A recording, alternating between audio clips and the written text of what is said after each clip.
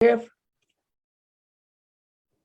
yes, it have two parts. First part, supposed to be very most important. He proved that any subalgebra was freely algebra is free. This is now called Kirchhoff-Witt theorem. And in the proof, he used whole basis. It was published in 1950, and in Moscow it was 1991. So 2 years before this PhD was in yes. So, and also he used Lazar-Kirchhoff elimination. Of course, Lazar did it 7 years later, but because of Bourbaki, they know this result, they didn't know Kirchhoff result. So this is now Lazar-Kirchhoff elimination. And the next part, second part, it is most, speaking about pages, this is most big part of the thesis. And the problem is that no one of this result from the second part is published in some sense, because the main result of the second part was published after 10 years. And when he submitted this in Siberian Mathematical Journal, he told me, "You push me to publish this paper." That's very strange. Because I was waiting 4 years to publish my result. I will talk this result later. And other result of the second part, not published until now. So this is very strange situation. So, so what about second part? Oh, sorry.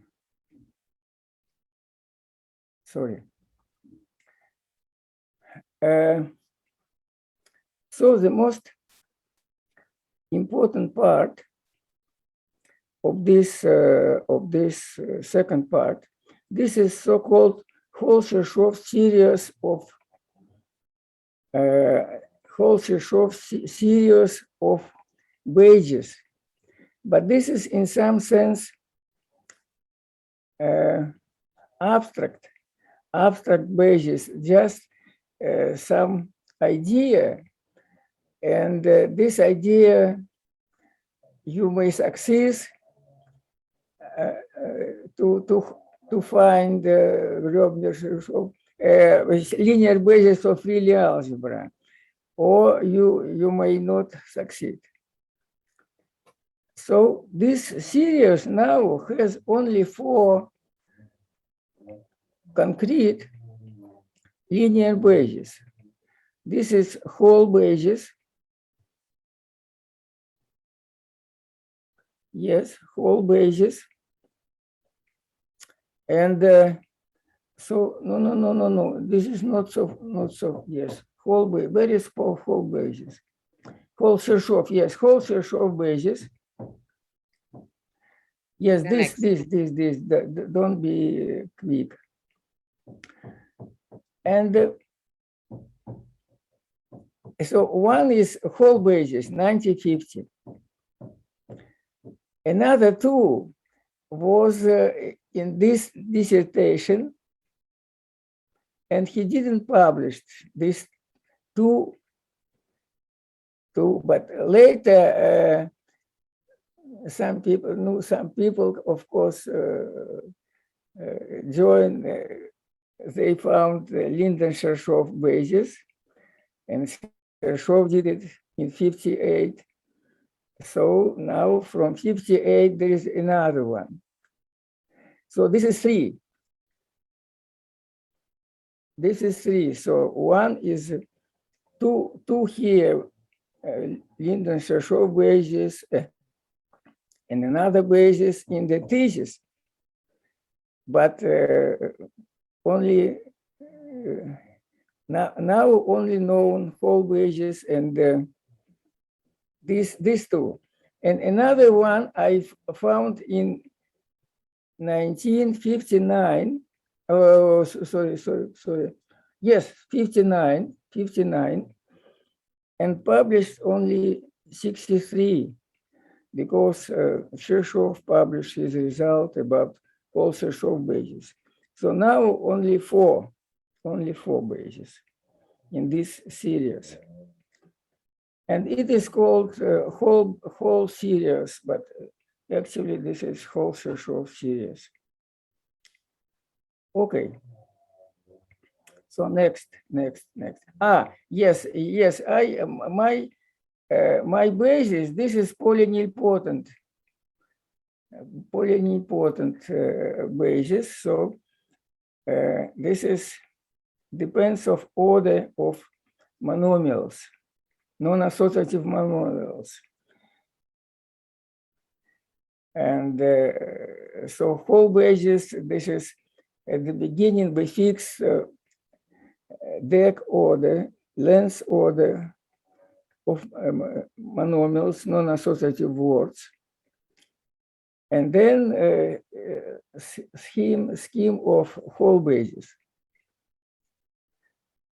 So already in 1953, Chershov probably knew Linden-Chershov basis 58 and Linden basis 1954.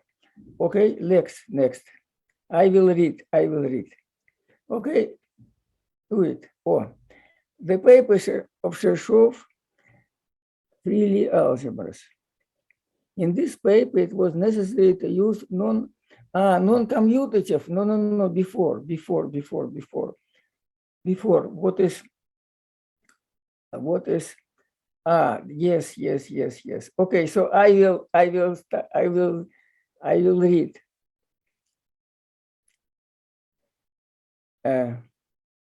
No, next. Yes, no, not X. No. Yes, this one. Okay. Sorry. Discovery of the abstract series of bases in a freely algebra of a field or commutative algebra. This is included in the PhD thesis and is published in Chershov Algebra and Logic 1962. Each specific basis of this whole Chershov series is based on some partial ordering of non-associative monomials on the generators. The result covers the whole basis 1950 based on Deklerk's ordering of the monomial from this thesis. And this is whole basis. It covers also the Chershov basis from his PhD thesis based on complex ordering of monomials in terms of their commutative basis. So example, the commutative content of the monomial A2, A3, A1, A3, so it must be, okay, this one is A3, A2, A1. So this is commutative word. This is monomial, but without without this paraphrases. This Chershov basis of complex, I call it complex order of monomials, has not yet been published. Okay, next. Kirchhoff used this new basis to prove a sufficient condition for the validity of the Poincaré-Birkhoff theorem of a Lie algebra of a commutative algebra, dissertation. The proof is not published, as I told you. The statement of this sufficient condition is given in the paper Kirchhoff representation of Lie rings in associative rings, 1953. So the statement, it was published in 1953, and this very good paper, 1953, representation of Lie rings and associative rings. This is generalization of Poincaré-Birkhoff theorem for some Lie rings, not of a field, but of a commutative ring. So it was the first result, and he didn't include this paper in the dissertation. That's a very strange. It is connected to in published.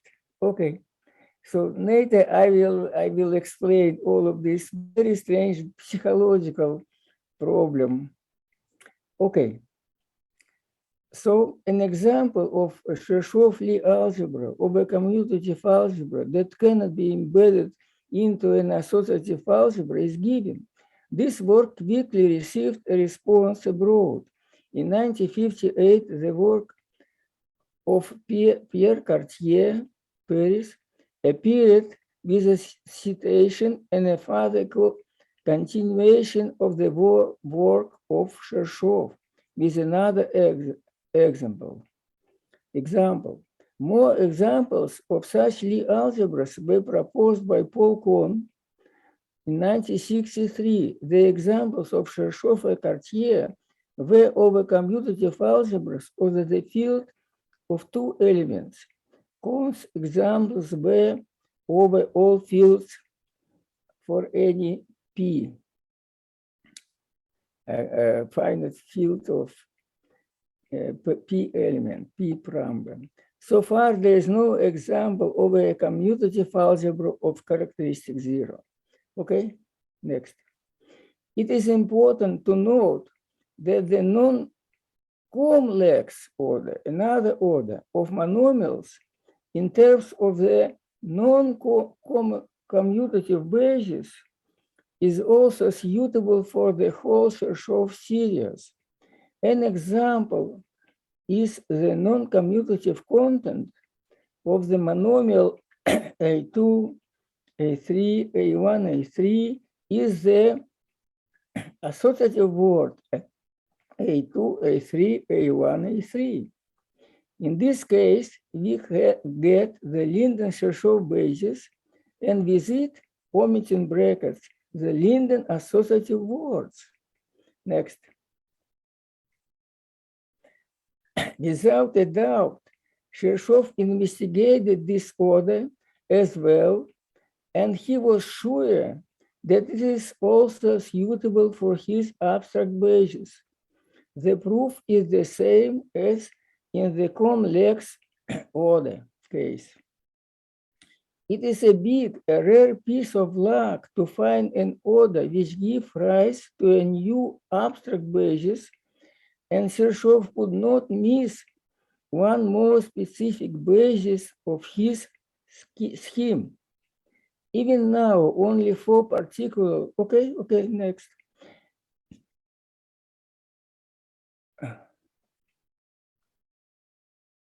No, sorry. No. Yeah. No. Oh, yeah, here. Oh, no, before. Yes. This is beginning. No, next Later. No. Father. This is beginning. Next one. Next one. Vesselin. I think that's here.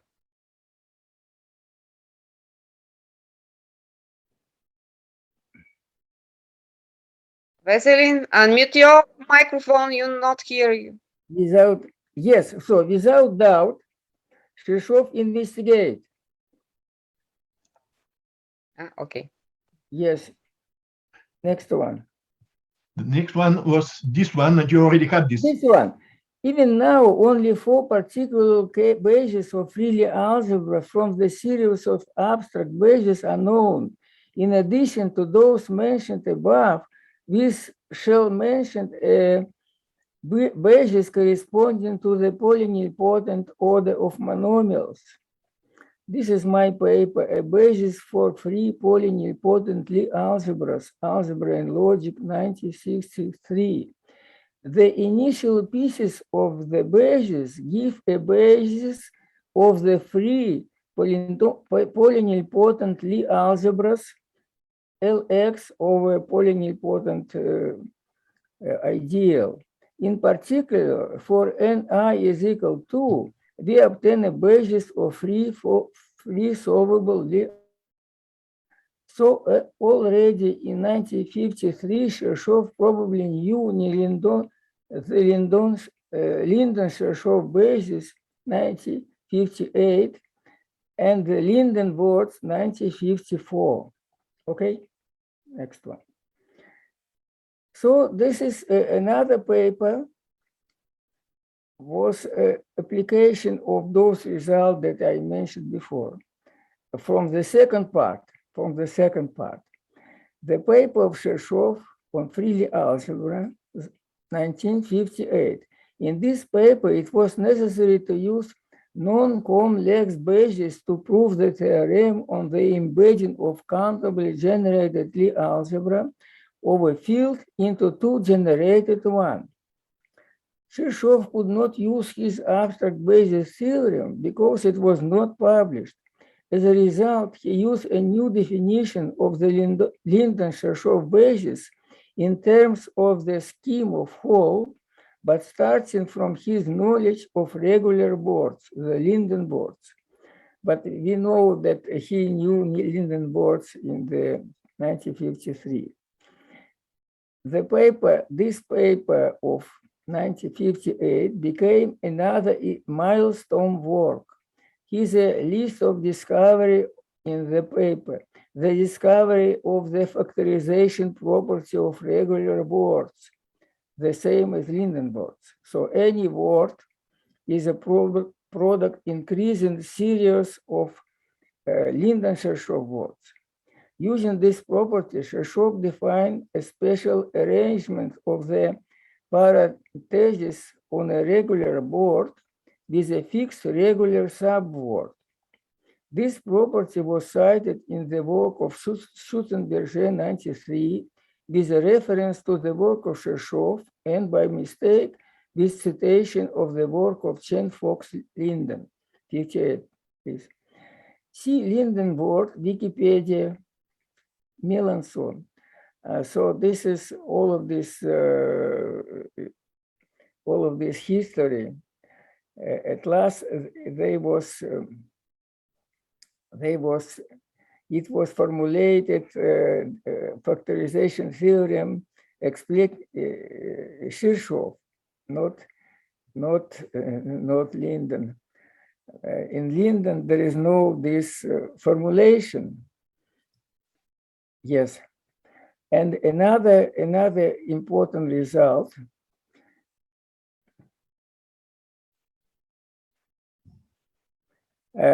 He discovered Gauss elimination of leading board in the Lie polynomial f with the help of another polynomial g. If g is supposed to be defined relation g is equal to 0, and leading monomial of G in some sense is a submonoid of a leading monoid of F, in some sense it means without brackets. With brackets is not subword. But if you miss brackets, associative case, it is subword. But still, if its G is equal to 0, so this F, leading monomial of F, is not 0, but he is linear combination of Lindner-Chershov words that is less than leading maximum monomial of this F. So this is Gauss elimination, very easy for commutative algebras, freely algebras, associative algebras, but very tricky for Lie algebras. Because to be subword, it means associative case, you forget about brackets and how to use this G is equal to 0. That's a problem. Okay. So next one. So he found the next one, yes. And at last, it was his second part of his thesis. He used it for the theory of Grobner-Chershov bases. This is now the most popular and most important part of Chershov results. Because, you know, Grobner bases, this is great subject. And Grobner-Chershov bases for non-associative, non-commutative algebras and universal algebras. This is, of course, they call it Grobner basis, but it is really Grobner-Chershov basis because Chershov did it. All the other, together the systematic use of inclusion of freely algebra Lie-X of a field K into the free associative algebra Kx served as the beginning of discovery in the theory of Grobner-Chershov basis for Lie algebras and associative algebras in the work Chershov, Siberian Mathematical Journal 62. It remained for Chershov only to add the definition of the operation of composition of two associative polynomials as polynomial in the theory of Bulgarian. Then Chershov discovered the composition for Lie polynomial with a special arrangement of apparent thesis in the associative compositions. Okay, so this is almost after all of this paper, it was very easy for him to find Grobner-Chershov basis theory for associative and Lie algebras. Thank you. So sorry. I am so sorry. No problem. Thank you. So By the way, Vesselin, we want to publish the second part, and we discussed this on conference Chershov 100. Rowan want to support and all of this. And if we will have some idea how to publish it, maybe in Bulgaria, second part of his thesis.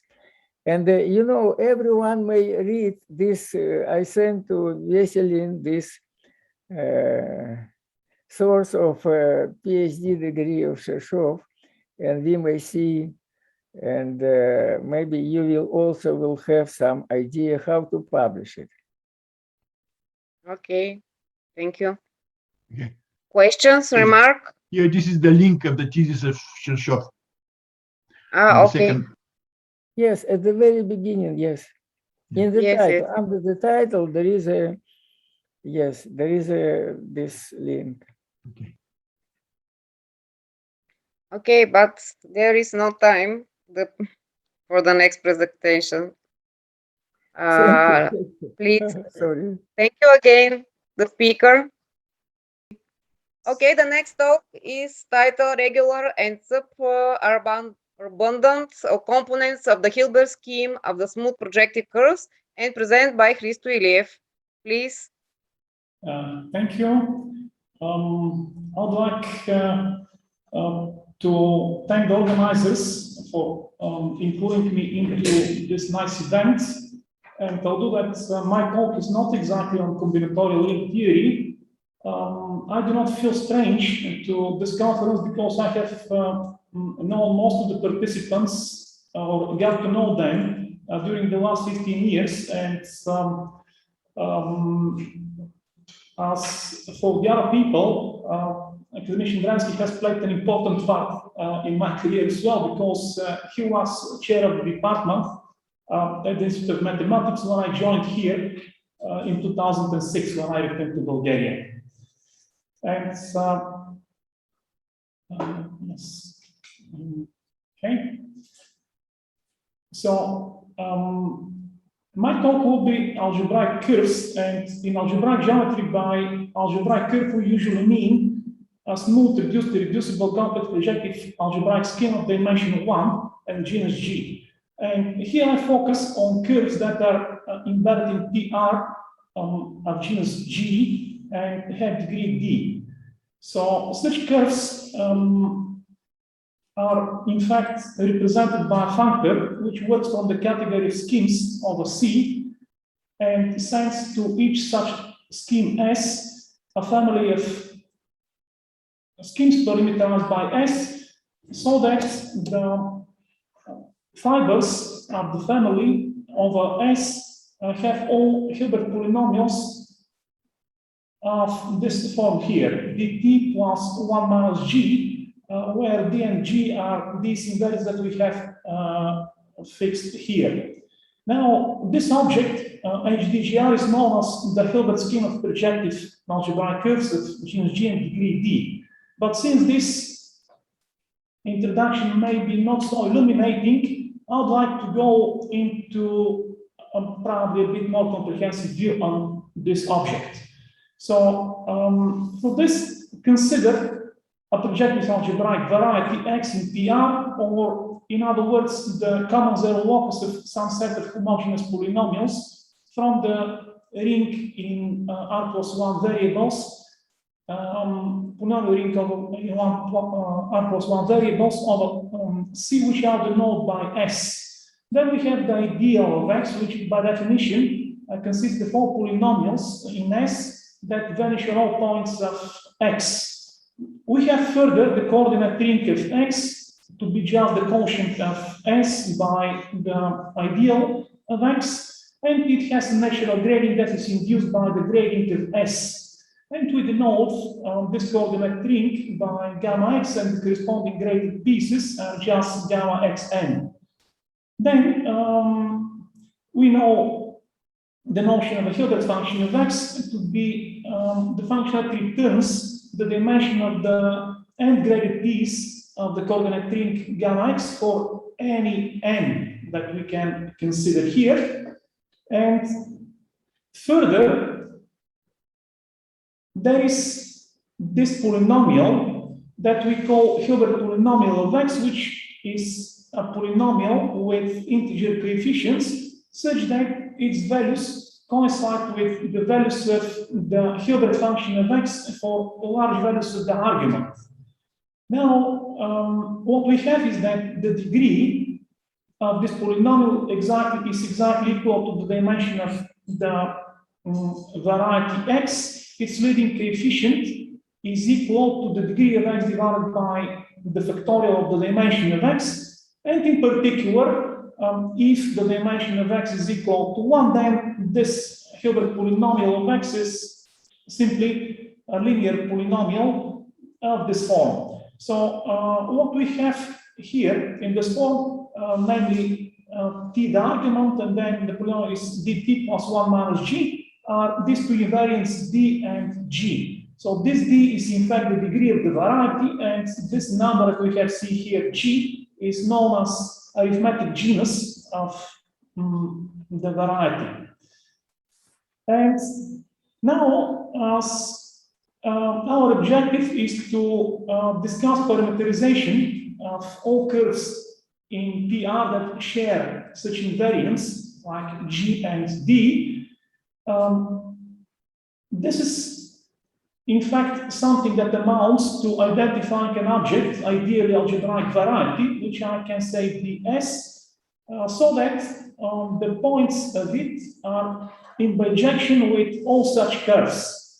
We want such a correspondence to be natural in some sense, and what I mean by this is that if we vary the points in H, then we would like to have that the coefficients of the polynomials that determine this X vary continuously as well. And what is such an object like? That's what I'm going to say briefly about before I move to the geometry of this object, HDG, that I introduced at the beginning. I want to mention that if we fix a polynomial P of t equal linear polynomial like before, t plus 1 minus g, then there exists a number, positive integer number, for which any variety x that has this polynomial has Hilbert function which coincides with this polynomial for all values of t that are greater or equal than n. And also the ideal of Ix, or what we have here on the left side, this indication that I have here on the left side is in fact generated in degree n. Or if we look at this geometrically, that would mean that the zero locus of this n-graded piece that I have here on the right, in fact, gives exactly x.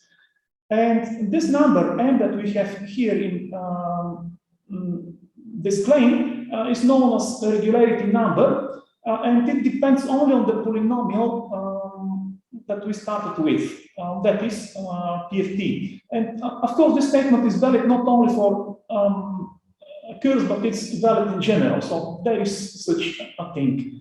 And further, let's fix such a polynomial, linear polynomial, linear form, P of t dt plus 1 minus g, and let's choose a regularity number n. Let's denote by n of t the dimension of the vector space st minus 1 here, and let's take q of t to be the codimension of the vector space ix t inside the vector space st. Now there is such a map, or at least set theoretic map, that can assign to any such variety x with Hilbert polynomial p the projectivization of the t-graded piece of the ideal of x. Or in other words, this is a subspace in the projective space of dimension n of t. Or in other words, what we get in this way is some map from the varieties x with such a polynomial to this Grasmanian that we have here. This map is called Hilbert Map, and for each point x, that is to say variety with this Hilbert polynomial, the image psi of x in the Grasmanian is called Hilbert point. And the entire image of the map psi is known also as the Hilbert variety. And now this object that was probably not so illuminating in the beginning is just the closure of this image that I have here of psi. And before I go further, I would like to say only mention that this image in fact can be identified as quasi-projective algebraic variety by asking for ranks of some linear maps to be equal to some specific number. I'm not going to specify this, and I'm not going to talk about this. The important thing is that we get this object HDGR. And that's what we want, in fact, to investigate further. But somehow the problem is that this object is very big. It is huge, in fact. So this object a priori can have components of many different types, from which I'm going to identify 3 kinds of components. So I have divided them here in this way, so that they should be finitely many indeed, but they can be very many and very weird. But nonetheless, we can identify 3 principal types of them. So first, there are the so-called regular components. And these are components that are characterized by being generically smooth and having the so-called expected or minimal dimension. This condition, in fact, can be rewritten like the first cohomology of the normal bundle of a curve represented by a point of such a component in PR being equal to 0. And then further we have those S components here that are known as superabundant components. And these are components that are generically smooth, but of dimension which is bigger than the minimum possible dimension denoted here by lambda, or these are components that are non-reduced. So both of these conditions can in fact again be written in terms of cohomologies of the normal bundle at the curve that corresponds to a point of such a component. And the condition is this one that you see here, that the dimension of global sections of the normal bundle is bigger than the number lambda. And finally, here we have the P components that are just topological components. They're also interesting, but they're very difficult to tackle because of their structure. So these are components that have no points, in fact, corresponding to smooth integral curves. And for this reason, our focus is on the first 2 types of components, the regular components and the superabundant components, which union are denoted here by IDGR. So I want to mention only that all of those components should have that a general point of them corresponds to a curve that is integral and smooth. That is, it is reduced and irreducible and smooth, of course. For this object that I'll call like a scheme IDGR, there is a map to the modular space of curves of genus G, a rational map. And when this number that you see here, denoted like rho DGR, is non-negative, then it possesses the so-called distinguished component that I denote here by I naught. So this distinguished component is regular, and it also has the property that it projects densely into the modular space of curves. That is, its closure, in fact, in the modular space of curves is the entire MG. And now to the motivation of this study and other studies on this subject. I can say that perhaps one of the principal reasons for studying this subject, or stimulus at least, has been that about 100 years ago, Francesco Severi formulated a statement that sounds as this: if this number B is greater or equal than G plus R, then the only component of IDGR is in fact the distinguished component. He said this statement in somewhat different terms, but that's how it sounds after the introduction of schemes in the 60s. In regards to this claim made by Severi, there have been some work since the mid-80s when I improved Severi's claim for R equal to 3 and R equal to 4 and gave examples that it is incorrect when R is greater or equal than 6, and then some results by Mazzetti and Sechiero and Keen gave additional examples for the reducibility of IDGR. That is, they showed that there exist some additional components to the distinguished component I0. And further on, one of my co-authors, Sonja Kim, produced some results about the reducibility and reducibility of IDGR, which are formulated here. And after reading some of those papers, actually all of those papers, I figured out that if we fix G and R and track the number of components that IDGR can possibly have, it appears as if we get more and more components as D decreases. I have summarized, in fact, the picture here on this slide. So there are first the results about the reducibility produced by Harris when probably the attention to this subject was restored in the early 80s. Then the results of Ein, which kind of improved the irreducibility range of IDGR. Then the result of Sonja Kim fits into this picture.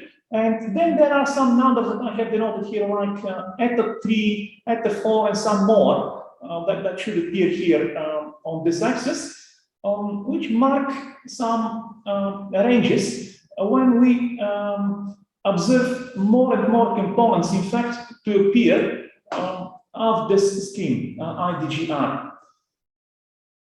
And after studying, actually, after discussing with Sonja and Young Choi in like 7 or 8 years ago, we came to formulating several questions that are of interest to us.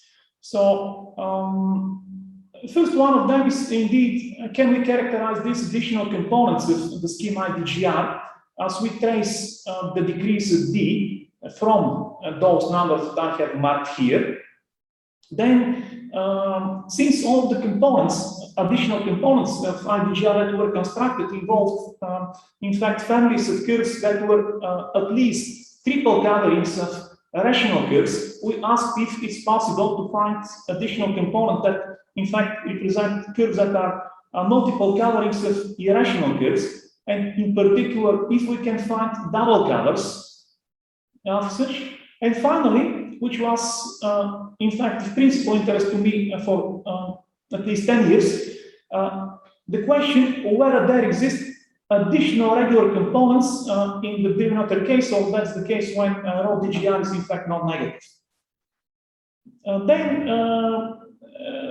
we answered, in fact, to all of those questions in one way or another. So the first result was on this topic that we got together with Choi and Kim was about existence of components that parameterize double covers, and that result stimulated, in fact, our work to look further into the geometry of this scheme. And then we found, in fact, this theorem. We proved this theorem that I'll explain briefly. So, if we fix D to be equal to this number 2G minus 4 gamma plus 2, and if we restrict our attention to R, that is between the maximum of gamma and 2G minus 1 divided by gamma, and capital R,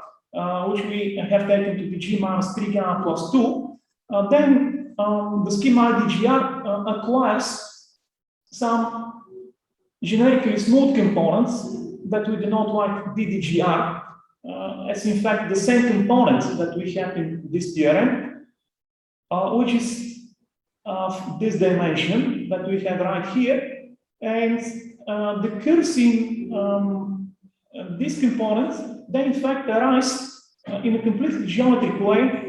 That is, we reconstructed those curves geometrically as curves on cones. So we, in fact, look at curves in PR-1 with the degree that is G minus 2 gamma plus 1 and G minus gamma embedded in PR-1, and those curves in fact form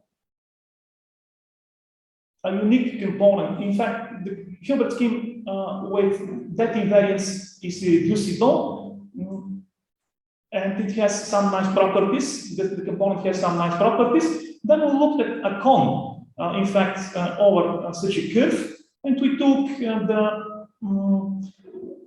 intersection of the cone with hypersurface at degree 2. And then those curves that I have here on this picture in blue, in fact, represent the curves from the component that I described here.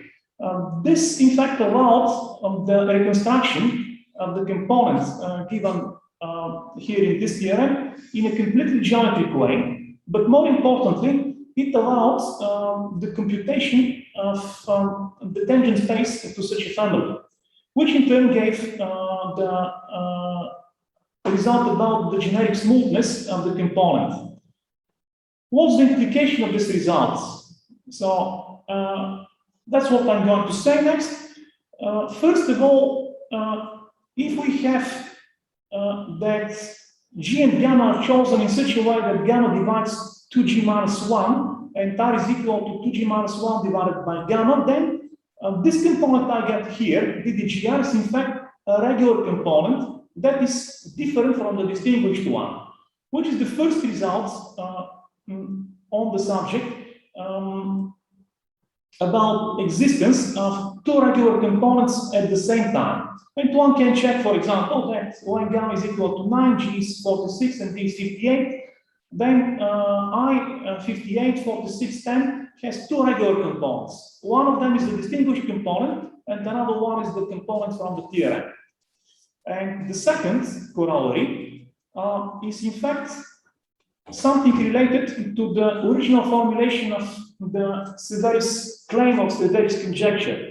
Many people believed that what Severi really meant was that IDGR can have only one component parameterizing linearly normal curves.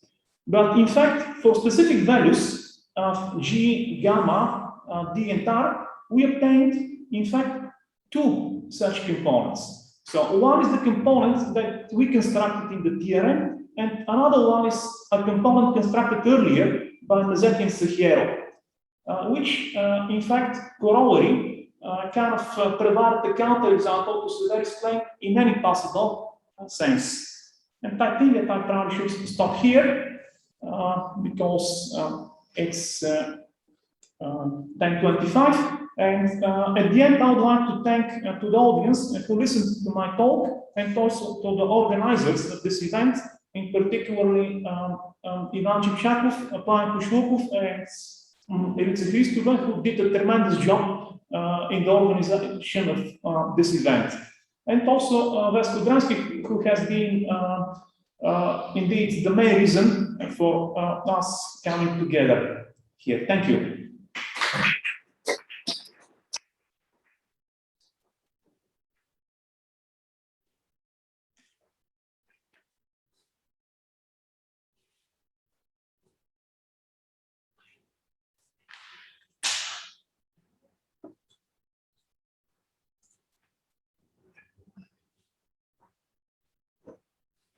Okay, I guess there are no questions, so thank you again. Okay.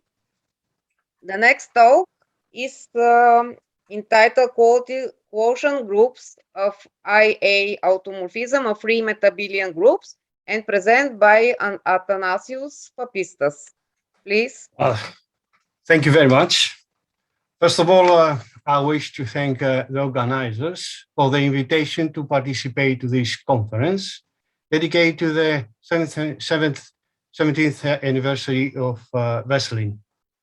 Happy anniversary, Vesselin, all the best. I would like to talk on quotient groups of automorphism of free metabelian groups of finite rank. It is a joint work with Kostas Kofinas. Let me start with some preliminaries. Yeah. Well, G is a group for a subgroup X and Y of G. We write square X, Y square for the subgroup of G generated by all commutators X, Y. X belongs to X and Y belongs to Y. For positive integer C, let gamma Cg be the c-th term of the lower central series of G. Just to point out that gamma 2G means G dash, which is the derived group, and G double dash is the derived of derived group. By odd G, we mean we denote the automorphic group of G. For C at least 2, the natural epimorphism from G onto G over gamma Cg induces a group homomorphism, say P or pi, from automorphic group of G into automorphism group of G over gamma Cg.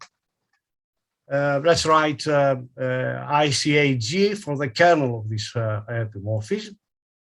Note that for C equals 2, we write I2AG for the IA automorphism groups, for the IA automorphism of G. And as inductive argument on C, we get gamma CIA of G is contained in IC plus 1 AG. And And for C at least 2, we write this calligraphical CIAG to be this quotient group. I'm going to use this one, this notation quite enough in this talk. In general, it is a very difficult problem to determine whether or not gamma CIG, the c-th term of the lower central series of IAG, is equal to IC plus 1 AG for all C, at least 2. Moreover, it is quite difficult to study the structure of the quotient group, gamma C over gamma C plus 1 of IAG.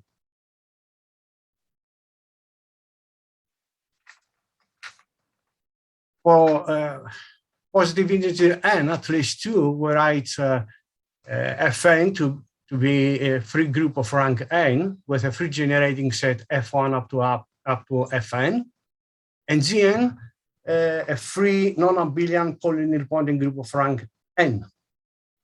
Some properties of this group is a residual nilpotent, and the second property is each constant group is a free abelian group of finite rank.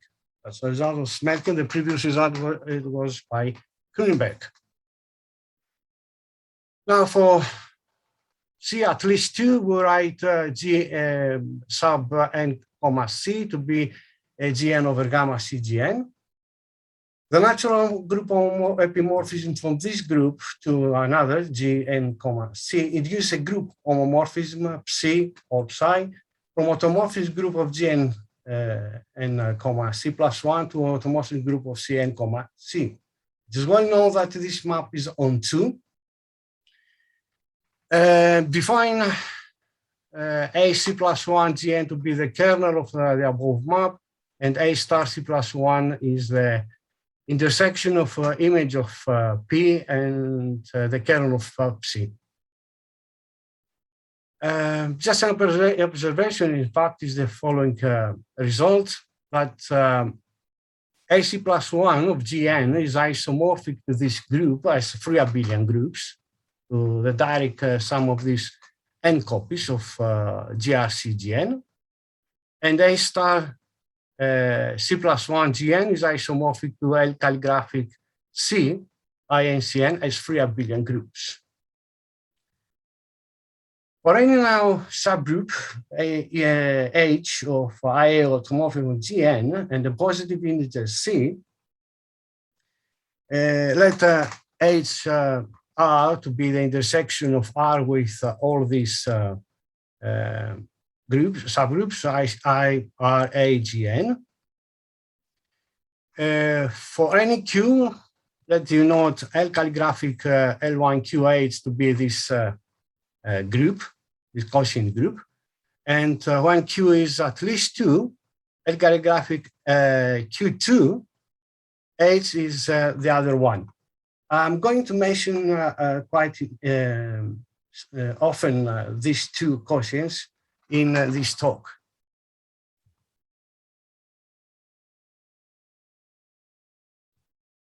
Now, the natural hypermorphism from Fn onto Gn induces a group homomorphism rho n from automorphism group of Fn into automorphism group of Gn. We write Tng for the image of this homomorphism. The elements of T are called tame automorphisms of Gn. That means I reduce from the automorphism of Fn. We write Hn to be the intersection of Tn with the IA automorphism of Gn. And for any positive integer r, at least 2, we write Hn r to be the intersection of Tn with the others IA automorphisms. Since now Gn over Gn dash is isomorphic to Fn over Fn dash, rho n induces a homomorphism, say rho dash, from IA automorphism of n into IA automorphism of Gn. I'm going to mention these two results, lemma 1.2 and theorem 1.1. Since these two results I'm going to use in the case where n equals 3. Just mentioning the theorem 1.1, for a positive integer n, Gn is a free non-abelian polynilpotent group of rank n. Then for all n and r, we have these two groups are equal.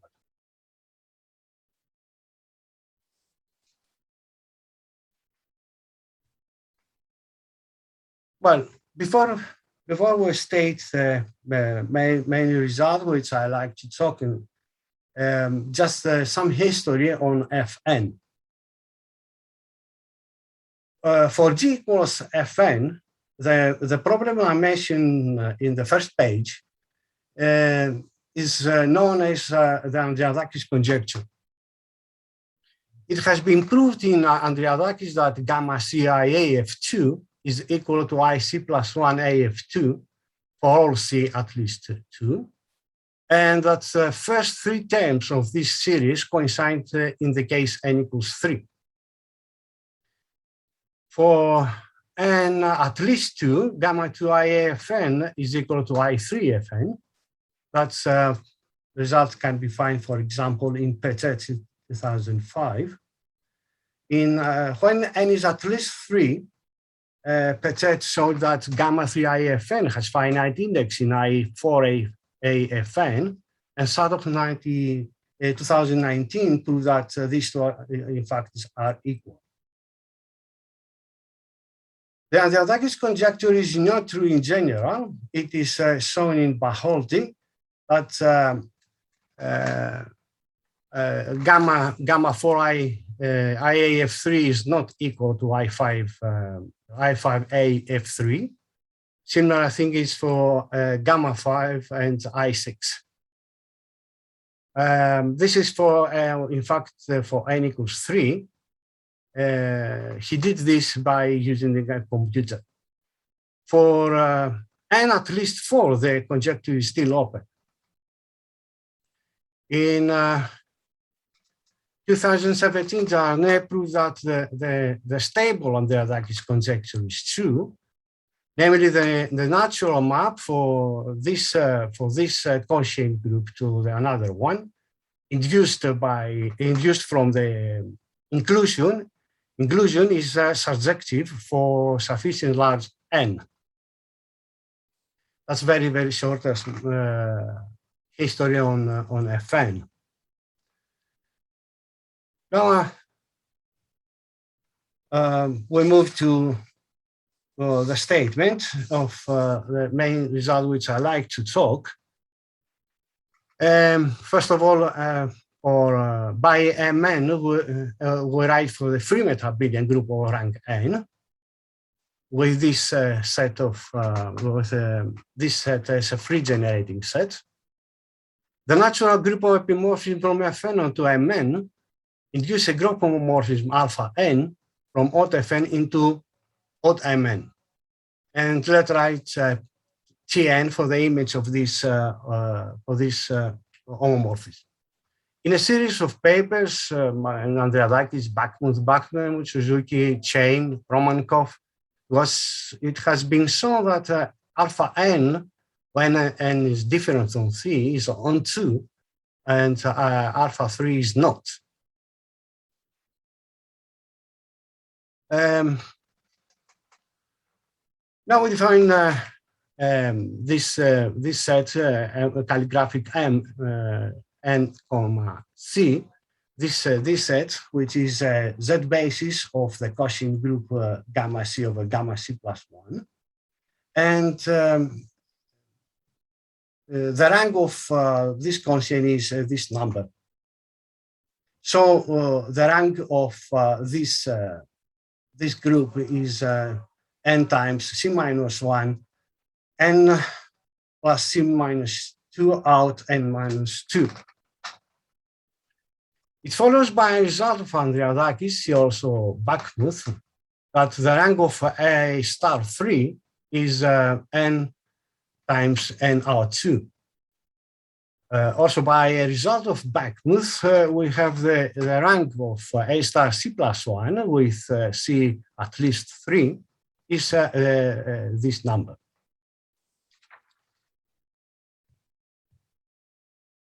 Now the result which I like to talk is the following. We have Mn is a free meta-abelian group of finite rank n. Then we have 1 that says that Andreyadakis conjecture is in fact true, is valid for n equals 2. The second part is Andreyadakis conjecture is not true for meta-abelian group, free meta-abelian group for n equals 3.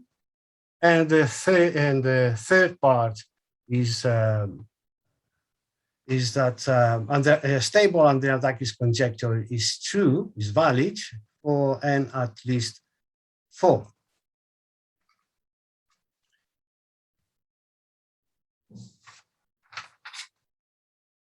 Well, let's proceed to give a brief proof of that result. The case n equals 2, this is in fact easy, is coming for a result of Andreyadakis and Backmuth, by combining these two results. For n equals 3,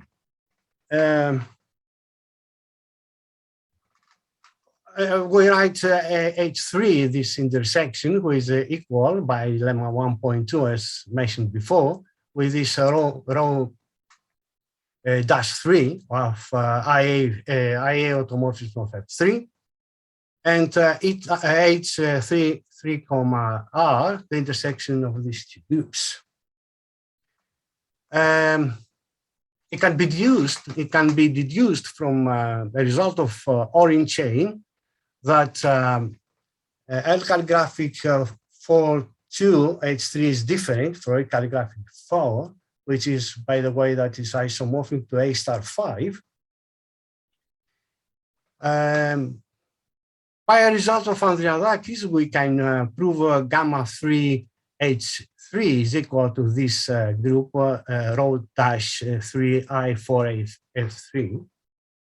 But gamma 3H3 is equal to this one, this group.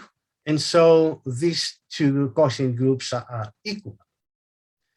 Now, by theorem 1.1, I mentioned before, by setting Gn to be Mn, we have L calligraphic 3, 1, H3 is equal to this quotient group by the above relation. And since these two are not equal, we have these quotient groups are different. That means gamma 3 IAM3 is different from I4A. Okay, let's move to the case at least 4. For group G, we write ZG for the integral group ring of G. For elements X and Y of group G, we write Y up to X for the conjugate X minus 1 YX. Since Mn dash is abelian, it may be regarded as right Z Mn over Mn dash module in the usual way. If we write An to be the Fn over Fn dash for the free abelian group of rank n, and alpha I equals Fi Fn dash, this set of alpha 1 up to alpha n is a free generating set of An. The natural epimorphism P from Mn onto An induces an isomorphism from this quotient group to An. So we may regard Mn dash as right as Z-An module. For W belongs to Mn dash and the S belongs to Z-An, we write W up to S to demand the image of W under the action of S. Set of generators of N dash is given by these elements. Since Mn dash is abelian, any elements of N dash may be in this form.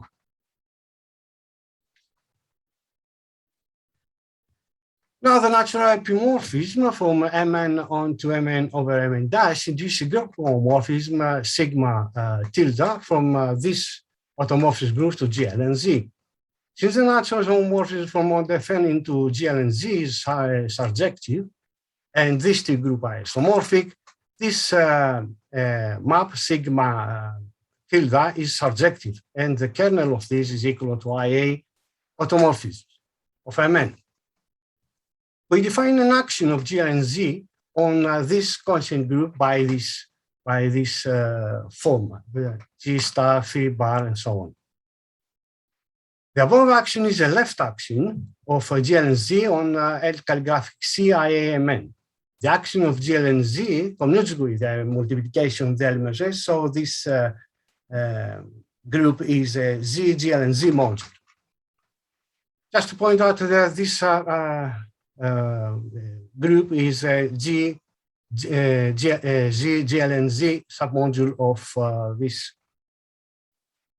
quotient. Now, write GR1QMN to be the tangent product of Q over Z of GR1MN. Identify this automorphism group with GL and Q with respect to this basis. The group GL and Q acts naturally on this vector space by this. Let's write GRCQMN, the Moventhesian product of Q with GRCMN over Z.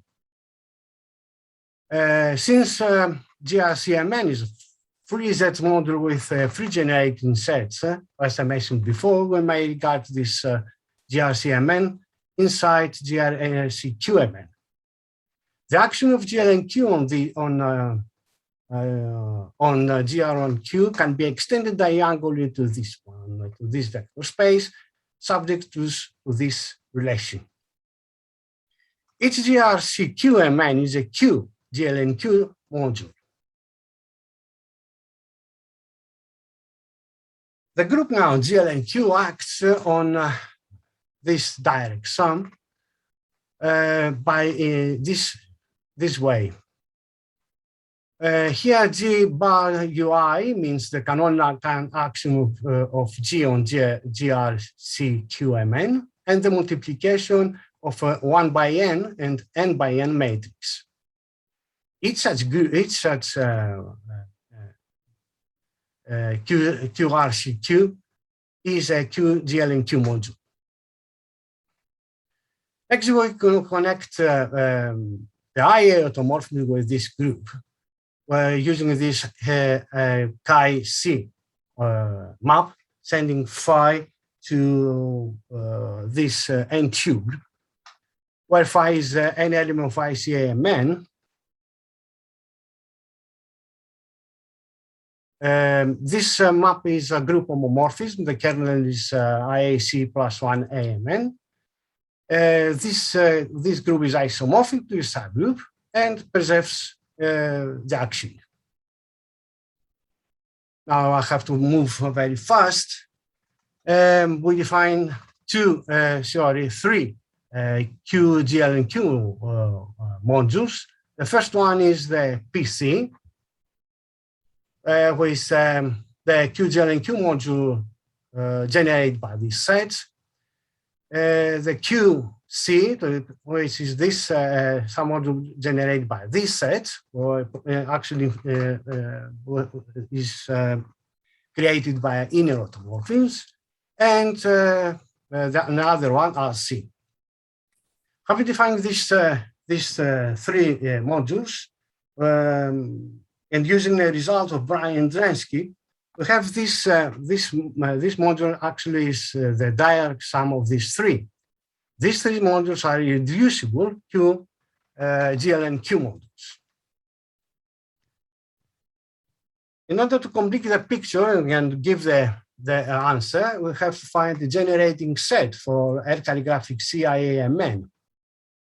Well, unfortunately, I have to move very fast, actually. We defined this tau IJK are different, distinct numbers. This automorphisms of Mn, also some specific inner automorphisms of N, and this BIKJ and BIJ automorphisms, which in fact are coming from the paper of Backmuth. Now, using the result of Backmuth, we can find a generating set for L calligraphic Mn, consisting of these three types of automorphisms. Next step is to be more specific about LNIMN as a ZGLNZ module. Is generated as a module by these two types of automorphisms. And the third one is just to observe that this specific automorphism, tau 1, 2, 3, belongs to these groups, to gamma C minus 1, IA of Mn. And before we proceed, the proof is actually based on the previous ones. Just as an observation for group G, if the center of this constant group is equal to this one for all C, then gamma C inner automorphism of G is equal to this group. Now, just a quick recall for the statement of theorem 213, that's we need to prove that these two are equal. For n, C at least 4 by the previous result proposition 3.1, this module is generated by these two types of automorphisms. Since this one is inner automorphism and Mn satisfies the conditions of previous result, we have this one belongs to gamma C minus 1. Further by lemma 3.22, this automorphism belongs to gamma C minus 1. That means we got the result. Here I've got the references which I spoke earlier. That's it. Thanks for your attention. Okay, Happy anniversary, Vesselin. Let's thank the speaker first. Questions, remarks, notes?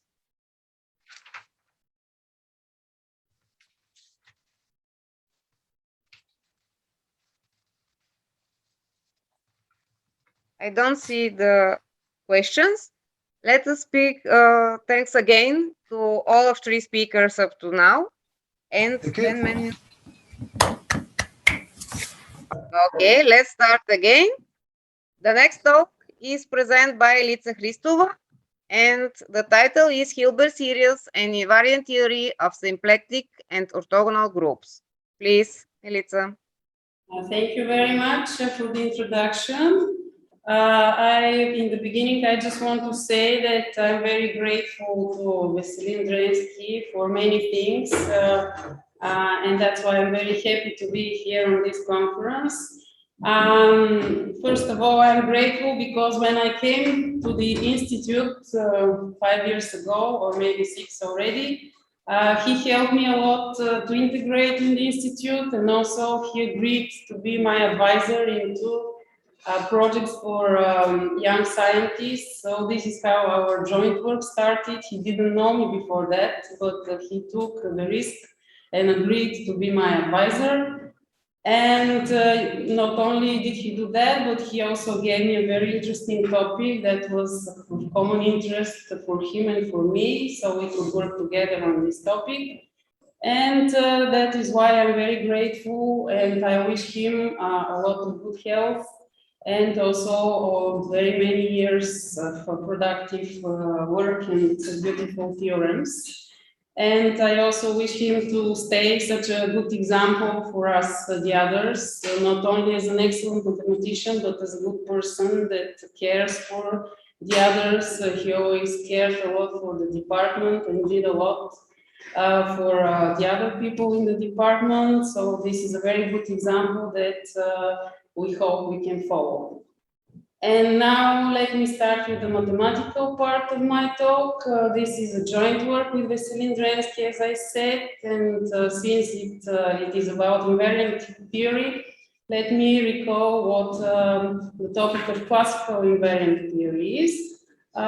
This was already mentioned in several talks, but maybe in slightly different notations. So let me introduce my notations here, or our notations. And there is one difference here with the previous talks. This is that we fix our base field to be the field of complex numbers, not any field of characteristic 0.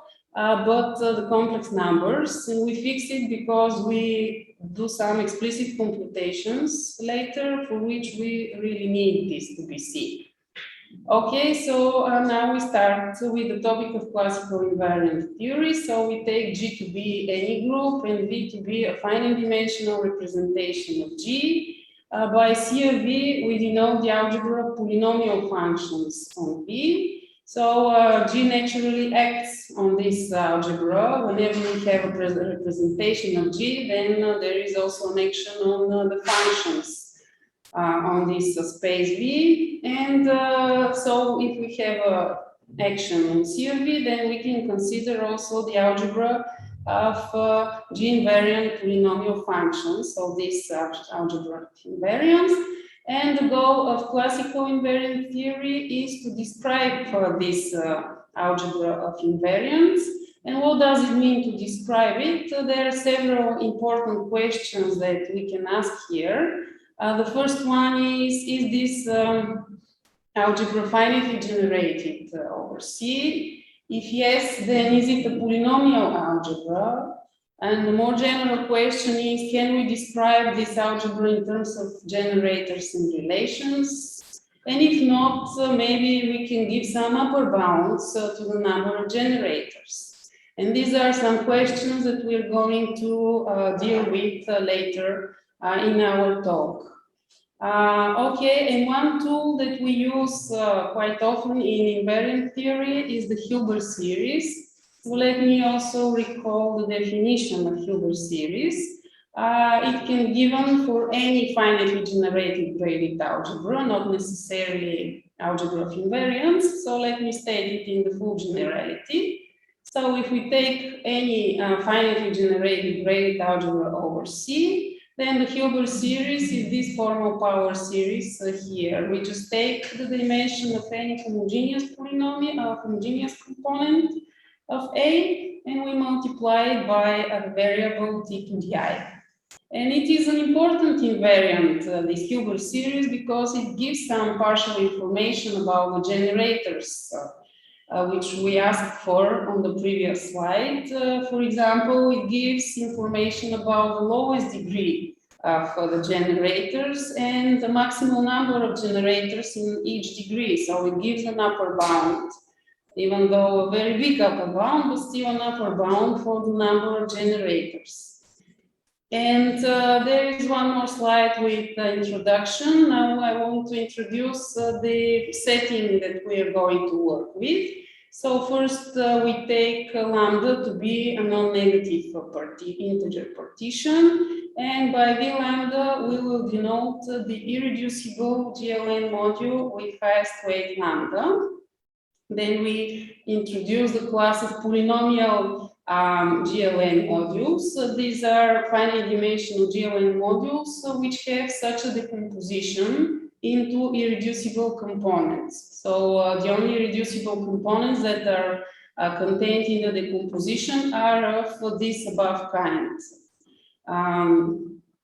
given by just one integer partition. This is not the most general kind of finite dimensional GLN modules, but this is the kind of modules we are going to consider, and they are called polynomial.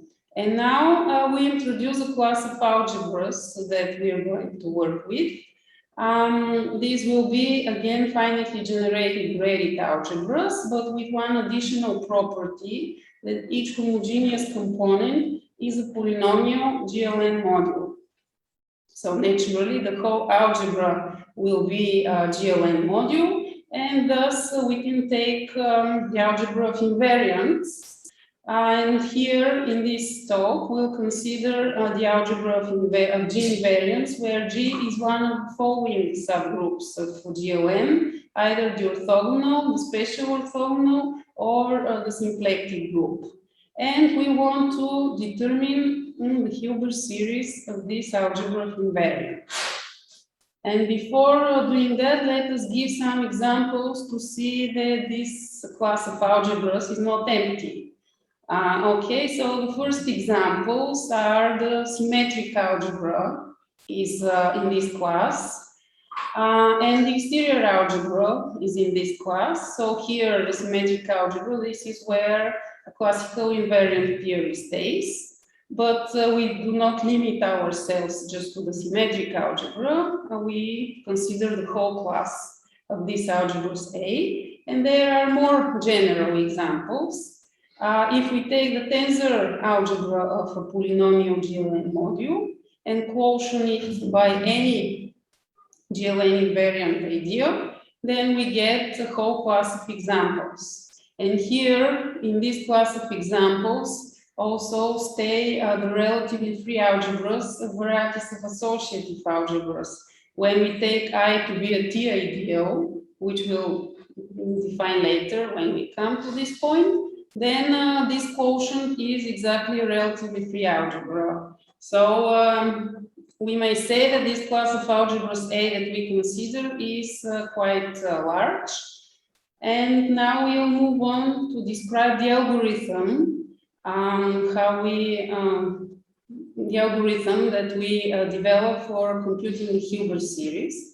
This algorithm is first invented by a group of other people, Benanti, Bumov, Drensky, Gemov, and Koev, for the symmetric algebra and for the algebra of invariants of GLN, of SLN invariants. So the subgroup considered is SLN, and the algebra considered is just the symmetric algebra, but we extend this algorithm to the other classical subgroups of GLN, the orthogonal and the symplectic groups, and we also consider a more general class of algebras, not just the symplectic.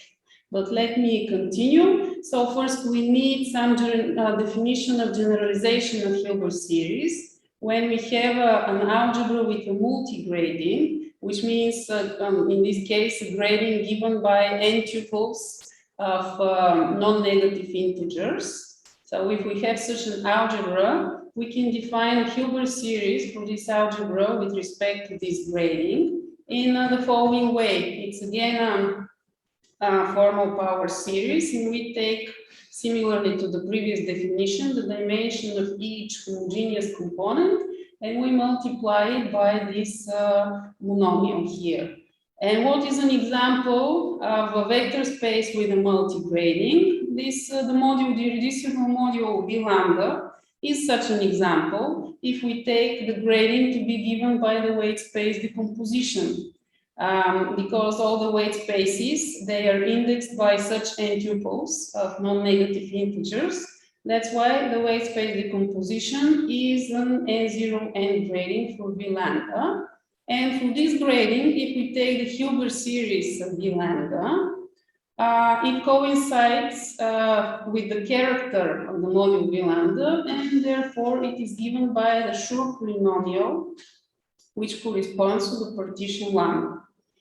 Okay, and then naturally, if we take any polynomial GLN module, since it is decomposed as a sum of V lambdas, it also has an n0 n grading given by the weight space decomposition, and it is very easily to determine Hilbert series. It is given again by this decomposition here. So this is the Hilbert series, and it again coincides with the character of the module W. Now, when we come to our algebra A, it has two gradings now. It has an n0 grading, which is given by the decomposition into homogeneous components, and it also has this n0 n grading, which is given by the weight space decomposition of each module V lambda. And following the work that I already mentioned, Combinatorial, Drensky, and Koev, which they did for the symmetric algebra, we introduce a new Hilbert series, which takes into account both gradings, both the n0 grading and the n0 n grading. And it is a very natural definition. For each homogeneous component, we take the Hilbert series with respect to the n0 n grading, and then multiply it by t to the I. And this is the expression we obtain. It is again given in terms of Schur polynomials. So this new Hilbert series, I'm repeating here the formula for it, is symmetric in the variables x1 to xn. And now again, following the work of Benanti, Drensky, Genov, and Koev, we introduce a multiplicity series for A by taking the Hilbert series and replacing each Schur polynomial by this monomial here. And for us, so this is the multiplicity series, and we introduce the second multiplicity series by just this change of variables. And they are called multiplicity series because they carry the multiplicities here in the decomposition of A as a module over GLN. And so they carry the information about the GLN structure of A. And so this is the definition, and these are the definitions. And now what are the statements? The first statement is for the algebra of Vesselin invariants in A, and it is due again to this group of people. And it says that the Hilbert series of the algebra of Vesselin invariants can be given by the multiplicity series n prime that we just defined by substituting the first variables with 0 and xn with 1. They actually formulated this theorem for the symmetric algebra, not for any A in our class, but the proof is the same actually, so there is no harm to generalize their statement and to give it for any algebra A in our class. And we use similar ideas, but of course now the representation theory of symplectic and orthogonal groups in order to obtain analogous statements for the algebras, these subalgebras of invariants. So for the symplectic group, we obtained the Hilbert series of the subalgebra of symplectic invariants is given again by the multiplicity series M prime, where we substitute all odd variables with zeros and the even variables with ones. For the group ON, the statement is a bit more complicated than the Hilbert series, not too much more complicated. So the Hilbert series of the ON invariants is given by another series Mn on T, which is defined inductively using this procedure. We first define M1 by taking the multiplicity series M that we defined and substituting the first variable by -1 and by 1 and adding the two expressions. Similarly, then we define M2 and finally we define Mn, which appears in the formula above. For the subalgebra of SON invariants, we have a similar statement. The differences are that we take now the multiplicity series M prime, not the multiplicity series M. And the last step is different from the previous slide, that we don't take M prime of n minus 1 in 1 and minus 1, just in the point 1, evaluated at the point 1. So these are the statements how we relate the Hilbert series that we are looking for to this multiplicity series that we defined. And now we want to see how we can use this to make some actual computations. So let us here recall the definitions of the two Hilbert series. And we see that if we know these multiplicities, then we can compute M and N prime. And by computing M and N prime, then we can compute also the Hilbert series of the algebras of invariance. And there are many cases that we know these decompositions or these multiplicities. Here I have given some of them.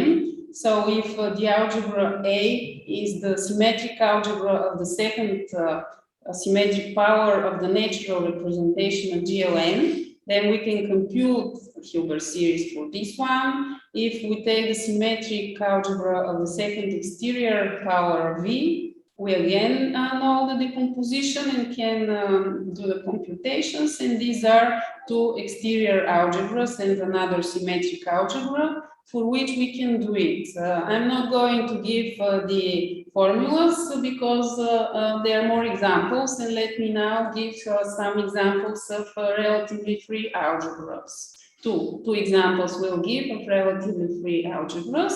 So the first one is the following. We take again V to be the natural representation of GLN, and we take A to be the quotient of the tensor algebra T of V, quotient by the ideal generated by all triple commutators.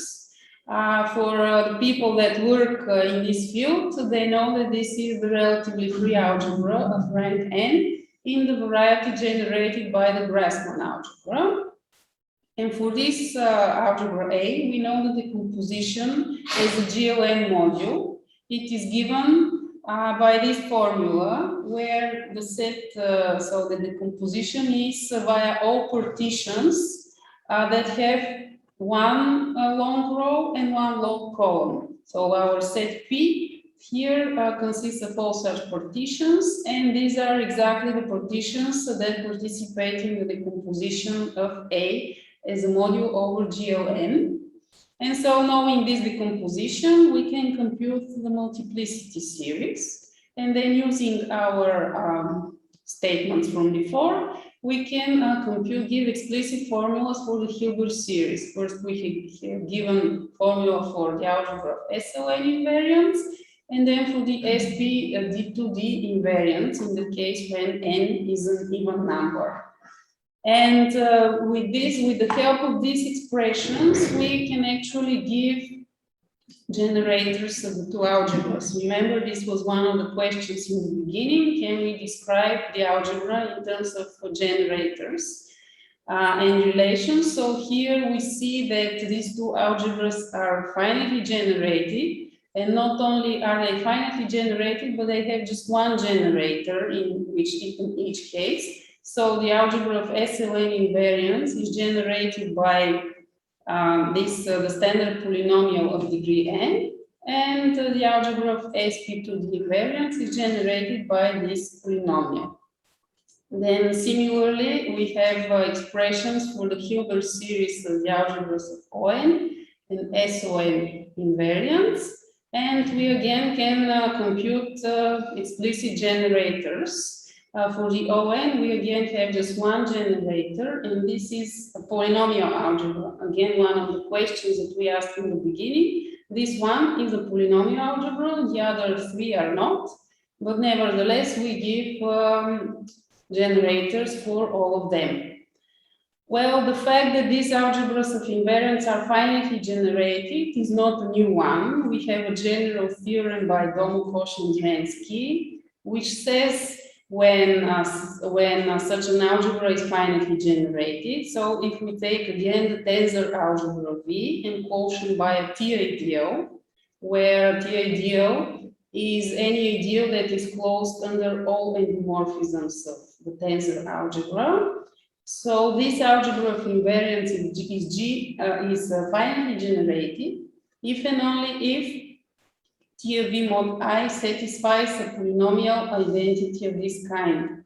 This is the nth commutator. So this means that all elements of this algebra, when we substitute them here, we obtain an equality. Or in other words, the ideal I is generated by all nth commutators.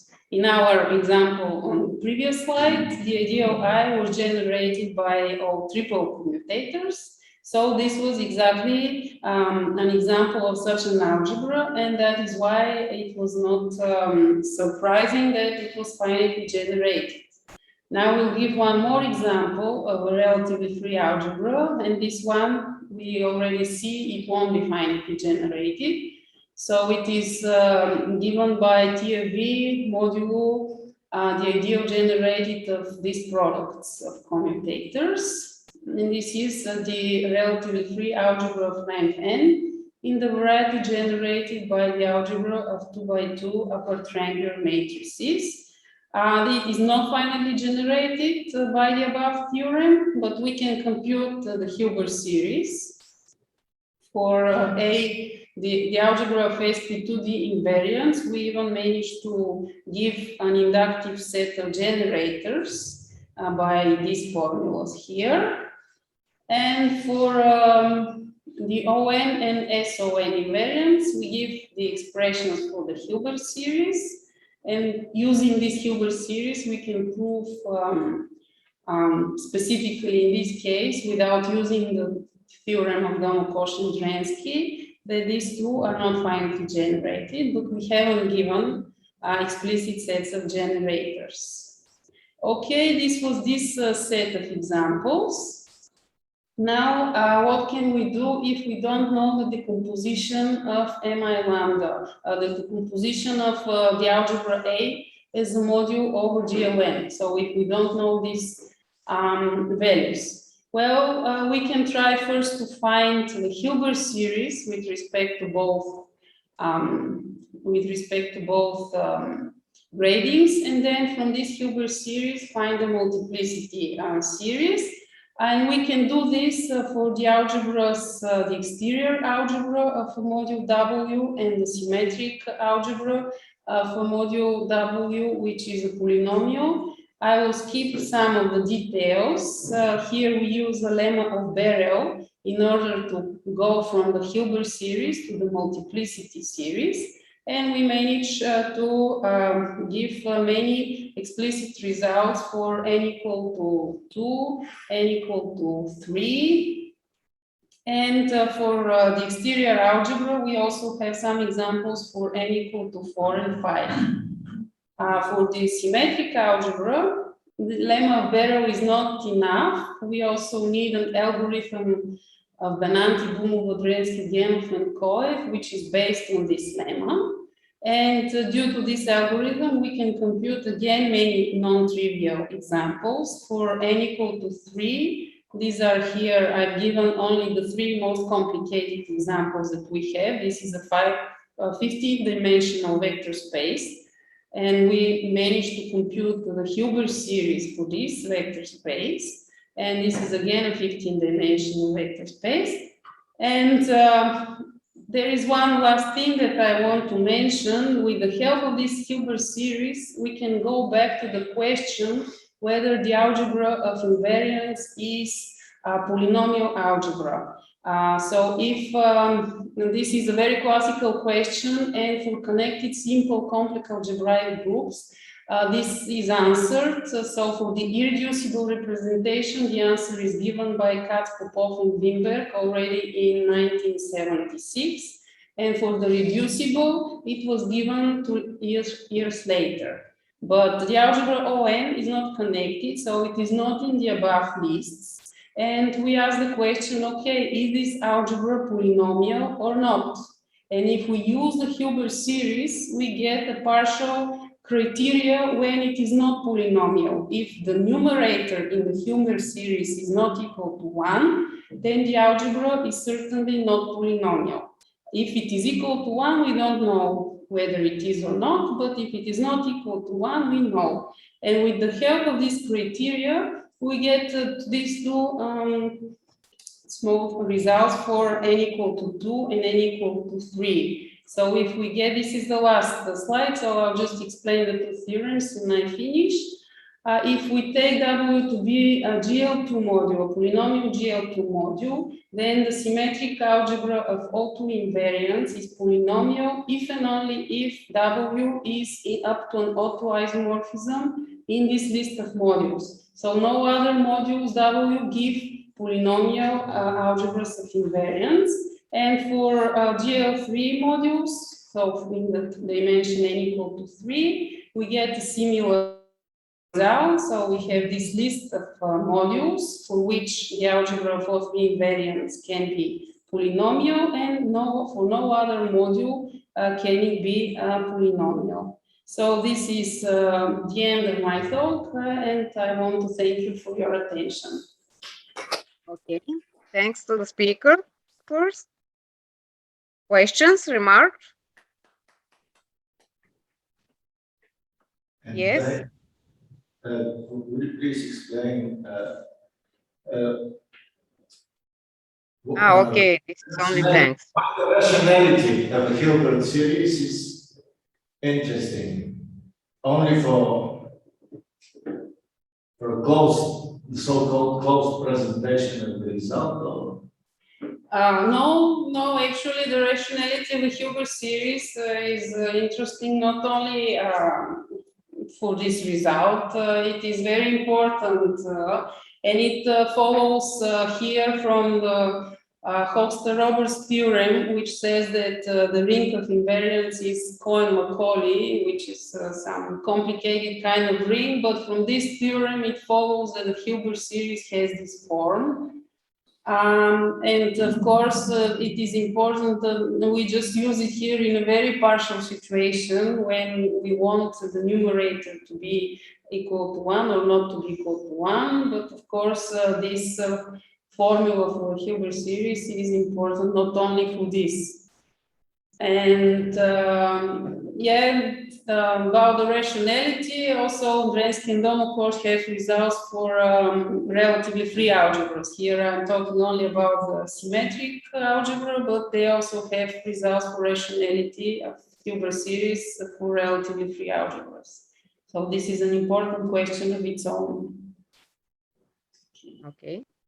Thank you. Another questions?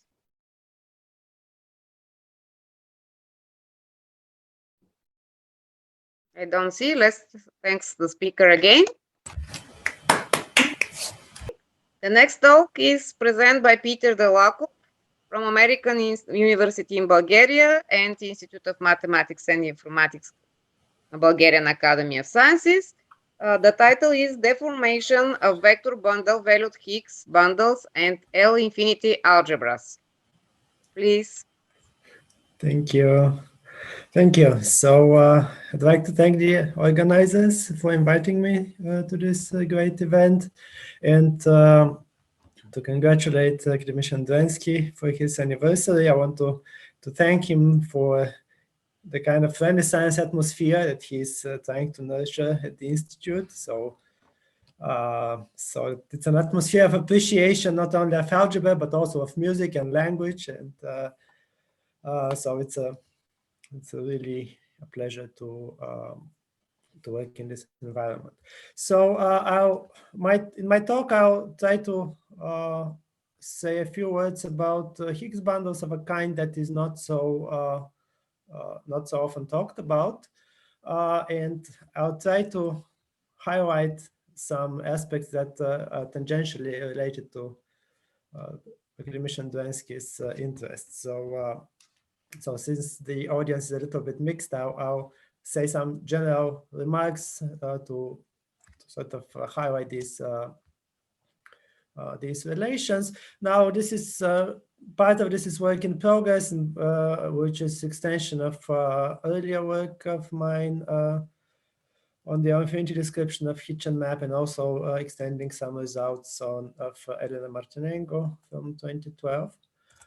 So just as a very general remark, earlier today, we heard Hristoliev's talk where he talked about the Hilbert scheme. So in classical deformation theory, one studies moduli space of some kind of objects. These could be Riemann surfaces, these could be projective curves, or some complex varieties of whatever dimension. These could be some kind of sheaves of modules, vector bundles with some additional structure, you name it.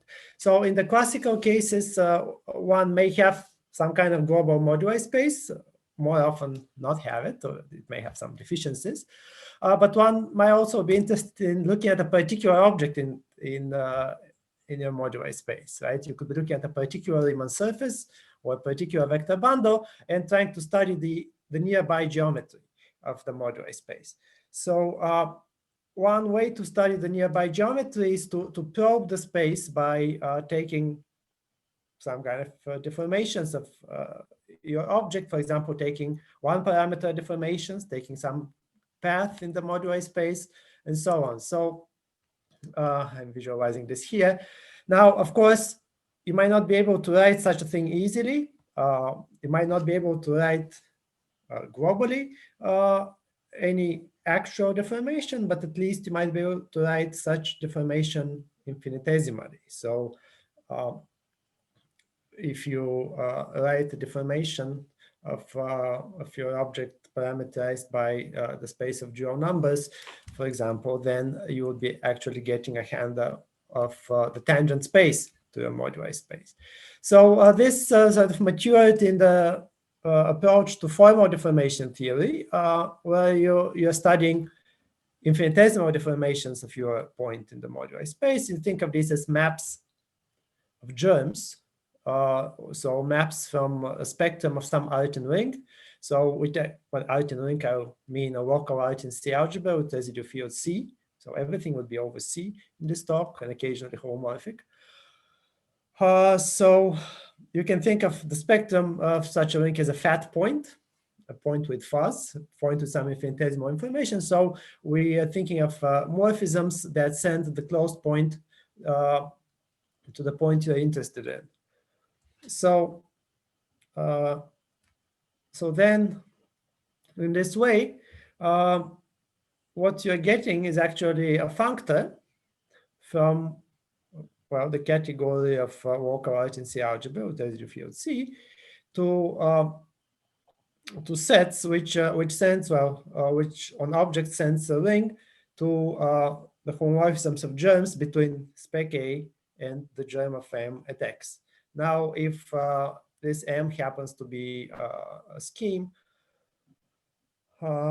then you can identify this with the homes of C algebras from the local ring of your moduli space into A.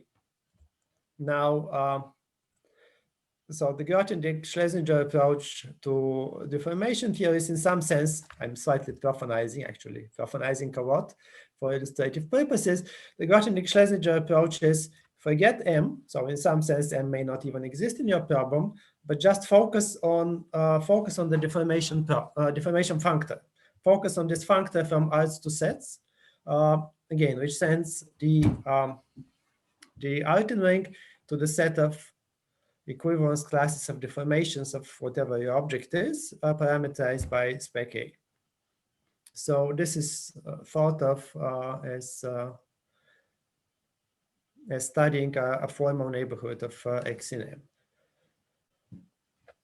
Now, so this approach dates, I guess, back to late 70s, I would say. I think Schlesinger paper is 75 or 79, late 70s. And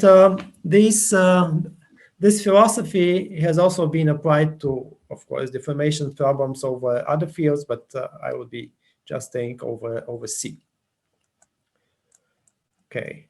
Now, there is something specific here for complex numbers, and in fact, to any characteristic zero problem. This has been known as a folklore, as a folklore result called the Dillon Principle. So, in a letter to Milson, to John Milson in '86, Pierre Dillon said that actually his observation is that the deformation problems in characteristic zero are of special kind. They're controlled by deformation functors of very special nature. These are ones that come from differential graded Lie algebra, and quasi-isomorphic differential graded Lie algebras produce the same deformation theory. So actually, you can find Dillon's letter on the web. Again, if someone is interested, I can show it actually now. It is full of various insights. So I'm going to remind you in a bit what is a differential graded Lie algebra, or DGOA. So it's a kind of graded Lie algebra with a differential, or if you want, it's a DG vector space with a graded Lie bracket. And so this was called the Dillon Principle here, and in the 80s, Kontsevich was calling it a method theorem. So this is a result that has been used by Dillon, Drinfeld, Gerstenhaber, Schlesinger, and Stashev, Gulen, and many people. Now, this differential graded Lie algebra is typically discovered in a very ad hoc fashion. You don't have a recipe of discovering it, but on the other hand, it's not unique in any way. Some quasi-isomorphic ones give you the same deformation theory. Now, this is the existence of such an object is essentially a theorem of Jacob Lurie and John Pridham, although they also changed the definition of deformation problems. So that's what I put here essentially. Okay, so a brief reminder here. So I already said what a DGOA is. So it's a triple CD and a bracket. So C is a graded vector space. Graded here would mean graded by the natural numbers, including zero, right? So there is a bracket. The bracket is graded skew symmetric. So switching two terms gives you minus and another minus sign depending on the degree, and satisfied graded Jacobi. And there's a differential which shifts the degree by 1, and it's a degree 1 derivation of the bracket. Now, how do we get the deformation functor out of this? Well, we do it in 2 steps. Again, these 2 steps were essentially discovered heuristically. So first, you consider the so-called Maurer-Cartan equations. You look at degree 1 elements in your DGOA, tensored with the maximal ideal of the Artin ring. Right? So it's nilpotent, and so we're looking at elements of C1 tensored MA that satisfy the equation du plus 1/2 of the U bracketed with itself being equal to 0. So again, D is the differential in the DGOA. U is the respective bracket, whatever it is in each case. So notice that we can do this for each Artin ring. In degree 0, C0 tensor MA is an honest Lie algebra, which is actually nilpotent. And so we can exponentiate it, and there is an action of the exponentiation of C0 tensor MA on the degree 1 piece by the so-called gauge action, given by the formula here. Again, all exponentials make sense because we are in a nilpotent setting. On the other hand, this is one of the places, actually, the key place where we use characteristic 0, because in the series that defines the exponential, right, we have various factorials. Now, so the functor that we assign is to every Artin ring, we assign the solutions of the Maurer-Cartan equation with coefficients in A, mod the gauge action. So this is actually a set of, this set is actually the objects of a groupoid called the Dillon groupoid.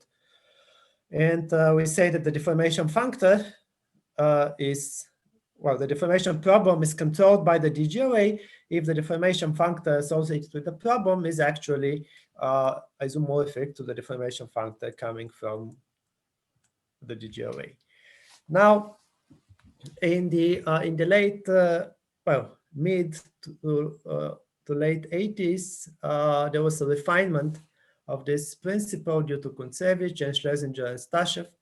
Actually, Schlesinger and Stashev started writing a preprint on the topic, I think, in '79, and it actually came out maybe 5 years ago.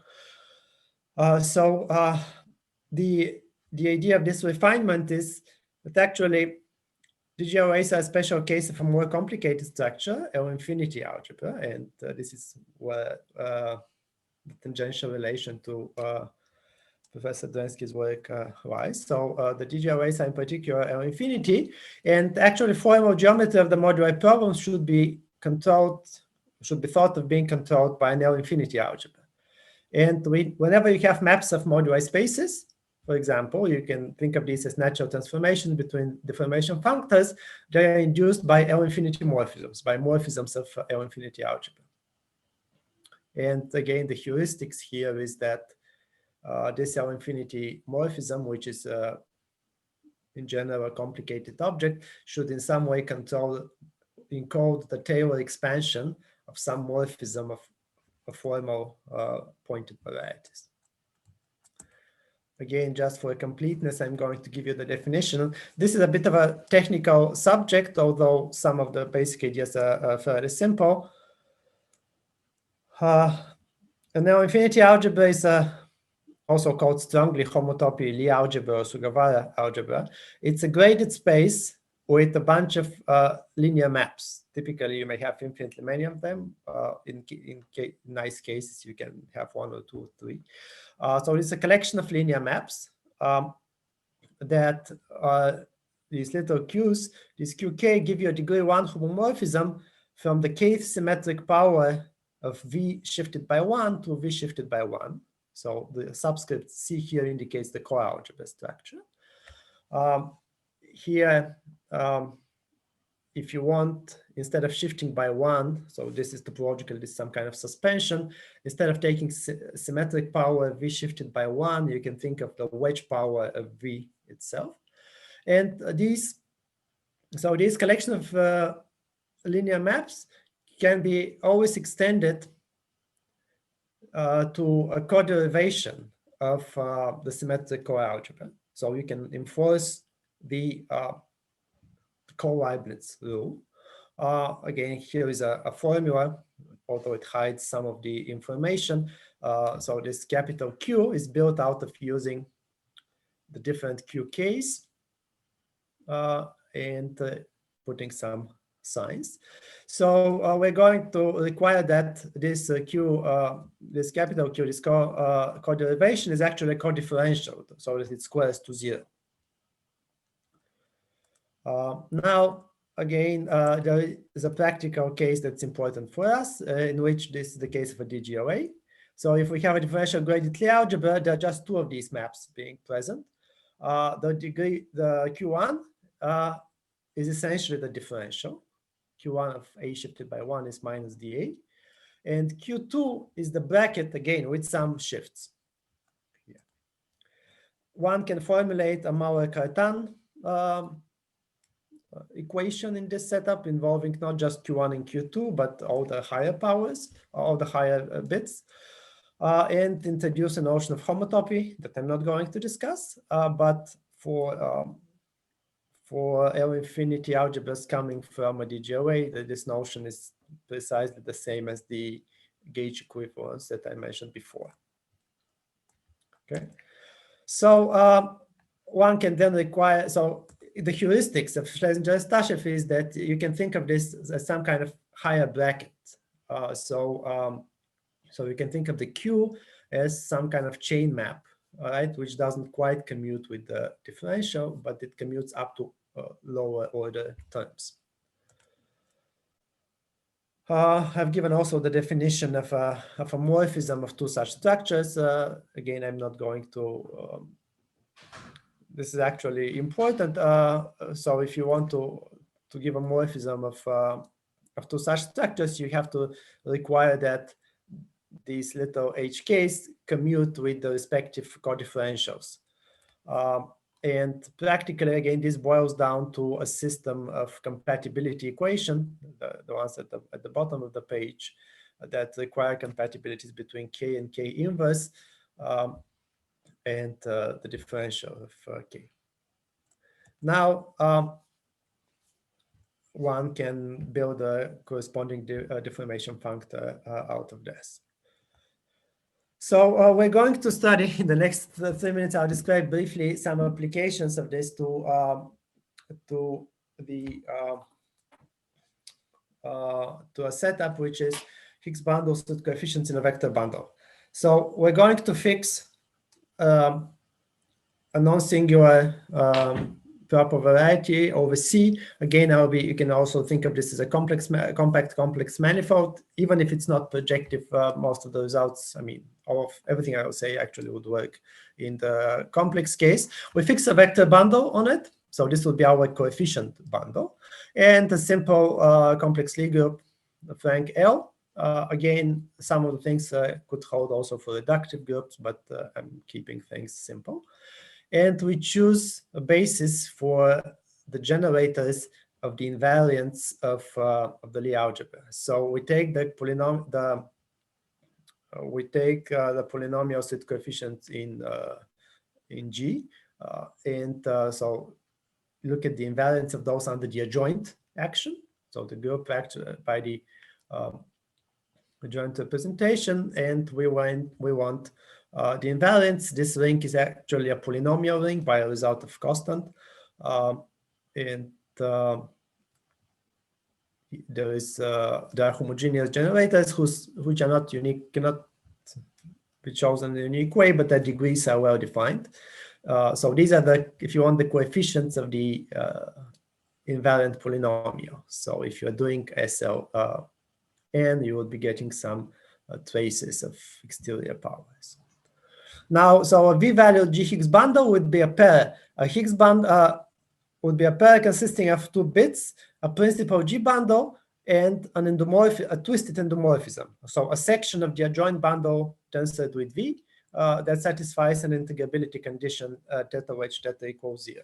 So in some sense, those of you who study connections, for example, you can think of this as some kind of object that resembles a connection, except that there's just a zero, there is no the differential part of it. There's just an object that resembles a difference of two connections, if you wish.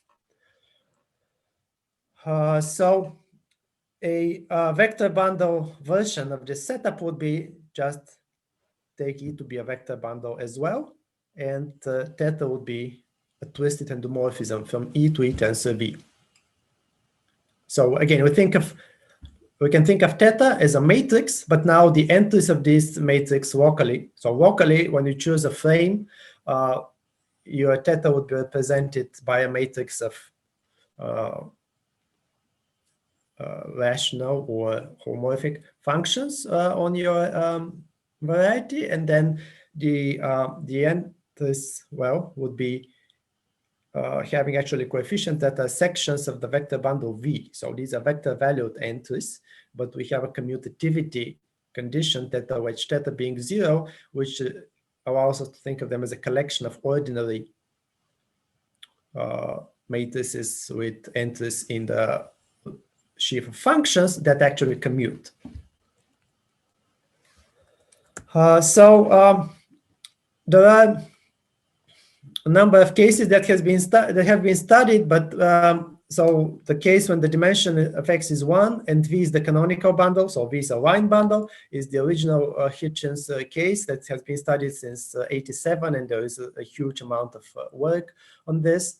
If X is the projective line and V is V is all of D, another line bundle for sufficiently large D, this has been studied by the integral systems community, so under the guise of polynomial matrices, so by Mumford, McDaniel, Smolinski, Jacques Hurtubis, and so on. And a number of other cases that have been, so the generalized Hitchens system as well. So the first case that's actually contains a vector bundle of coefficients is when the vector bundle V is consists of the homomorphic one forms. This is due to Simpson, Carl Simpson.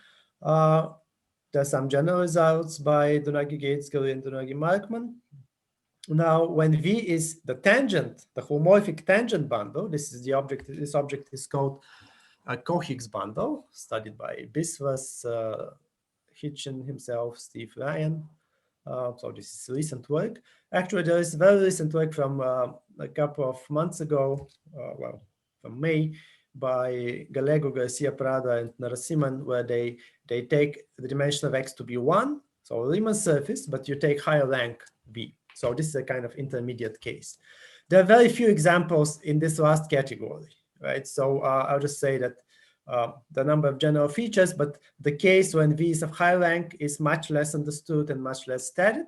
And there are very few examples when either the dimension is higher than 1 or the rank is greater than 1. So first now I'll try to show you how you can cook up examples when the dimension is 1 and the rank is greater than 1. I'll show you the simple version of this. Take a special bundle E, which is the canonical plus O plus K inverse, and take a rank 2 bundle to be a K plus K inverse. Now, the endomorphism bundle of E is non-trivial, but it contains some trivial subbundles. So you can cook up a nilpotent Higgs field by taking sums of endomorphisms with coefficients in K and in K squared, sitting in those summands of the endomorphism bundle that are actually trivial. So there is a version of this that can be done for general simple Lie group G. In that case, you would construct examples by taking the rank to be the rank of the group, so the dimension of the Cartan. But that would require selecting a principal SL2 subalgebra. In other words, an SL2 subalgebra where your nilpotent elements are actually regular nilpotent, and that gives a particular decomposition of the Lie algebra in two ways, with respect to the grading and with respect to the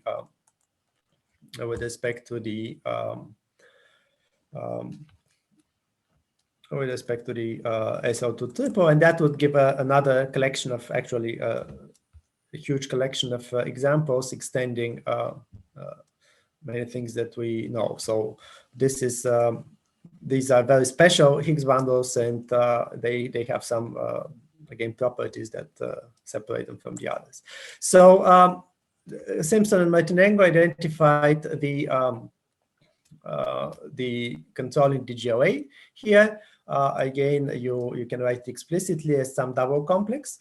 Now, essentially, the main result that I would like to say about, but I would not say much now, is that we can describe the abstraction space to deforming such an object, and there is a specific map from the H2 piece of the cohomology of your DGOA into the sum of symmetric powers of V, which requires in a way, polarizing the invariance, taking the differential of invariant polynomial, thinking of it as an element of G dual times SDI minus 1 of G dual, and pairing it with a suitable power of S and theta.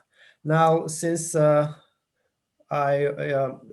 this actually comes from constructing a particular L infinity morphism that induces that goes from C to an abelian DGOA, and that annihilates abstraction. So this is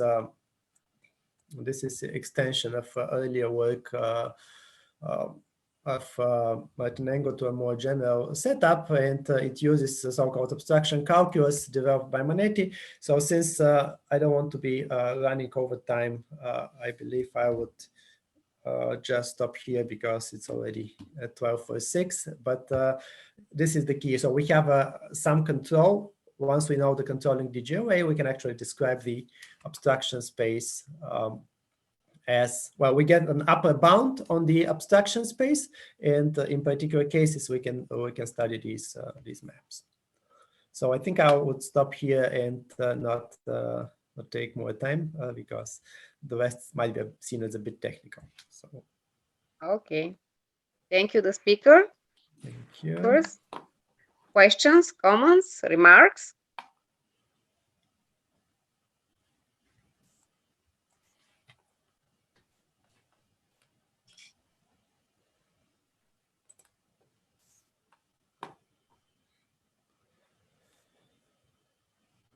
Okay, I don't see. Okay, I don't anything. see.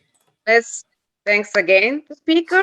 Okay, the next talk is titled Ciphers and Differential Equations, and will be presented by Roberto La Scala. Please. So thanks for the introduction. The talk is based on a paper which is a joint paper in collaboration with Sharwa and Tewari from the Scientific Analysis Group in India. The paper, of course, is dedicated to the anniversary of Vesselin. As a matter of fact, many stream and block cipher, which are really used in important applications, are recursive rules which defines the evolution over the time, say the discrete time in your computer, of a vector with entries in a finite field. This vector is usually called the state of the register of the cipher. This recursion is defined by means of some transition vector function, which is exactly the one corresponding to a system of explicit ordinary difference equation. I provide immediately a couple of examples for guiding us in the formalization of this notion, abstract notion.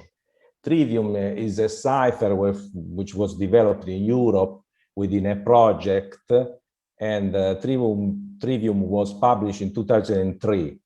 As you will see, it has an extremely simple structure, but no decisive attack has been made to this cipher.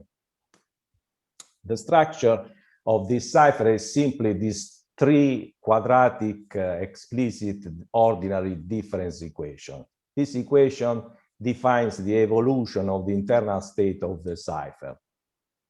This notation is some notation for the system of difference equation, but this, notation shorts the corresponding infinite polynomial system notation, which is also used in many cases.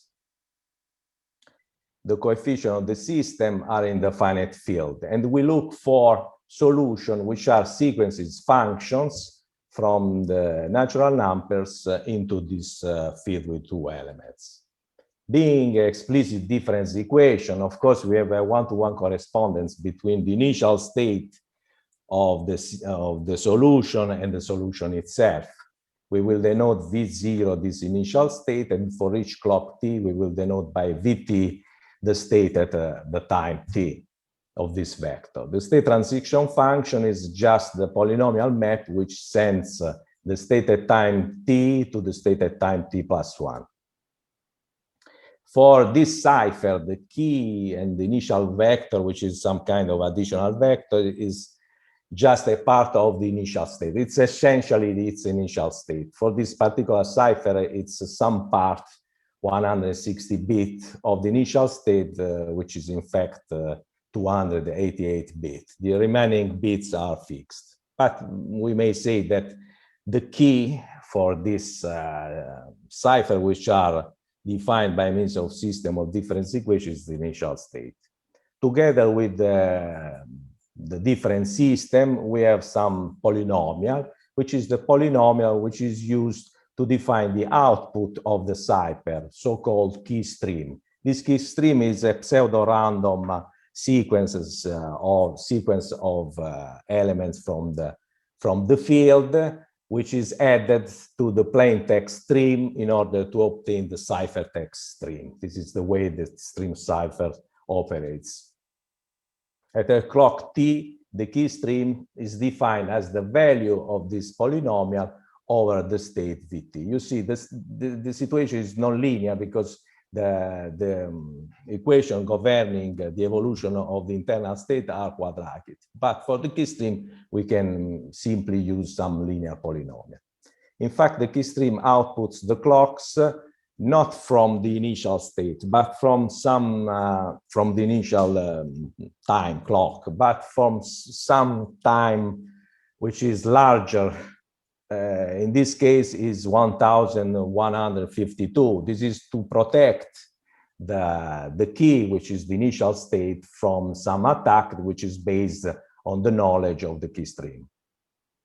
In cryptanalysis, some simplified, well-studied simplified version of trivium is bivium, which is just a couple of difference equations, and this simplified T-string polynomial.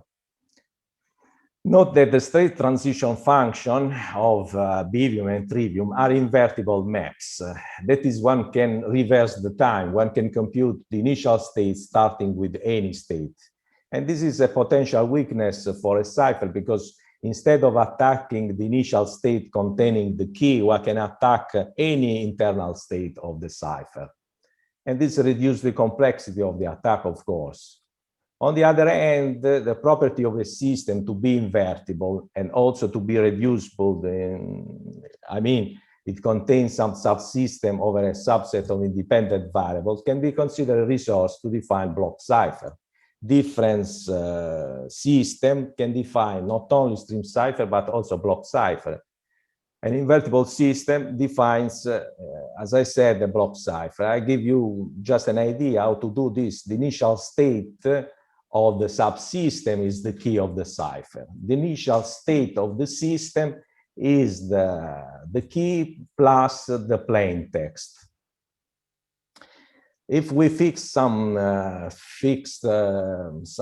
clock, some final clock, some number of rounds for these ciphers, the final state of the system contains the ciphertext, which is this part Vt corresponding to the plain text V0. To decrypt, using the key subsystem, one can compute Ut starting with the initial k U0. The inverse system is then able to compute the initial state and hence the plain text, starting with the final state. So the fact that the system, the different system is invertible, allows the possibility to define a block cipher. An example is this key lock. This key lock is some cipher for electronic keys, carry mobilizer. The patent of key lock was sold in 1995 for $10 million US, but in fact, mathematics cryptanalyzed this some 10 years later. And the system defining the key lock are just these two equations, where one equation is used for the evolution of the key. But the point is that this cipher is weak, essentially because of this. This equation is too simple. It's a linear difference equation, very simple form. It's too simple, and the period here is 64. So by means of this, cryptanalysts developed some mean to attack the cipher, and nowadays it is not longer considered secure. So let's come to formalization. The appropriate formalization to study system of this different equation from an algebraic, from the formal theory viewpoint, is this theory which is called the difference algebra. So let K be any field, consider a finite set of variables for each integer t, and consider the polynomial algebra R over the finite sets, the countable set of variables, which is the joint of this finite set. Consider the algebra endomorphism sigma, which is the map that sends some variable as clock t into the variable as clock t plus 1. We call sigma the shift map. The algebra R endowed with the map sigma. Sigma is called the algebra of ordinary difference polynomial in the variable x1, xn. And given some order for the system of difference equations, say R1, Rn, we define, it is useful to define the subset of the initial variables, x bar, and the corresponding subalgebra R bar, which is finite generated in this case. So given some set of polynomial f1, fn, a system of explicit ordinary difference equations, by definition, this system, which corresponds to an infinite system of polynomial equation. A k-solution in sequence of these systems is an n-tuple of function, which are sequence ai from the natural number into the field k. We are interested in this kind. Of course, there are other kind of, in some extension field, we have other kind of solutions, but we are interested in solutions which are sequences over the base field. For each system, we define an important notion is to define this algebra endomorphism T bar, which sends one initial variables into the next one and the last one into the polynomial fi. To this endomorphism, it corresponds a vector polynomial function. And this vector polynomial function is the one that sends some state for a solution into the state at the next time, at the next clock. We call T bar the state transition endomorphism, the formal version of the state transition map. Let's say symbolic. Denote by Vk the set of k solution to system 1. We have a bijective map iota. Of course, this is the map which sends the solution into its initial state, and this is a polynomial map. Consider the endomorphism T bar and corresponding state transition map. We have the notion of invertibility of the system. The system is invertible if the state transition endomorphism is invertible. Is an automorphism. In this case, of course, T is also a bijective map. So it's important to know if our cipher is invertible or not, because of this reason that if it is invertible, it is a little bit less safe. So Grobler-Basis provides a simple algorithmic method to determine if an endomorphism over a polynomial algebra is invertible or not. And this is, I mean, the theorem. This theorem says that if you have an endomorphism over some polynomial algebra and you want to know if it is invertible or not, you have to encode the rules of which defines this endomorphism as an ideal, and you compute a Grobler-Basis of such ideal. If the Grobler-Basis is of this kind, you have immediately the rules that defines the inverse of the endomorphism. In particular, for explicit difference system, we have this result. If we apply this result to the state transition endomorphism, you obtain this, where the Grobler-Basis have such form. And this gives the way to define, the appropriate way to define the inverse of an explicit difference system. So definition is that up to reverse the order of the initial variables, the inverse system of an invertible system is by definition this, where this GI are the image of the polynomial f prime I, which appears in the Grosvenor basis under this endomorphism, this automorphism that essentially reverses the order of the variables.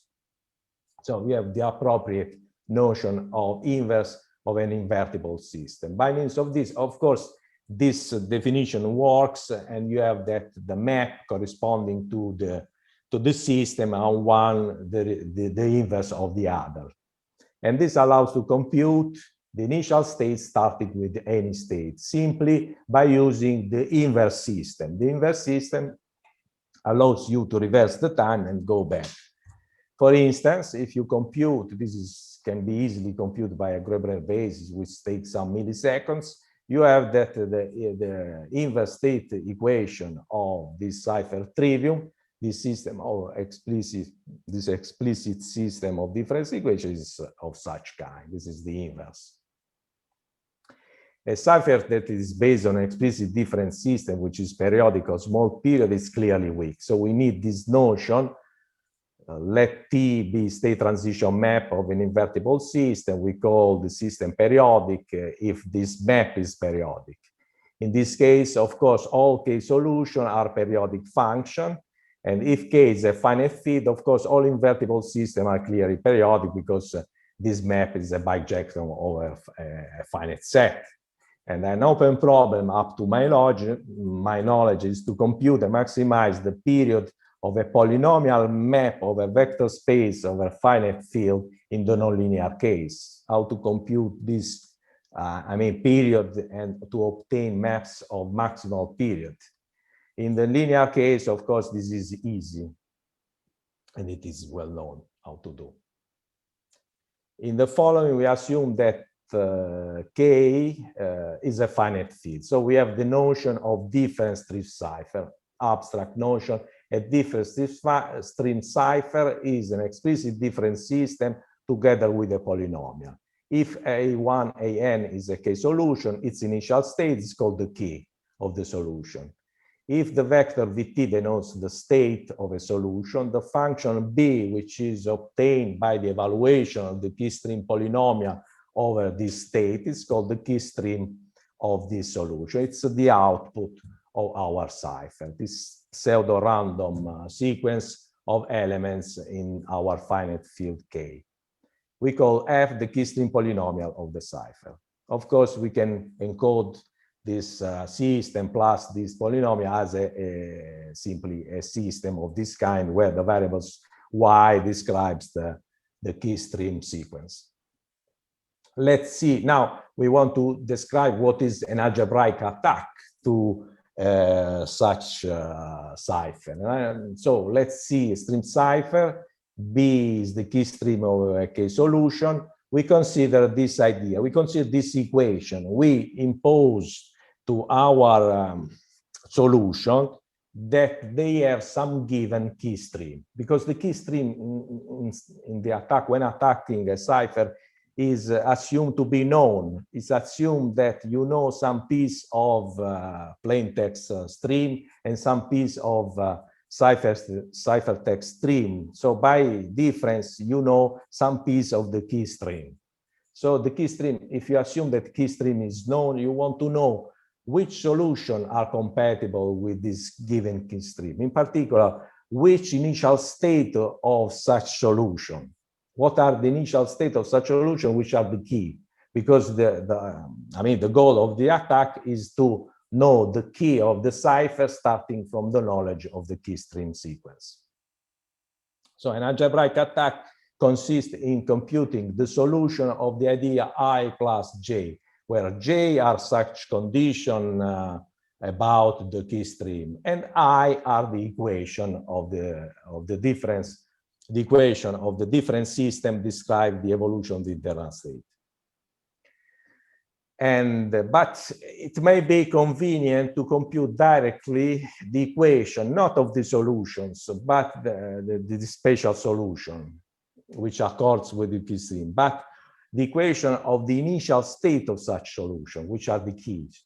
The equation satisfied by the key, which are compatible with the observed key stream. To do this, we just need to consider again the state transition endomorphism corresponding to the explicit difference system governing the cipher. And for any t, denote by f prime t the image of the power to t of this endomorphism, and you define this other ideal where you substitute sigma t f with this t bar to the tf, and this idea belongs to this finite generated polynomial ring R bar, and the equations satisfied by the initial state are just the solution for this ideal. The vector satisfying this polynomial equation. Of course, in practical algebraic attack, we don't know all the values of the key stream, which is an infinite number, but we know some piece of the key stream. But note, since the algebra R bar is Noetherian, finite generated and Noetherian, you can easily understand that it's enough to know for a sufficient number of key stream values, we don't lose any equation satisfied by the keys. So you can restrict your knowledge to some finite number of values in the key stream, and you don't lose. You are sure that you have all the equation you need to solve for the key. For computing now, so for computing the set of the keys, we can use Grabner basis, or in the case that the field has two elements, we can use so-called SAT solver, because, or also BDD, binary decision diagram, are some methods for Boolean functions. And okay, for actual ciphers, we generally have that the solution, there is a unique key, which is compatible with the sufficiently long number of variables in the key stream. So we can apply so-called Nullstellensatz for finite field. And this Nullstellensatz for finite field essentially says that if you have a single solution to your problem, the Grabner basis immediately gives you such solution. The Grabner basis is of this form, so it gives the unique solution that you are looking for. And this works for any Grabner basis, for Grabner basis with respect to any monomial ordering. And this is a good news because Grabner bases have some cost depending on the monomial ordering you are choosing. So in the case of unique solution, you can choose for the best monomial ordering, which is, for instance, Degrave-Lex. So you have some method that works really to compute this unique solution. But note that in some case, this image under this endomorphism, which is not non-linear because the system is non-linear, may be of too high degree. If this happens, you have some trick to avoid this problem. But I mean, the main trick is based on the following observation. If the system is invertible, you don't need to know the initial state, but you need to know any state of the system. And by means of the inverse of your system, you can recover the initial states. So this means that essentially you can reduce the clock t where the key stream starts to 0. It's like that you solve for the internal state corresponding to the clock where the key stream starts. And this reduces the degree of the equation that you have to deal with. And we use, in fact, this strategy when attacking Bivium. This reduces complexity of the problem because it reduces the degree of your system. If the image has still too high degree, you can solve not for the initial state, not for the keys, but for the solution on the whole, because this equation have all the same degree. But the problem here is that you have to deal with the polynomial system over a large number of variables. So you pay in another direction. When you compute Grabner basis, maybe you can perform your Grabner basis on some large number of variables. So a typical trick consists in evaluating. You are in a finite field, so you can evaluate in all possible ways some subset of variables. This is called some guess and determine strategy. And since you have a unique solution, most of the solution that the system that you have are inconsistent. The global basis behaves very well over inconsistent system. But this SAT solver, which are based on Boolean function, don't behave as well good. The cost for such trade-off trade-off one global basis with many is the number of evaluation, which is Q to S, where Q is the cardinality of the base field and S is the number of variables that you are evaluating, times the average computing time for a single global basis. Okay, we perform some computation, some algebraic attack over BVium, and by means of this algebraic attack over BVium, we immediately see that the attack is really feasible, and the global basis perform much better than SAT solver, which are considered very well in cryptography, but actually global basis perform better.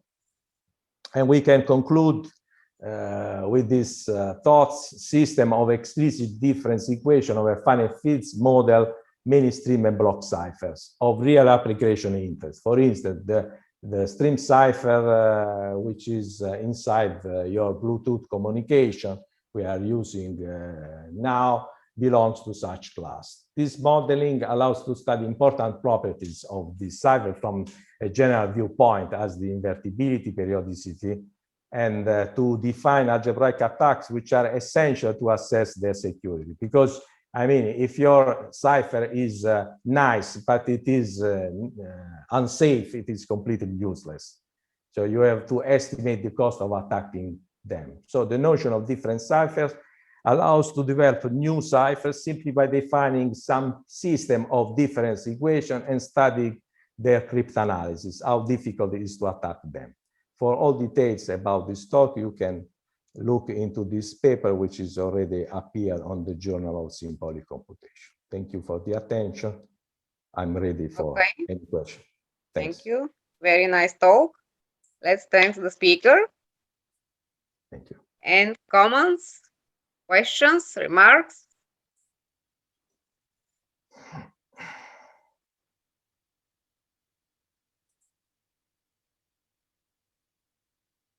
I don't see. Let's thanks again to the speaker. Good afternoon. Let's start our afternoon session of the conference Trends in Combinatorial Ring Theory, dedicated to the 17th anniversary of Professor Vesselin Drensky.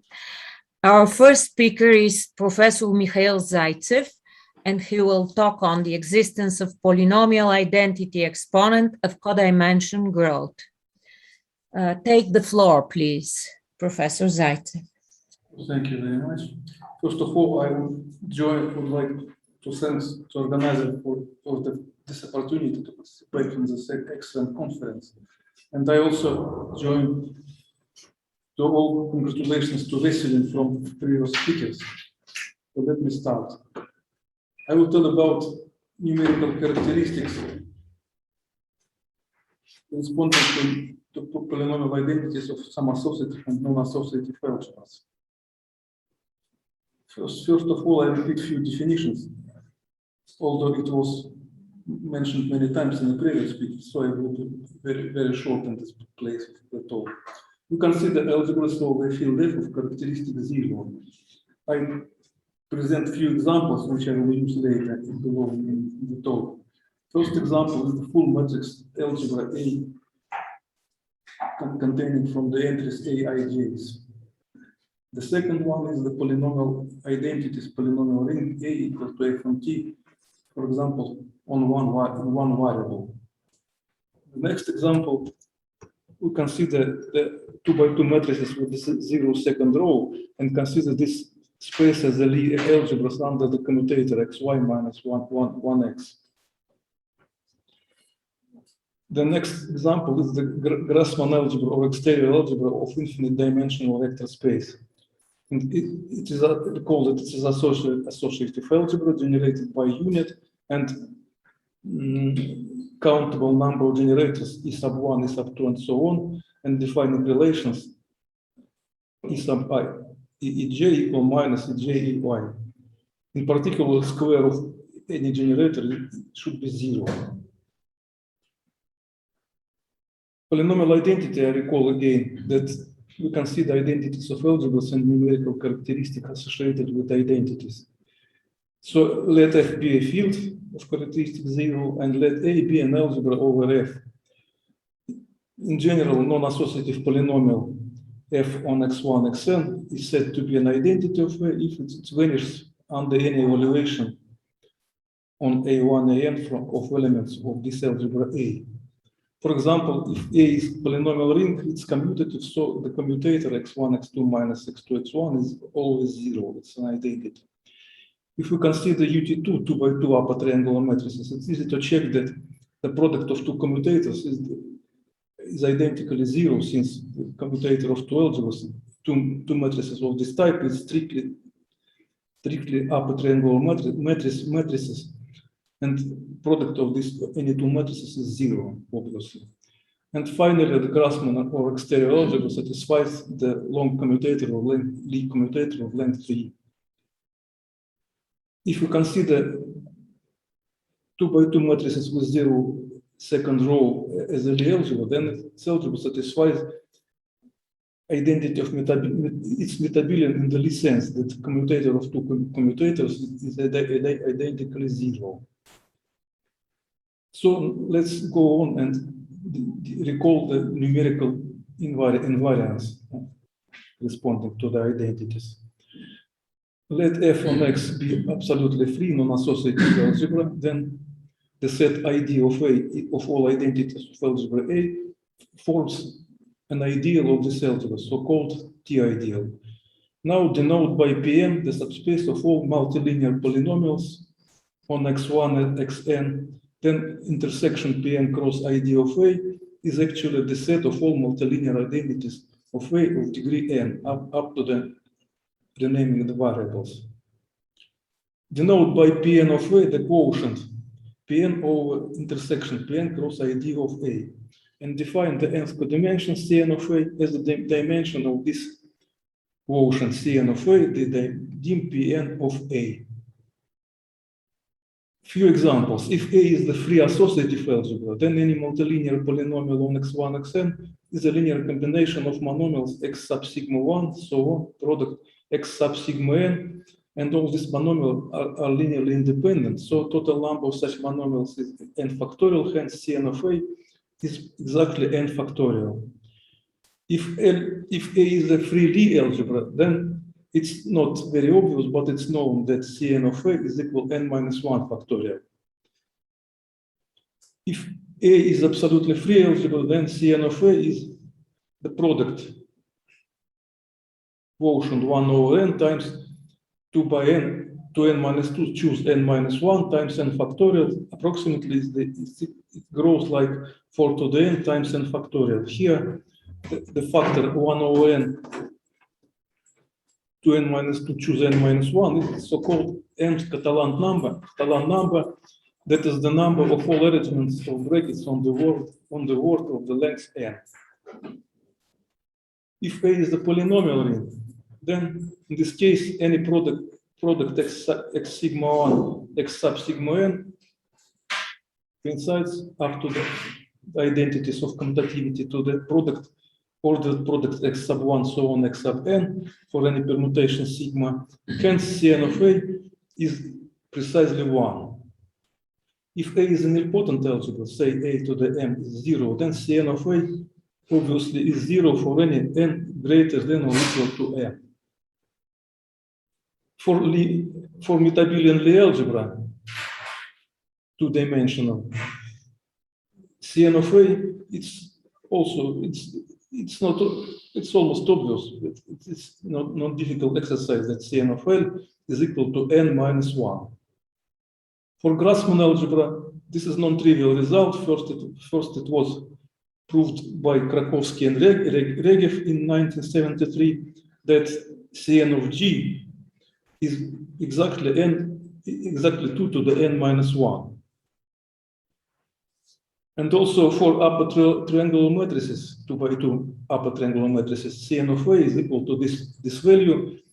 So approximately it's 2 to the n minus 1. It was computed first, I suppose, by Yuri Marsov in 1971. Formally, there are infinitely many examples where asymptotics, where the codimensions computed precisely, but actually it's based on the only few precise examples. So it's much easier to compute not precise value, but asymptotics of the codimension growth. Now I will tell a few words about types of growth which can appear as the codimensions. Given an algebra A, we say that the sequence Cn of A is polynomially bounded, or roughly speaking, it has polynomial growth.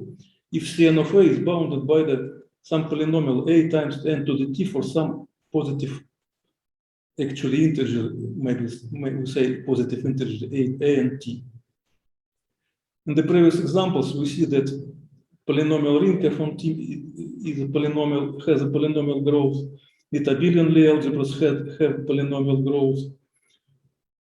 The next type of growth is so-called intermediate or sub-exponential. We say that if Cn of A grows faster than any polynomial but slower than any exponential function, that is n to the t is much less than Cn of A, and Cn of A, on the other hand, is much less than a to the n. Formally speaking, we say that it means that the limit of the quotient Cn of A over n to the t is infinity for any natural t, whereas the limit of the quotient Cn of A over a to the n is 0 for any real a strictly greater than 1. Then we say that Cn of A has an intermediate or a sub-exponential growth. Unfortunately, I cannot present trivial examples of intermediate growth. The reason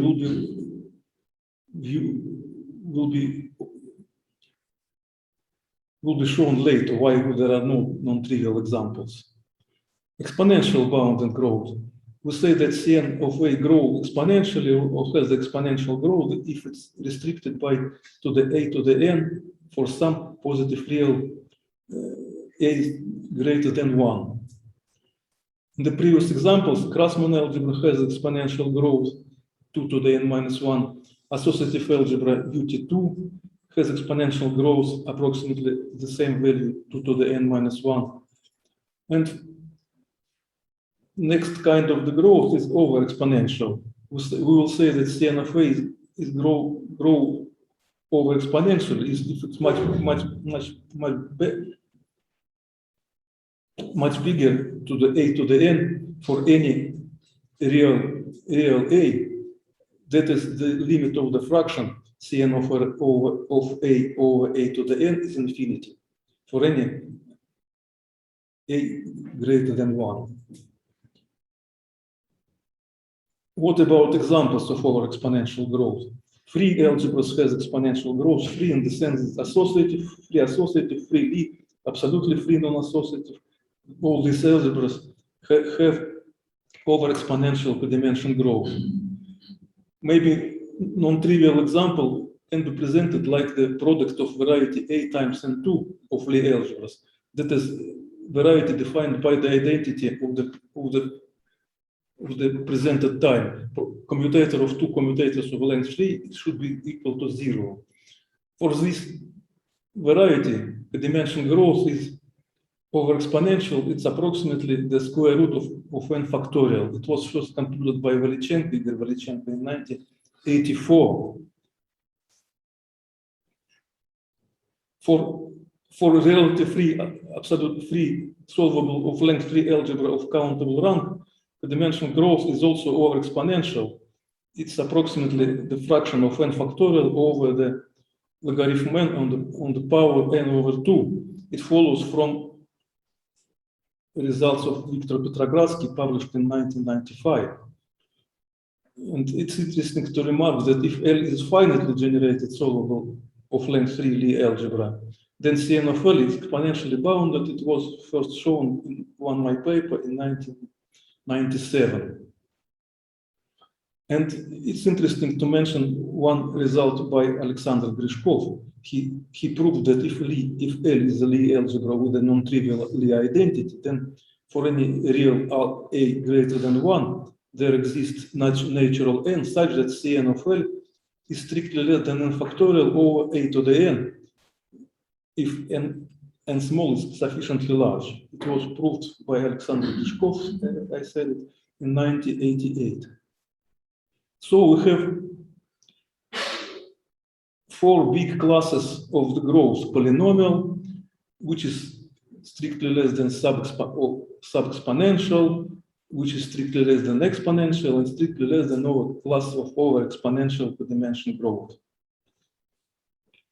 So now I will say a few words separately about all these classes. What about polynomial growth? First of all, it's interesting to mention one result. Initially, it was proved by Vesselin Drensky for Lie and Jordan algebras in 1989 and 1992.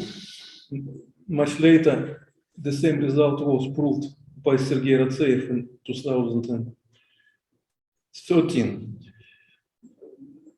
For all these classes, it was proved that if it had Cn of A grow polynomially, that is,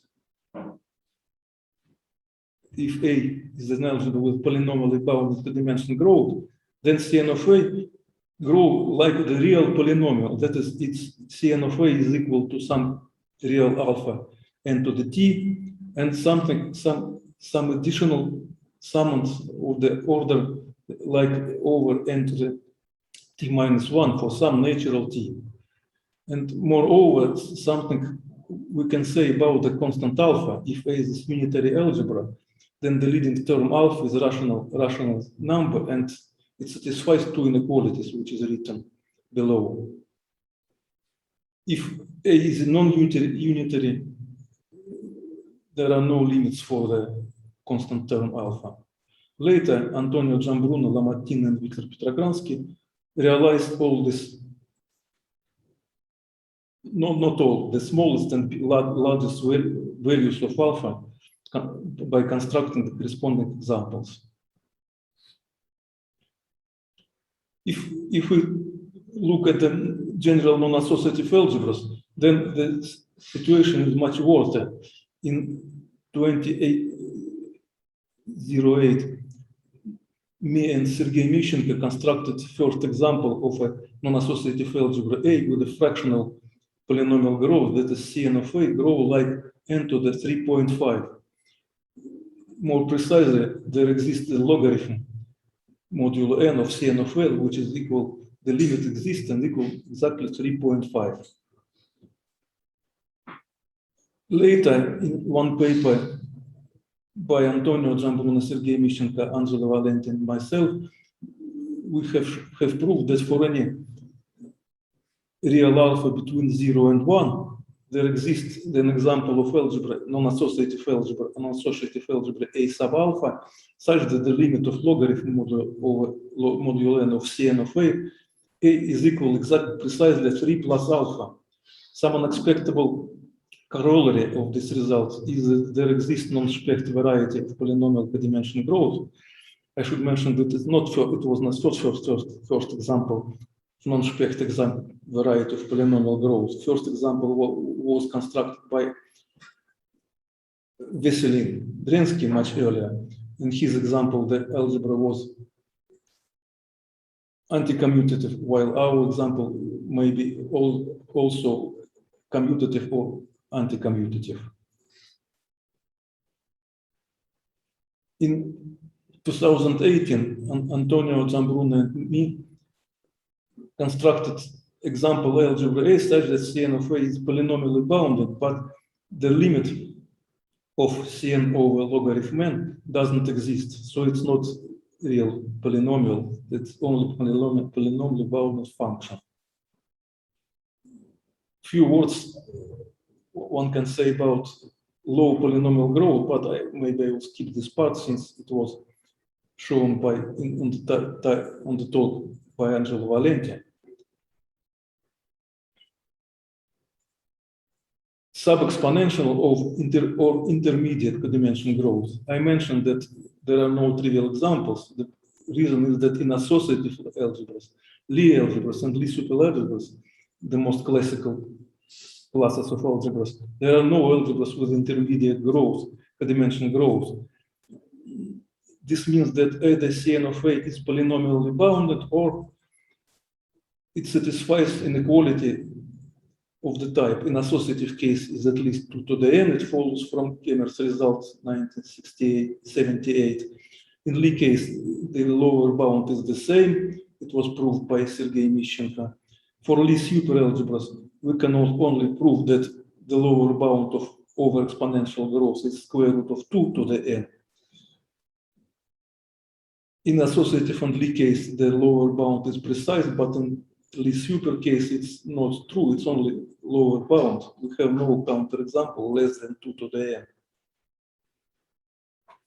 And it's interesting to consider finite dimensional algebras. If let A be a finite dimensional algebra of dimension d, then either Cn of A is polynomially bounded or Cn of A is some function which depends, exponential function which depends, lower bound depends on the dimension of this algebra A. This is a result of Antonio Giambruno, Mishchenko, and myself, 2008. If additionally A is a unital algebra, then the lower bound can be improved. We can say that it's either polynomially bounded or grow faster than 2 to the n. In general, non-associative case, there are a lot of examples of intermediate growth. I recall present few theorems. Theorem 1 by Antonio Giambruno, Mishchenko, and myself, published in 2008. We have proved that for any real alpha between 0 and 1, there exists an algebra R sub alpha satisfying the identity of left nilpotence of step 3, such that Cn of R alpha grow like n to the alpha. This is really sub-exponential function. This means that there exists the limit of double logarithm over n of Cn of R sub alpha is equal to alpha. All of these functions are non-decreasing, but recently Dushan, Repush, and me have proved that there exists an algebra A with a sequence of the sequence of increasing sequence of integers A n1 and n2 sub 2 and so on, such that for odd indices j, the subsequence C and j of A grows almost linearly. I will say what does it mean later. Whereas for even indices j and Cn sub j of A grows almost exponentially. What does it mean? This means that Cn j of A for j odd is strictly less than and j plus some small slowly grows function double logarithm of nj. Whereas for even j, Cn of j is faster than 2 to the fraction, which is almost linearly. This fraction nj over log of nj. It's a recent result published in 2020. Now I fixed your attention on the exponential codimension growth. Class of algebras with exponentially bounded codimension growth is very wide. As it was mentioned in my talk and some previous talks, all associative PI-algebras has exponentially bounded codimension growth. All finite dimensional algebras has exponential growth.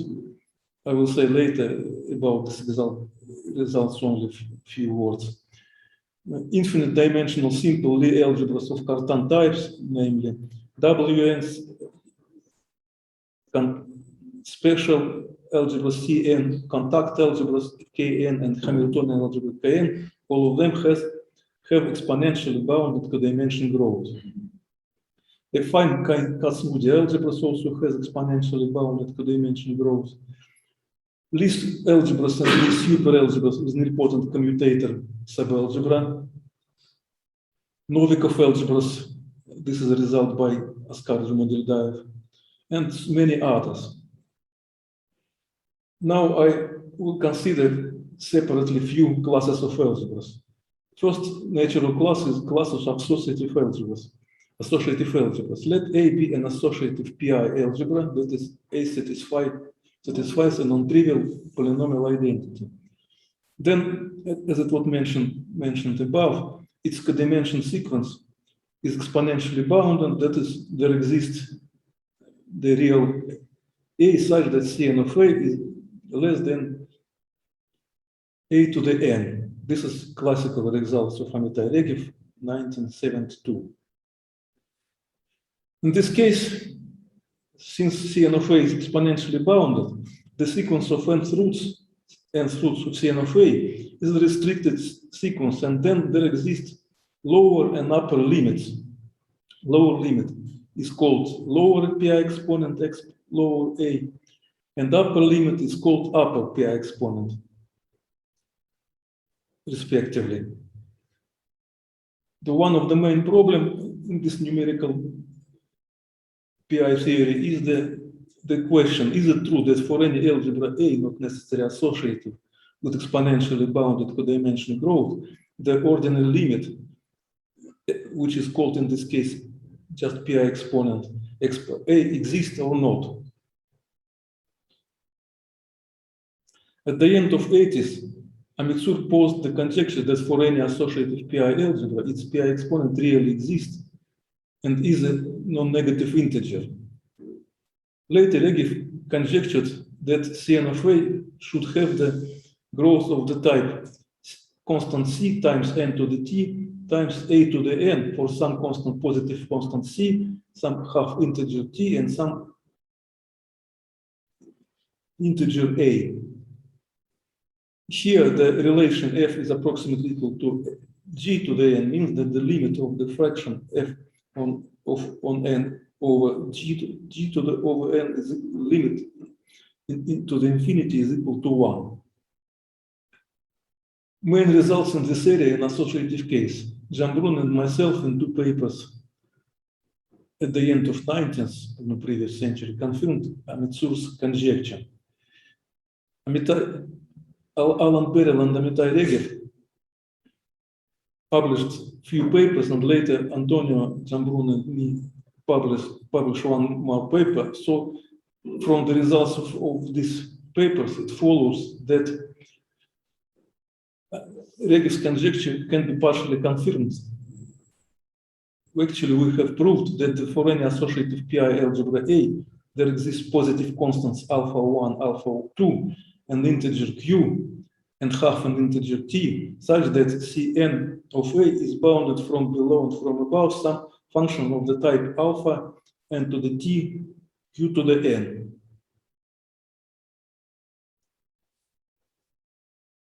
Note also the interesting remark that for finite dimensional algebra, associative algebra over algebraically closed field, the following equivalence holds. Exponent of algebra A is equal to dimension of A, if and only if A is simple. In general case, if A is not finite dimensional and not simple, exponent is an integer which is strictly less than dimension of A. In Lie case, in the series of the paper, first let L be a finite dimensional Lie algebra. In the series of papers by Jambrun, Regev, and the speakers, we have shown that if L is a finite dimensional Lie algebra of dimension d, then PI exponent of L exists, and is a non-negative integer less than or equal to d. And again, moreover, as in the Lie case, exponent of L is equal exactly to d if and only if L is simple. If L is the infinite dimensional Lie algebras, then the picture is much more sophisticated. First case, when if L is a least solvable Lie algebra. Let L be a Lie algebra with an important commutative subalgebra, and let L squared to the d, the power d is equal to 0. Then pi exponent of L exists, is an integer and doesn't exceed d minus 1. First, our counterexample to the conjecture of Amitsur was constructed by Mishenka and myself in 1999. It was in one paper, it was shown that there exists a finitely generated solvable Lie algebra such that lower exponent is strictly greater than 3.1, whereas the upper exponent is strictly less than 3.9. Later, this result was clarified as follows. It was by the paper of previous authors plus Andrey Vereshkin, 2018-11. Pi exponent of this algebra really exists and is approximately equal to this number, 3.6 and so on.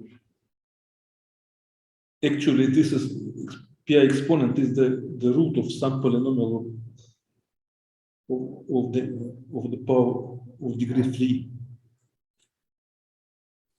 I mentioned Kac-Moody algebras. If L is an affine Kac-Moody algebra, then pi exponent XPL exists and also is an integer. It follows from few papers by speakers in the end of 19th and beginning of the 2000th century. Simple Lie algebras infinite dimensional of Cartan type. First, let WK will be the Lie algebra of derivations of polynomial ring in K variables. Then, if K is equal to 1, then pi exponent of W1 exists and equals to 4. This is the result by Sergei Mishenka, 1984. For K equals to 2, pi exponent formally, either it was not proven that the pi exponent exists, but it was shown that lower pi exponent is strictly greater than or equals 13.1, while upper exponent is less than or equals 13.2. This is the result of Sergei Mishenka Jr. It was proved 10 years ago. In general, there is no conjecture formulated by Viktor Petrogradsky that pi exponent of WK for any k integer, real positive integer k exists and equal to this value. This value is fractional for any k except k equal to 1. Lie superalgebras case. Examples of Lie superalgebras with integer. First, I present examples of superalgebras with integer pi exponent. If L is orthosymplectic algebra, Lie superalgebra OSP 1, 2 of dimension 5, then pi exponent of L exists and is equal also to the dimension of this simple Lie superalgebra. This is one of the smallest simple Lie superalgebras. There is a conjecture that any simple Lie superalgebra consists as a subalgebra or either SL2 or OSP 1.2, but this conjecture is still open. If L is Lie superalgebra with an important commutative subalgebra, namely L squared to the d to d plus 1 is equal to 0, then exponent of L exists, is an integer, and doesn't exceed 2 to the d, 2 times d. And this upper bound is twice more than for ordinary algebras. And it can be really realized. This is a result by Mishenka and Petrogradsky. Another example of Lie superalgebras with the existence and integer pi exponent is class of algebras of the type when L is the J of H, where H is a finite dimensional simple Lie algebra with some Z2 grading, and G of H is so-called Grasman envelope of H. This is an infinite dimensional Lie superalgebra, an exponent of this Grasman envelope always exists and equals to the dimension of previous initial finite dimension simple algebra H. This is result of by Repov and the speaker 2013. What about simple Lie superalgebras? There is a class of situation picture is quite different for Lie superalgebras.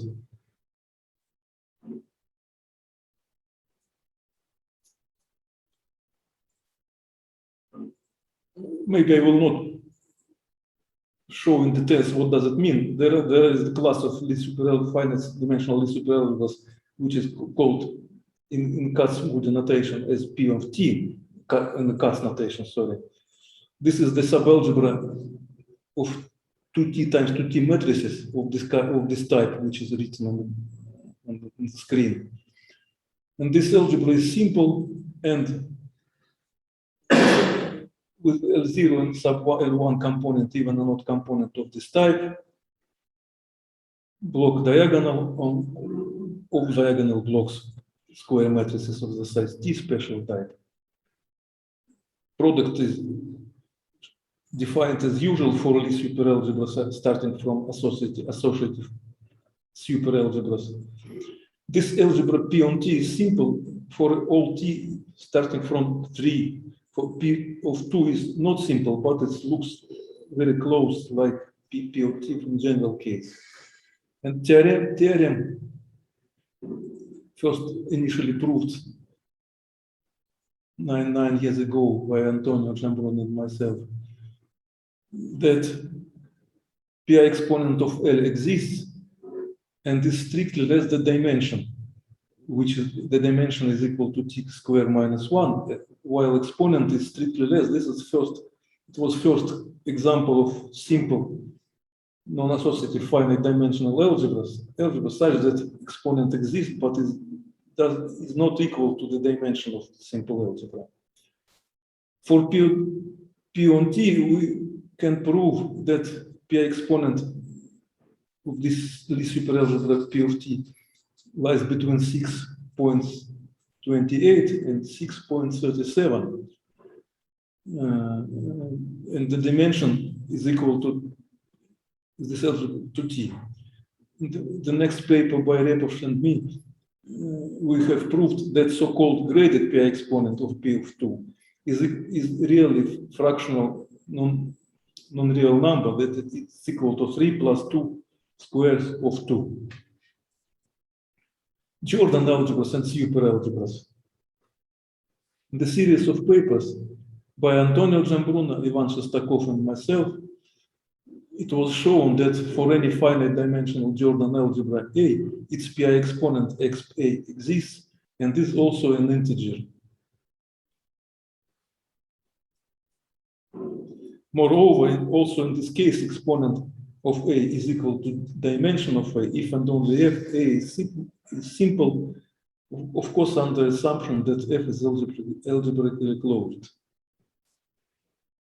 In Jordan superalgebras, situation is close to the case of Lie superalgebras, namely, there is the series of algebras which is denoted by H on MTT-TRP. This is algebra consisting of matrices of the type 0 component, even component, contains all diagonal matrices A transpose. Of diagonal component is odd component, where B and C are not any but algebra matrices of this symmetrical, skew-symmetric transpose composition with the natural Jordan product of elements, homogeneous elements, which is written below. And recently, the following result was proved by Shestakov and me. This paper is accepted in the Israel Journal of Mathematics and will appear soon, that PI exponent of this simple Jordan superalgebras exists and doesn't exceed the t squared plus t times square root of t minus 1. In particular, exponent is strictly less than dimension, which is equal to t squared. In general non-associative case, first of all, I mentioned that any real alpha can be realized as a PI exponent of some non-associative algebra. Namely, in the paper by Jambrun, Mission, and myself, it was shown that for any real alpha, there exists an algebra R sub alpha such that PI exponent of this R sub alpha is equal exactly to alpha. Note that the problem of existence of PI exponent has a negative solution. It was shown in my paper in 2014, where I constructed the series of counterexamples. Namely, for any real alpha greater than 1, it was constructed an algebra A sub alpha such that the lower PI exponent is equal to 1, whereas the upper PI exponent upper limit is equal to alpha. So the drop is maybe huge between real and lower and upper exponents. What about finite dimensional algebras? Recall that if dimension of A, some in general non-associative algebra, is equal to D, then the dimension Cn of A is bounded by the exponential function d to the n minus 1. It was first shown by Yuri Bakhturin and Vesselin Drensky, even in more general case. And there is a conjecture that for any finite dimensional algebra A, its PI exponent does exist, but it's still an open question. We can say only that if A be a finite dimensional simple algebra, then as it was shown by Antonio Jambrun and me in 2012, its PI exponent always exists. So for finite dimensional simple algebras, the conjecture is true. Recall again that for associative Lie and Jordan algebras, PI exponent of simple algebra coincides with its dimension, whereas if A is a Lie superalgebra of Jordan, simple superalgebra, then exponent of A may be strictly less than the dimension. Interesting series of examples of simple algebras were constructed by Mishenko and Oksana Bogdanchuk. This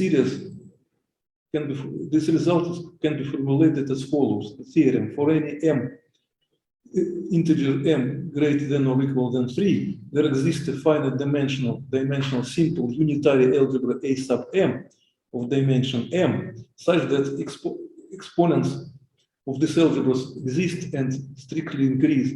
The lowest one, exponent of A3 is equal to 3, which is strictly less than a exponent A4, and so on, strictly less than a PI exponent of AM, up to the 4, and the limit of exponents of this algebras AM is exactly 4. Few words about over-exponential growth. Recall that for any integer t starting from 2, there exists a Lie algebra L such that Cn of L is approximately n factorial on the degree, which is a fraction t of minus 1 over t. This is a mentioned result by Petrogradsky in 1995. On the other hand, there are no examples of Lie algebras with over-exponential growth, per-dimension growth, strictly less than square root of n factorial. So it implies the conjecture that given a Lie algebra L, either the sequence Cn of L is exponentially bounded, or Cn of L grows faster than square root of n factorial. If we consider general non-associative case, not only Lie, then Jambrun and myself in 2018, we have shown that for any real alpha, positive real alpha less than 1, there exists an algebra A sub alpha such that Cn of A alpha grows approximately as n factorial the power of alpha. So previous conjecture for general non-associative case is wrong. Okay, maybe I will stop on this place. Thank you very much for your attention. Let's thank Professor Zaitsev for the interesting talk. Are there any questions or remarks, please? I'd like to ask whether there's a similar result concerning alternative algebras. Actually, in our paper, Antonio Giambrun and myself and Shestakov, we tell a few words. There is some generic case when finite dimensional algebras has a similar property. In particular, we can say that if an alternative algebra has a finite dimension, then its PI exponent exists and it's also an integer. For infinite dimensional, I don't know.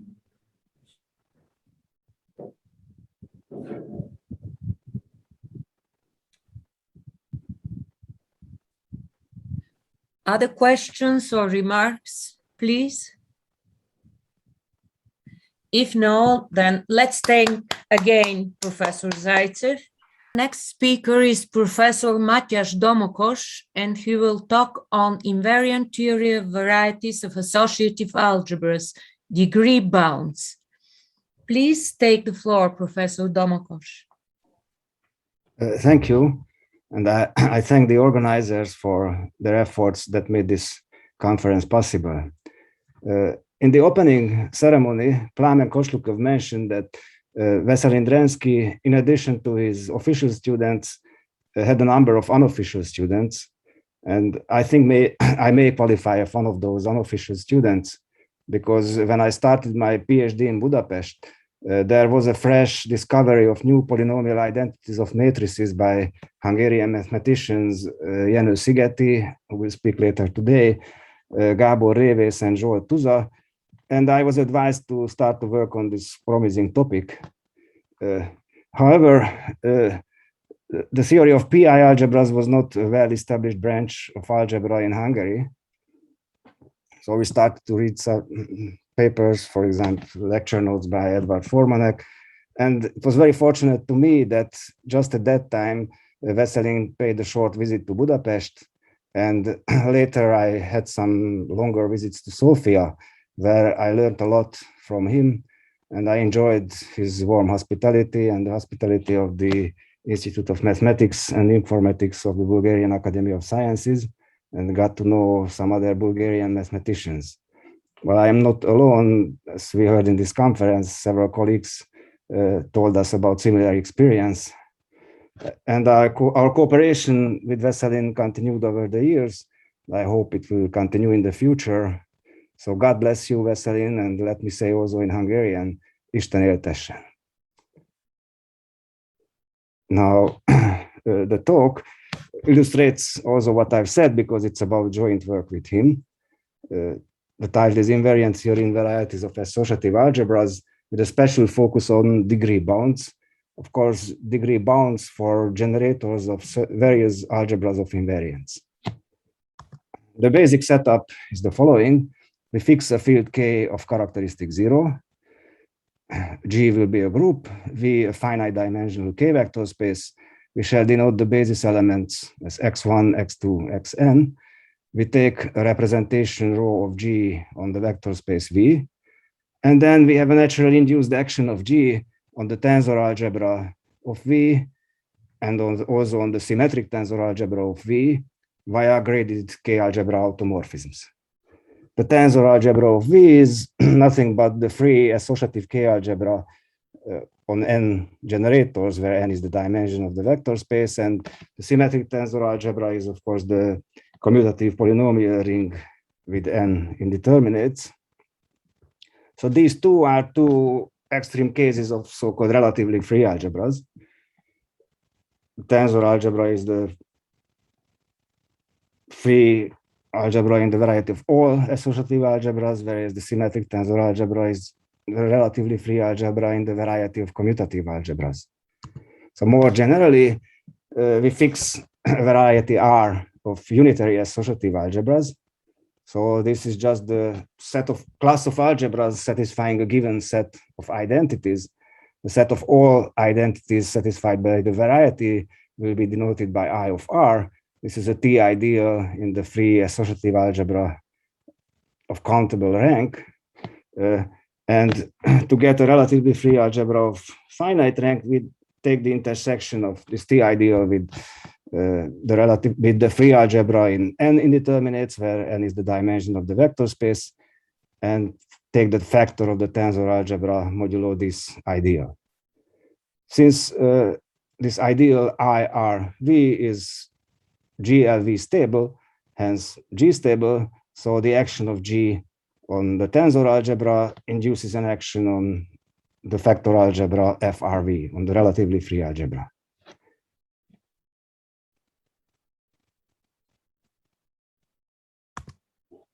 And we take the set of those elements in the relatively free algebra, which are fixed by all group elements.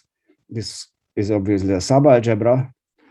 So we have this picture that we have the tensor algebra of V, which surjects onto the relatively free algebra FRV, which surjects onto the symmetric tensor algebra of V, because we consider algebras with unity.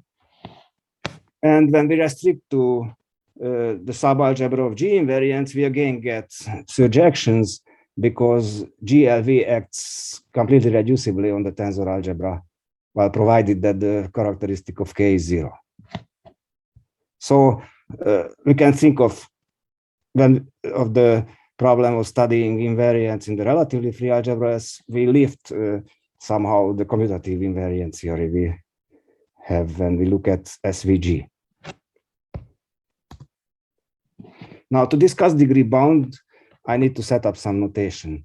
So given a finitely generated graded algebra A, graded by the semi-group of non-negative integers, we shall denote by beta of A the minimal non-negative integer D such that A is generated by its elements of degree at most D.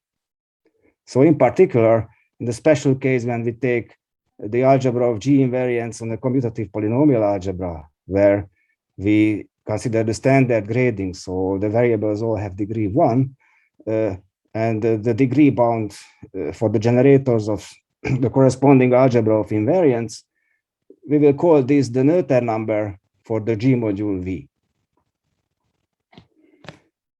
And this Noether number has a global version where we take the supremum of these numbers as V ranges over all possible G modules.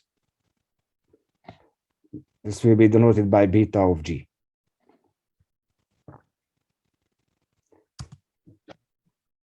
Now let me recall some classical results from the commutative theory. So whenever a finite group acts on a polynomial ring via linear substitutions of the variables, the corresponding algebra of invariants is always finitely generated. So this holds also in positive characteristic in the modular case when the characteristic divides the group order. This was proved by Emmy Noether in 1926. And in fact, 10 years earlier, she already proved that in characteristic 0, we always have that the algebra of invariants is generated by elements of degree at most the group order. So with this notation just introduced, the statement here is that beta of G is less than or equal than the order of G. Some side remarks about some more recent developments related to this classical theorems of Noether. It turns out that the bound that beta of G is at most the group order holds also in positive characteristic, provided that the characteristic does not divide the group order. This was proved by Fleischmann and Fogarty independently. Another comment is that Noether's degree bound is sharp in the sense that beta G of G equals the group order for when G is cyclic. But Barbara Schmidt proved that this is the only case. So whenever G is not cyclic, then beta of G is strictly less than the group order. And among other things, she also proved that the Noether number is monotone in that sense that if H is a subgroup of G, then the Noether number, the global Noether number for H is less than or equal than the global number for G. In fact, Schmidt's paper contains some nice reduction steps, which was designed to prove that something like that the Noether number is bounded by a constant multiple of the group order, and the best possible constant is 3/4. This is shown already by Klein's 4 group, and this indeed holds. So the Noether number for a non-cyclic group is at most 3/4 times the group order. And also, if we look at this monotonity result, it says that one reason for having large Noether number is that we have elements of large order. So in this philosophy, it turns out that the Noether number is always strictly less than 1/2 of the group order, unless G contains a cyclic subgroup of index at most 2. So this is not 100% true, because there are 4 small groups which have larger Noether number, which have Noether number at least half the group order and do not have cyclic subgroup of index 2, but the largest among them is the binary tetrahedral group A4 tilde, which has order 24. Okay, now our philosophy is that we view these theorems of Noether as a statement about the variety of commutative algebra. And now we will replace the variety of commutative algebras with an arbitrary variety of associative algebras, and may ask whether corresponding theorems hold. And this question was answered by Harchenko in 1984, because he proved that the varieties in which it's true that whenever a finite group acts on a finitely generated algebra from the variety via algebra automorphisms, then the corresponding algebra of invariance is finitely generated. These are exactly the weakly Noetherian varieties. So the varieties in which each finitely generated algebra is weakly Noetherian, where weakly Noetherian means that we have the two-sided ascending chain condition for two-sided ideas. So such varieties we shall call weakly Noetherian varieties. So this was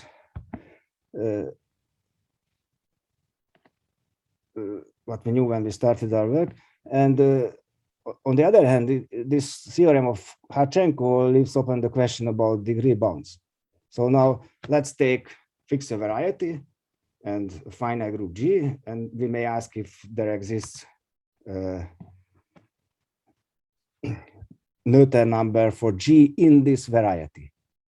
So I shall denote by beta of G R and call the Noether number of G in the variety R the supremum for the degree bounds of the generators of the relatively free algebra, of the algebras of invariance in the relatively free algebras associated to the G modules V, where V ranges over all possible G modules. And then the natural question is that if R is a weakly Noetherian variety, is it true that for any finite group G, the Noether number of G in this variety is finite?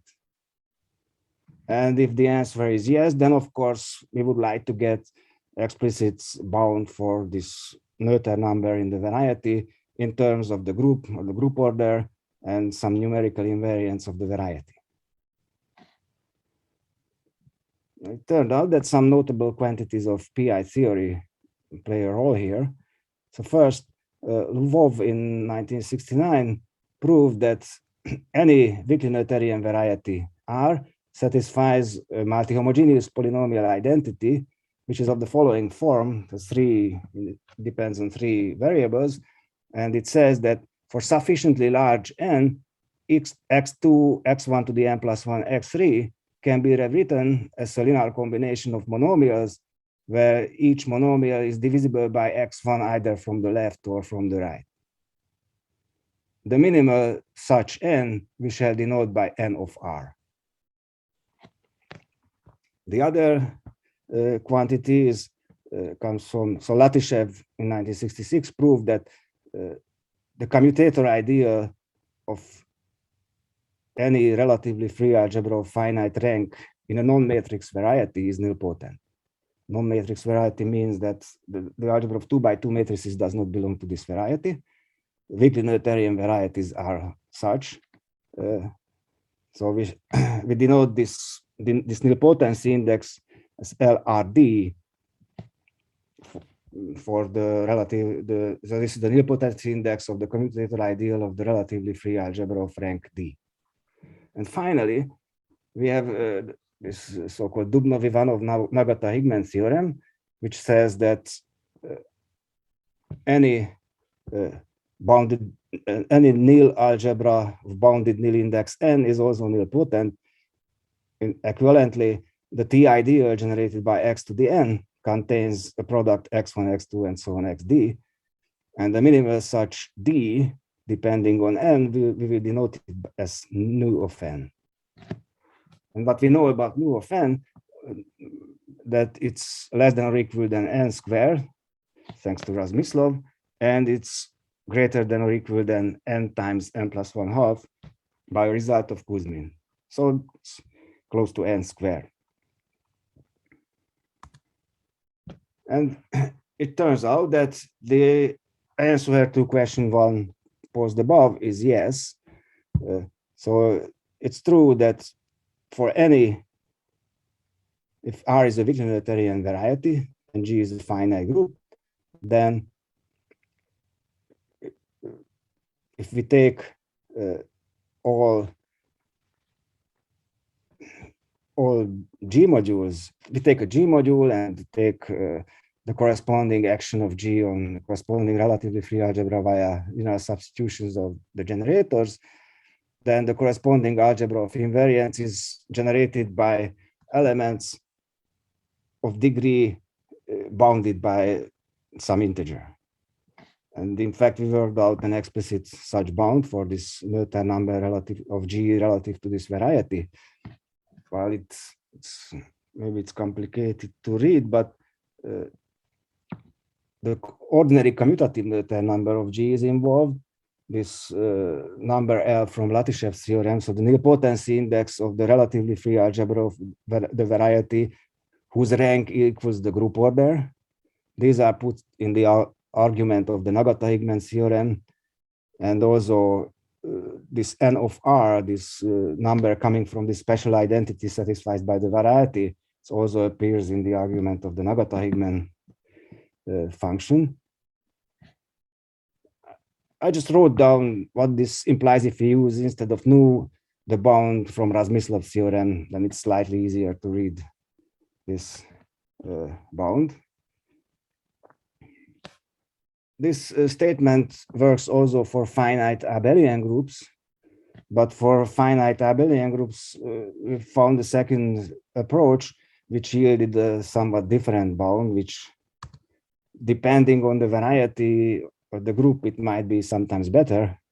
So in that case, we don't need to take into account the nilpotency index of the commutator ideal of the relatively free algebra. On the other hand, we really need the group order here. So in our proof, it cannot be replaced, say, by the Noether number of G. The Nagata-Higman function and the degree bound for this special kind of identity satisfied by the variety coming from the theorem of Lvov, it appears in the same way as before. So that's about finite groups. Now let's turn to infinite groups. But whenever G is infinite, then there is no finite global Noether bound. So this was observed by Derksen and Kemper. So as soon as G is an infinite group, for an arbitrarily large integer D, G has a G finite dimensional G module V such that the corresponding commutative algebra of invariance needs generators of degree greater than D. Of course, for a concrete G module V, the algebra of invariance might well be finitely generated. In fact, say for reductive groups, this is always the case. And the question is that perhaps there are some reasonable classes of G modules such that we can define a global Noether number relative to that class of G modules. And for reductive groups, there is such a suggestion. So denote by tau a finite set of simple G modules. And by add tau, the additive closure of tau. So these are finite direct sums of modules from tau.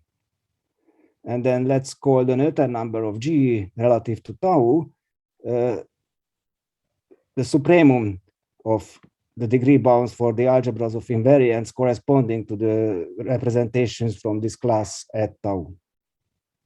So we have infinitely many different representations here. We can have dimension, arbitrarily large dimension, but still this Noether number of G relative to this class tau is finite. This is an easy corollary of Weil's theorem on polarizations. Now let's turn again to the case of relatively free algebras. While in the case of finite groups, weakly Noetherian varieties were the good varieties, it turns out that here we need to consider linear potent varieties. So varieties of associative algebras that are linear potent of some fixed nilpotency index P. So let's denote by n sub P the variety of all linear potent associative algebras of nilpotency index at most P. It means that an algebra belongs to NP if and only if all Lie brackets of length at least P plus 1 are 0. Now, if we have such a linear potent variety, then it is true that for any G module V, the algebra of invariants of G on the corresponding relatively free algebra is finitely generated. And also this statement has a converse. So whenever we have a relatively free algebra of rank at least 2, which has the property that for all reductive groups G which act on this relatively free algebra via linear substitutions of the generators, then the corresponding algebra of invariance is finitely generated. This forces that the variety has to be linear potent for some nilpotency index P. It's important to remark here that the condition that a variety is linear potent implies that the relatively free algebras of finite rank are Noetherian, left Noetherian, by an old theorem of Latyshev. So the classical argument of Hilbert about finite generation of algebras of invariants of reductive groups in the commutative case goes through in this setup without essential changes. But still, I think it has some interest that in the commutative case, the argument for finite groups and reductive groups is not different. Noetherianity appears in the same way in the two proofs, whereas here, it seems that Noetherianity plays somehow a different role. For the finite group case, a weaker version of Noetherianity was sufficient. Now let's turn to the question about degree bounds.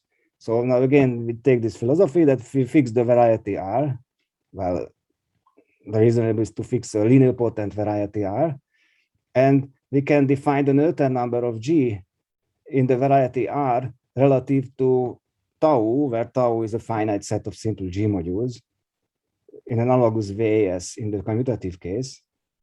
And we might ask that, is it true that just like in the commutative case, this new Noether number will be finite? And it turns out that the answer is yes.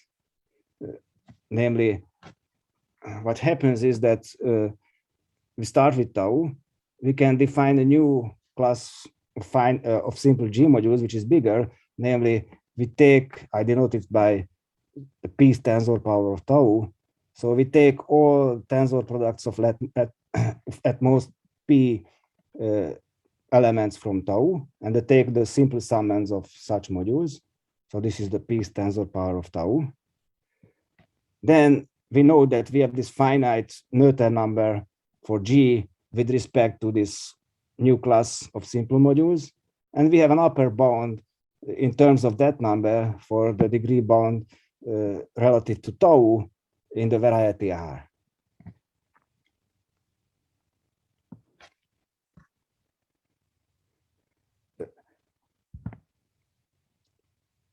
In the commutative case, the finiteness of these Noether numbers relative to tau was a consequence of Weil's theorem on polarizations. Here, the situation is different because Weil's theorem on on polarizations does not seem to generalize for linear potent varieties. In fact, there is a natural generalization of Weil's theorem on polarization, but it works for varieties satisfying a Capelli identity. And typically, a linear potent variety does not satisfy the Capelli identity. So there's a different approach here. So I just stated the degree bound, but in fact, it's a consequence of a process by which we can construct generators of these algebras of invariance. And this construction works for arbitrary groups, not just for reductive groups. So let me turn to this.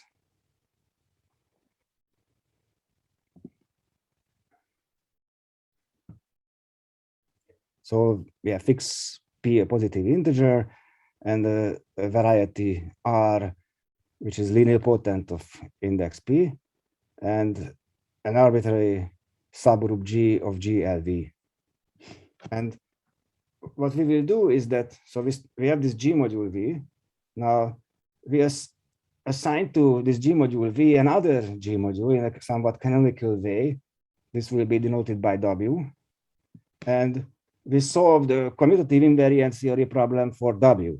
In other words, we find generators of the algebra of G invariance in the symmetric tensor algebra of W. And using generators of that algebras, we can give explicit generators of the non-commutative algebra of invariance in the relatively free algebra generated by V. So it goes in the following way. Let's denote by V to the D the linear span in the tensor algebra of the Lie brackets of the variables of length D. So we have these finite dimensional subspaces, and I take the direct sum of these subspaces as D ranges between 1 and P. And let's call this W. So this is clearly a G submodule. It's a GLV submodule of the tensor algebra. It's a finite dimensional GLV submodule of the tensor algebra. And then take the tensor algebra of this W. This is a multigraded algebra. It's naturally multigraded by p tuples of non-negative integers. Namely, if we think of this TW as a free algebra, then we have one group of variables which belong to V to the 1, another group of generators which belong to V to the 2, and so on, a group of generators which belong to V to the P, and we count the degrees with respect to each groups of variables separately. That's how we get the multigrading. Now, W, by its definition, is a subspace of TV. Therefore, the embedding of W into the tensor algebra of V extends to a GLV equivariant algebra surjection from the tensor algebra of W onto the tensor algebra of V. And then the tensor algebra of V surjects to its homomorphic image the relatively free algebra in the variety R generated by V. So let's denote by pi this composition. So pi is a GLV equivariant algebra surjection from the tensor algebra of W onto the relatively free algebra FRV. Finally, I need to mention that, of course, the symmetric tensor algebra of W is multigraded in the same way as the tensor algebra of W. And if we take a multi-homogeneous component of multi-degree alpha in the symmetric tensor algebra of W, there is a natural GLV equivariant embedding of this component into the multi-homogeneous component of multi-degree alpha in the tensor algebra. We just send a product of generators to the corresponding symmetrized tensor. And then with these notations, the following statement holds. So suppose that we take this commutative algebra of invariants G acting on the symmetric tensor algebra of W, and take the action of G respects the multigrading introduced above. So this algebra has this algebra of invariants has a multi-homogeneous generating system. So take such a multi-homogeneous generating system. Now, each such generator can be lifted to an element of the free, to the tensor, non-commutative tensor algebra of W via this symmetrization operator. And then we can push down these elements from the tensor algebra of W to the relatively free algebra by using this surjection pi introduced above. And in this way, we get, if we start with the elements of the generators of the commutative algebra of invariants, we get a bunch of elements in the relatively free algebra, and we claim that these elements generate the algebra of invariants in the relatively free algebra.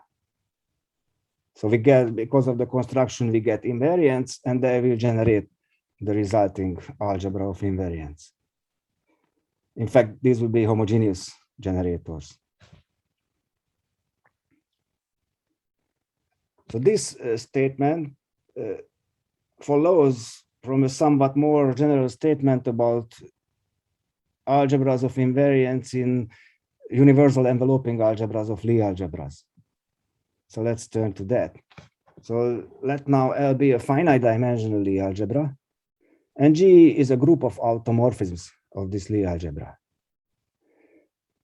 Then the action of G on L via Lie algebra automorphisms induces an action of G on the universal enveloping algebra of L via K algebra automorphisms. Recall that there is a K vector space. Now we take the symmetric tensor algebra of L and the universal enveloping algebra of L, and there is a well-known K vector space isomorphism between the symmetric tensor algebra of L and the universal enveloping algebra of L. This is called the canonical bijection in Dixmeyer's book. First, we go from the symmetric tensor algebra to the tensor algebra via this symmetrization, and then we have the natural surjection from the tensor algebra of L onto the universal enveloping of algebra of L, as it is usually defined as a factor of the tensor algebra. The composition of these maps, this is the canonical, this gives the canonical bijection, and that this is a vector space isomorphism. This is essentially the Poincaré-Birkhoff-Witt theorem. Interesting thing is that this is a vector space isomorphism, but it's not an algebra homomorphism. But despite this, it turns out that if we start with, so we take the algebra of G invariants in the symmetric tensor algebra of L, and take homogeneous generators of this algebra, under the canonical map, this canonical linear map, these generators of this commutative algebra of invariants are mapped to generators of the algebra of G invariants in this usually non-commutative universal enveloping algebra of L. So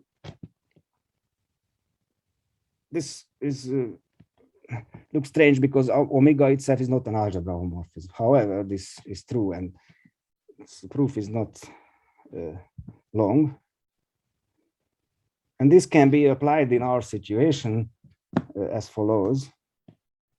So note that, now let's go back to the tensor algebra of a vector space V.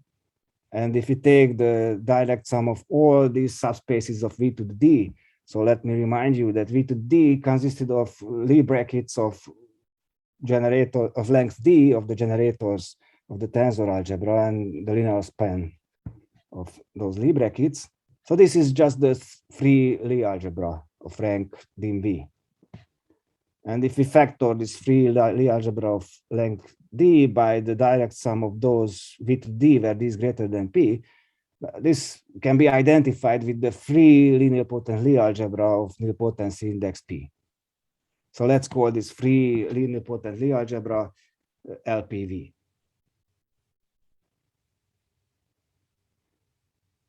But so in this way, this vector space is naturally identified with this space which we called W before.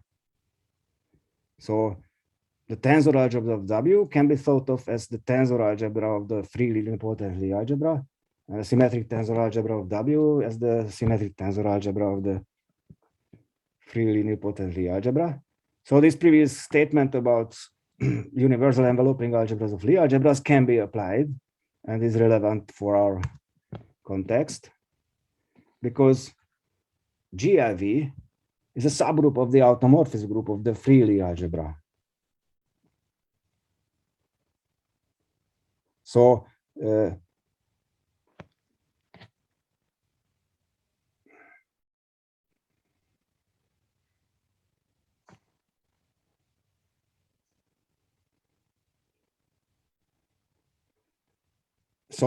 by the previous statement, from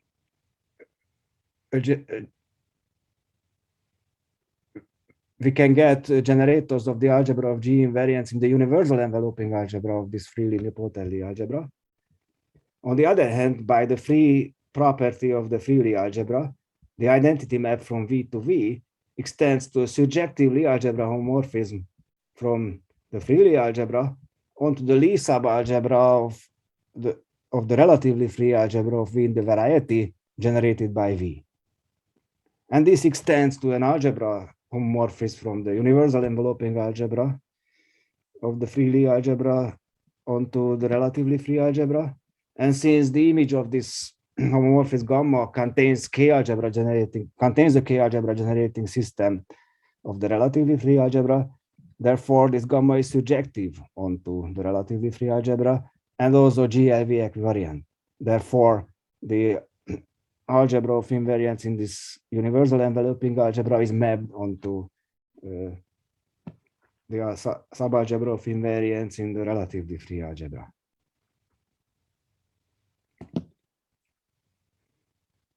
So that was, that's how we get a proof of this statement.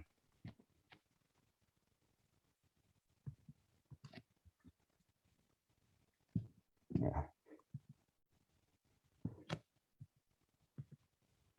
I think that was all that I want to say about degree bounds, but finally, let me mention briefly results of different kinds. So it's no longer about degree bounds. It's about the Hilbert series of algebras of invariance of groups acting on relatively free algebra. So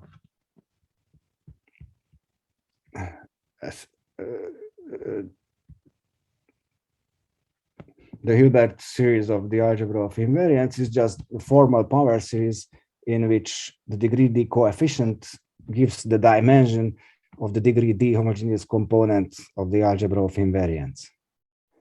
And it turns out that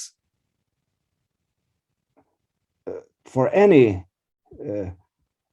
proper subvariety of the variety of all associative algebras. So here we don't have to put strong assumptions like weak neutrality or neutrality. We can take any non-trivial variety of associative algebras.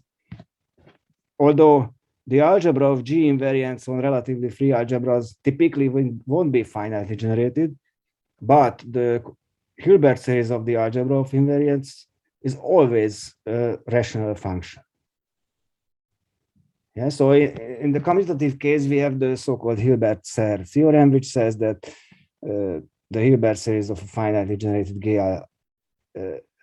generated graded algebra is always a rational function of that kind. So we have a polynomial in the numerator and the product of 1 minus q to some powers in the denominator.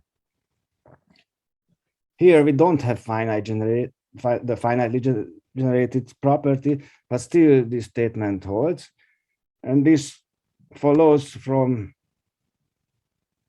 here is this example that we really need to take proper varieties, because for the free algebra, the analogous statement is not true. So, for example, the two-variable Hilbert series of the free algebra of rank 2 is this. So it's a rational function. But if we consider the natural action of SLV on the tensor algebra, the corresponding algebra of invariants has this Hilbert series. So this was proved by Almquist, Dix, and Formanek. So this Hilbert series is no longer a rational function. Yeah. So this theorem follows from a version of a theorem of Belov due to Alain Berele. So Belov proved that the Hilbert series of a finitely generated relatively free algebra is always a nice rational function. And Alain Berele extended this result to the multigraded Hilbert series of relatively free algebras. And this can be used to prove this rationality results about algebras of invariants in relatively free algebras. So that's all what I wanted to say. So thank you very much for your attention. Let's thank Professor Domokos for the nice lecture. Are there any questions or remarks? I have a how in the relatively free algebras, if you look at the maximal degree needed in order to generate the T ideal, there is such a number which is not known in many important cases. How this number enters into the picture? I don't know. So it hasn't entered in our investigations, and we didn't think about it. In the letter, it doesn't enter at all.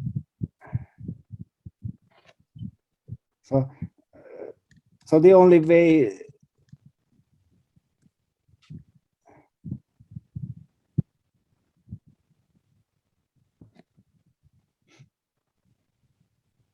So this N of R, this is about the finite group case and weakly Noetherian varieties. So this is,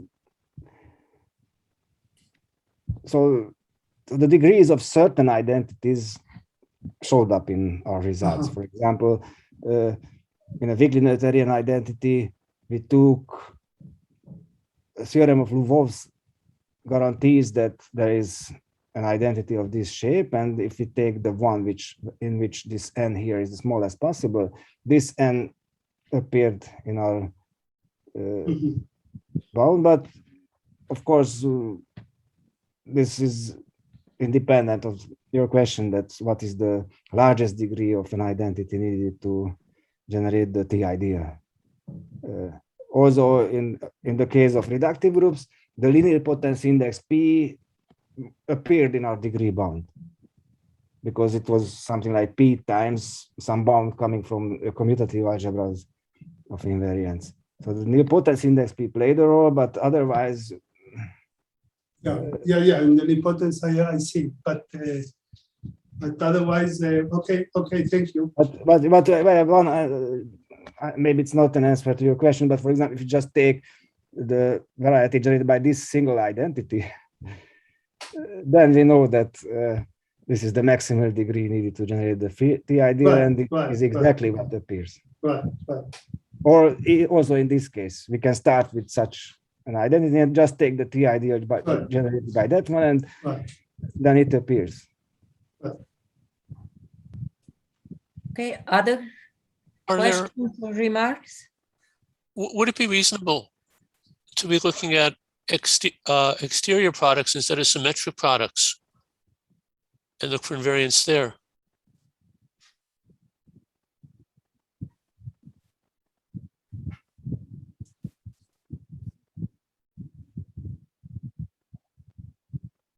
It's certainly reasonable, and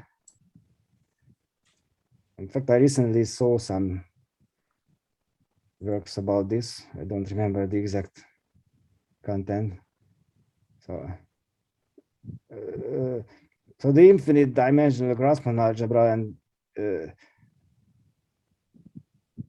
T-ideal of the infinite dimensional Grasman algebra also appears in a theorem in this kind of non-commutative invariant theory, because the natural generalization of the Shepard-Todd-Chevalier theorem holds exactly for those varieties which are linear potent of index 2, so which satisfy the identity that the Lie bracket of x, y, and z is 0. So these are exactly the varieties where it's true that for any pseudo-reflection group, the corresponding algebra of invariants in the relatively free algebra is again relatively free. So isomorphic to the relatively free algebra we started with.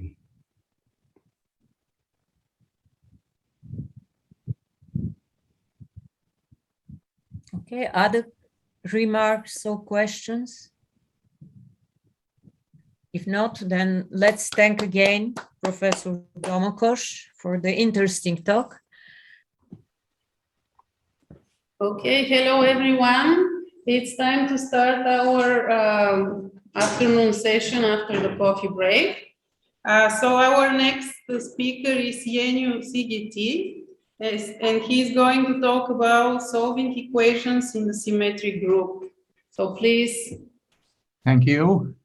And it is a great pleasure to take part in this conference dedicated to Vesselin Drensky's anniversary. And I thank the organizers for giving me a possibility to present a talk here. And the most important thing is that I wish many, many more years to Vesselin, full with brilliant results. So my talk is about solving equations in the symmetric group. And my name is Yeniu Sigeti, and I am from the University of Miskolc, Hungary, and the same is valid for my co-author. So the solving equations is the starting point of algebra, and there is a well-known history of equation solving, starting from Cardano and then Tartaglia and so on and so on. So it is really a natural idea to consider equations in groups. Of course, we have only one binary operation, and we can use the inverse. It is very surprising that I found only a limited number of results about explicit solutions. There is a good number of papers about algorithmic approach, but I did not find really results about explicit solutions. One of the earliest results, it is due to Frobenius, about the number of solutions of this equation x to the power m equal to 1. And the result says that if the order or the number of elements of the group is divisible by m, then the number of solutions of this equation is also divisible by m. There are many different proofs of this classical result. One is from Isaacs and Robinson. This is maybe the most understandable and the simplest proof. There are some other results about these equations in the symmetric group. Don't forget that the symmetric group is one of the most important finite groups and consists of all permutations. A general equation containing constants and group operation for a single unknown permutation is here. And I can say that the degree of this equation is k. Here we have exponents. The alphas are the constants, and the exponents are r1, r2, rk. The exponents are +1 or -1. Of course, we can assume that the first exponent is +1. Otherwise, we can rewrite this equation for the inverse, and then the new first exponent will be +1. So it is a natural assumption that the first exponent is 1. And the first impression is that to solve this equation in general in the symmetric group or in other groups is hopeless. And we'll see that even in the low degree cases, the problem is not easy. So the quadratic case, the easiest case, when k is equal to 2, we have two possibilities for the exponents. So here is the first possibility, and here is the second possibility for the exponent. Here is +1 and +1, the two exponents. Here, +1 and -1, these are the exponents. In the first case, we can rewrite this equation in this form. And to solve this equation means that we have to extract a square root of this permutation in the right side. And to extract a square root from a permutation is not difficult. I used to give it as exercises for my students. So we can extract a square root from a permutation if and only if for any I, the number of cycles of length 2i is even. So of a given even length must appear even times in the permutation, and this is necessary and sufficient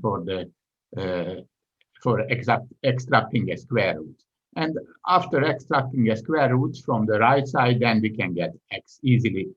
So this is the first case, and the second case is even more easier. Then this equation can be written as in this form, and here x is the unknown. So it has a solution if and only if the permutation alpha sub 2 and alpha sub 1 and the inverse of alpha sub 1 are of the same type, or are of the same in the same conjugacy class.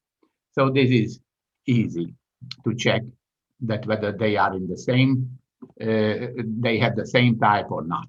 So and to find all the solutions in the first case and also in the second case is not difficult. So there is no sense to go into more details. The situation in the case when the degree is greater than 2. So don't forget, here is the equation. Here is our equation. This is our equation. And if the degree k is greater than 2, then the problem is difficult. A nice summary about the general situation about the equations can be found in Lindman's paper, an early paper. And an important direction of research in this problem is to find the solutions of the given equation, not in the base group, but in an extension, in an appropriate extension of the base group. There is a more or less well-known conjecture, the Kervoar-Laudenbach conjecture, that it asserts that if the length, this is the sum of the exponent of this equation, is non-zero, we consider this equation over an arbitrary group, then this equation has a solution in a group H containing G.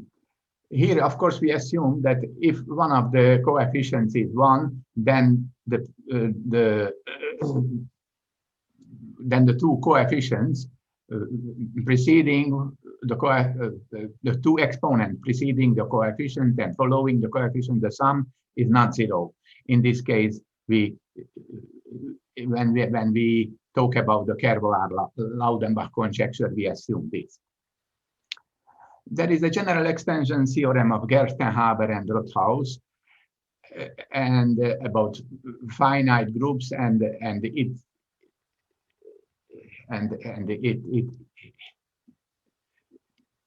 it has a consequence that this conjecture holds for all finite groups.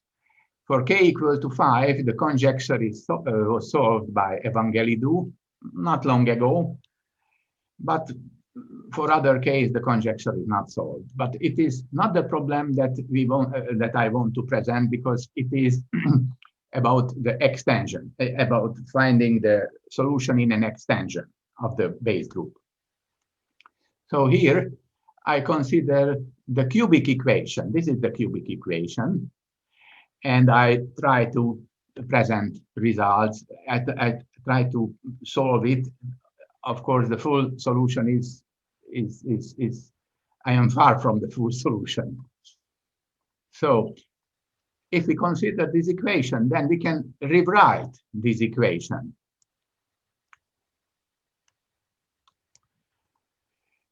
And we have 4 possibilities according to the choice of these exponents. So here are the 4 possibilities. The exponents are 1, 1, minus 1, 1, minus 1, and plus 1, 1, minus 1, minus 1, and finally plus 1, plus 1, and plus 1. These are the 4 possibilities if we start with if the first exponent is equal to 1.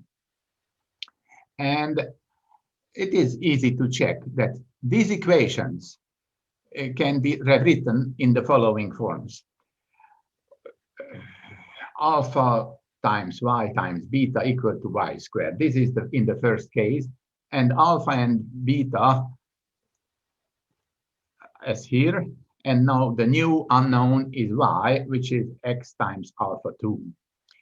And similarly, the other equations also can be rewritten in this form. Only the 4th equation, this one, when all the exponents are plus 1, can be rewritten in a different form. Here, the exponent is minus 2.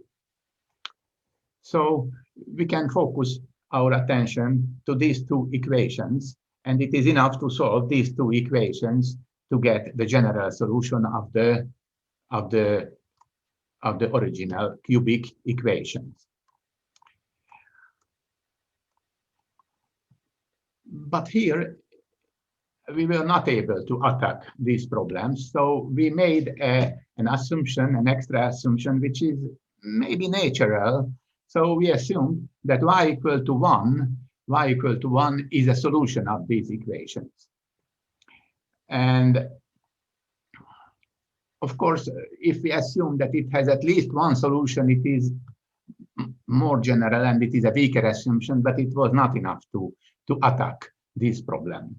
So if we assume that y equal to 1 is a solution of this equation, of the first one or of the second one, then it means that the second constant, beta, here is the inverse of alpha. So if we substitute 1, then alpha times beta equal to 1, it means that beta is the inverse of alpha. And using elementary combinatorial argument and basic number theoretical facts, we can obtain results about the solution of the first equations, star alpha, and the 2 star alpha also. We prove that in some cases we have only one solution, y equal to 1, and there are other cases, of course, depending on the structure, a cycle structure of alpha, then we have many solutions. And we can prove similar results for the second case, for the second equations, only a bit weaker results. So let us consider the so-called conjugate equation of this form. The first remark is that the conjugation is an automorphism of the symmetric group, so the solution, the number of solutions depends not only on depends only on the conjugacy class of alpha. So it is an important observation. And now we need some definitions. Of course, everyone knows what is the type of a permutation. Here, G sub I denotes the number of cycles of length I in alpha. So this is the type of a permutation. And for an integer d, we define a set of integers, I called it the D range of alpha. And what is this? How can I explain this?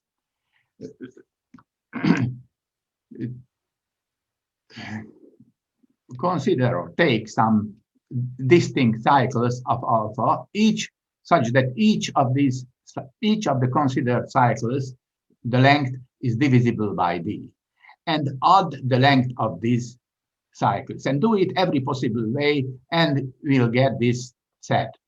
This is the sums of these cycle lengths. So don't forget that here we consider only cycles having length divisible by D. And now, using this set, maybe this set is not really transparent, but it will be enough for us to make really explicit statements about the solutions. And the first theorem about the equation, about this one-star equation, is the following. If we have a permutation, and here is the type of the permutation, and we assume that for any odd integer and for any D, such with this property that D times R is in this set, in this range, then we have GD equal to 0. It means that there is no cycle of length D, and we have that the greatest common divisor of 2 to the power D minus 1 and R is equal to 1. If we have such a condition for all D and for all R, then equation 1-star alpha has only the trivial solution. Unfortunately, this theorem seems to be not transparent, but it is enough to obtain more transparent results. The second theorem is somehow a consequence of the first one, and it is absolutely visible, so we can see the conditions. Let alpha be a permutation with type G1, G2, Gn, and assume that there is no fixed point of the permutations. It means that G1 is 0. And for all A less than B, such that A and B are cycle lengths, it means that GA and GB are not equal to 0, then A and B are relatively primes. So we can formulate it in a more understandable way. Two different cycle lengths of the permutation are relative primes. And also assume that if A is a cycle length, GA is not 0, of alpha, a cycle length of alpha, it implies that the number of cycles of length A is between 1 and 2. So GA not equal to 0, that it means that we have a cycle, and this means that we have at most 2 cycles of this length. And we also assume that this power of 2 to the power A over P minus 1 is not divisible by P, and it is true for any prime divisor of A. Here it is an integer. P is a divisor of A. And P is greater or equal than 3, the prime divisor. If we have such a permutation, then the equation star, here is the equation, the conjugate equation, has only the trivial solution. And of course, we can easily check the conditions in this theorem.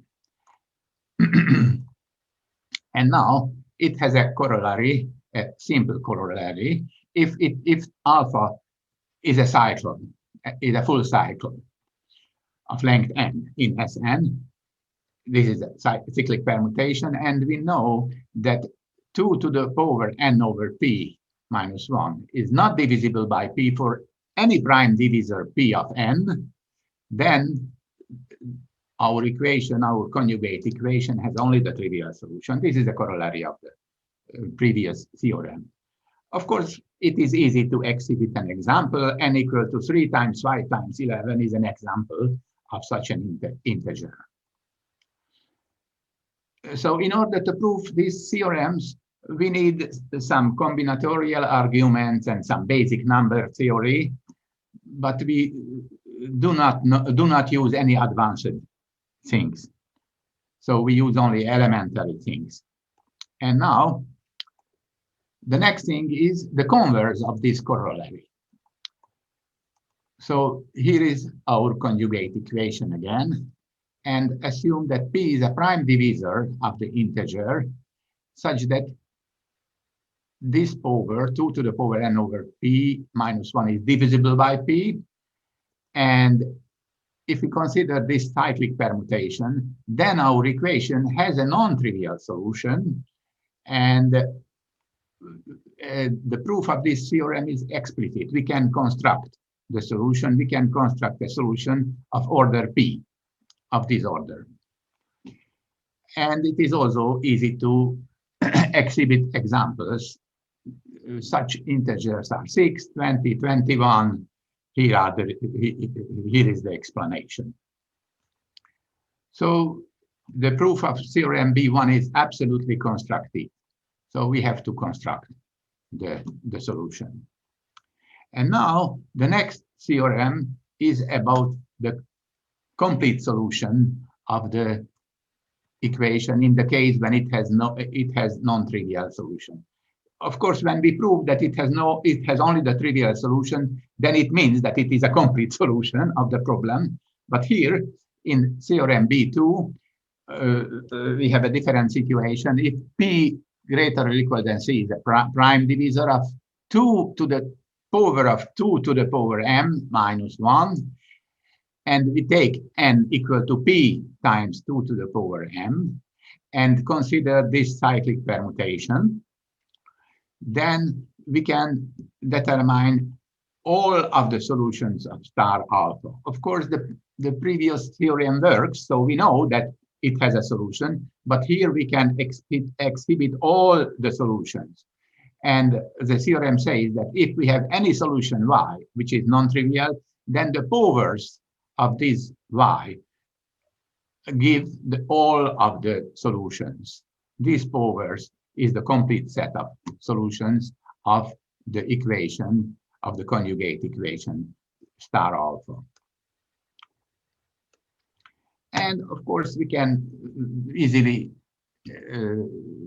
exhibit an example again. If n equal to 6 and P is equal to 3, then it is a special situation, special case of B2, and here are the solutions. It is easy. And of course, we can take one more step. Here, I can say it is a proposition. If n equal to 12 and we consider this permutation, which is the product of two cycles of length 6, then we can give all the solutions of this equation of our conjugate equations. Here are the solutions.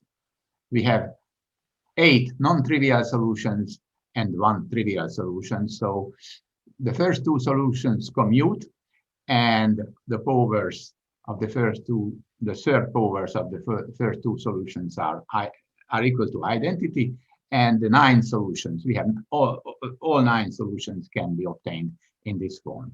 So this is just a easy consequence of the previous corollary, and can, of course, we need some calculations. And now the other equation was the other conjugate equation looks like this: alpha times y times alpha inverse is equal to alpha to the power minus 1. And this equation is more difficult than the equation with plus 1. Our first observation is that let us try to find a solution of this form, alpha to the power m.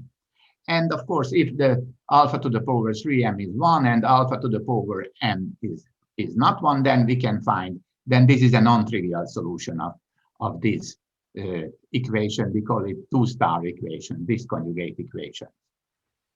And this observation partially explains why we have only weaker results about the solutions than in the first case. So our first two theorems have certain analogs, but the second, the B1 and the B2 theorems, we were not able to find analogs. So the proofs of the following theorems can be derived from the corresponding theorems about the one-star equation. And let me repeat the definition of the D range of alpha.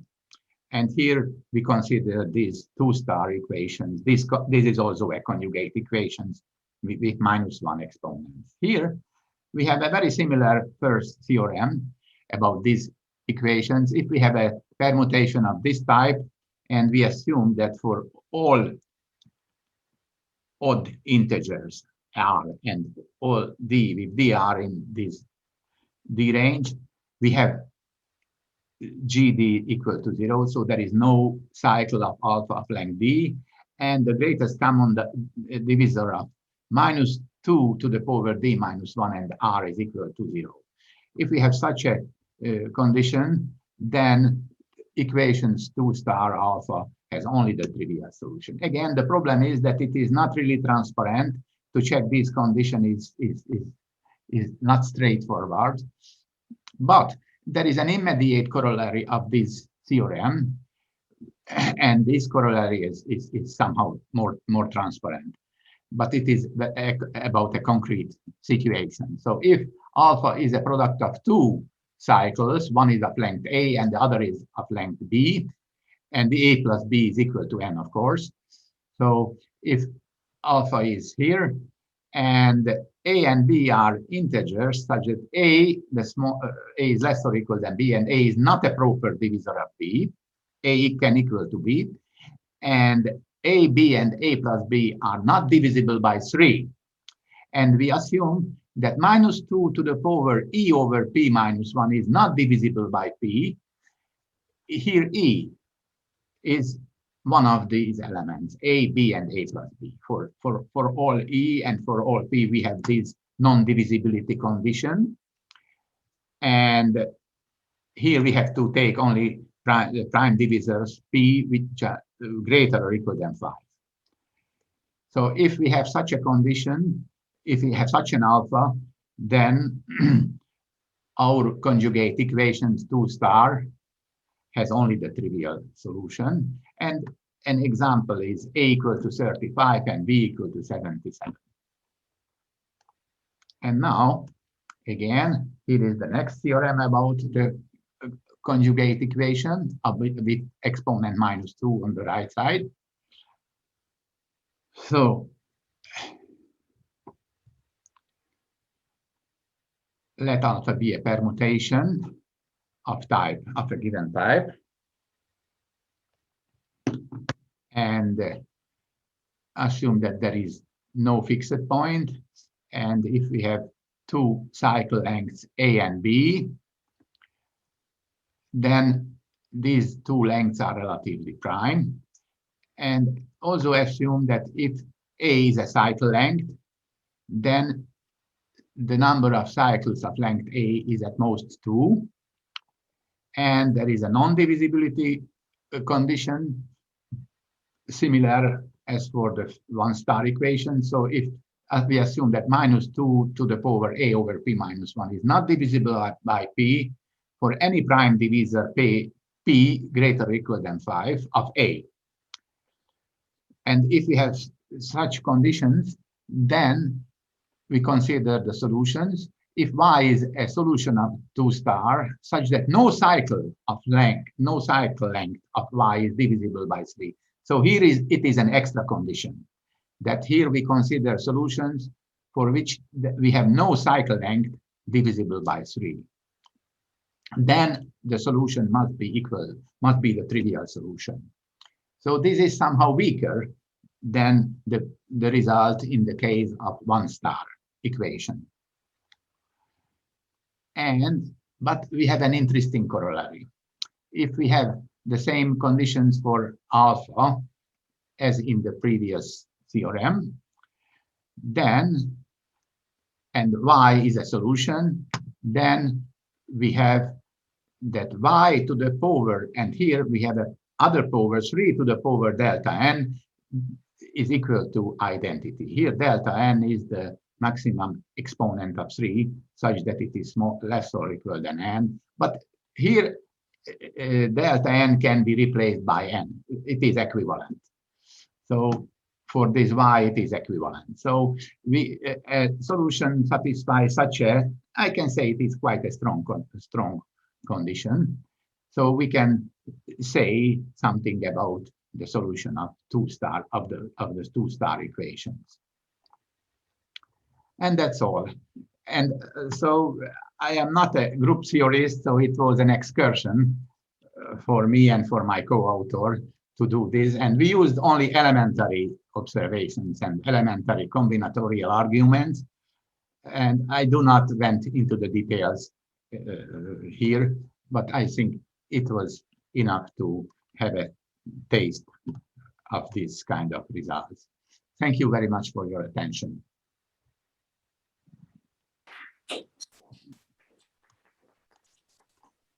Okay, thank you. Are there questions, comments, remarks?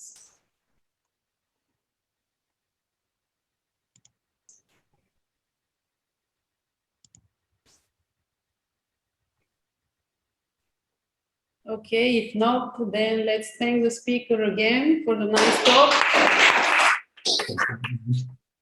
My pleasure to announce the next speaker for this session, Alberto El Duque, and he's going to talk about non-group gradings on simple algebras.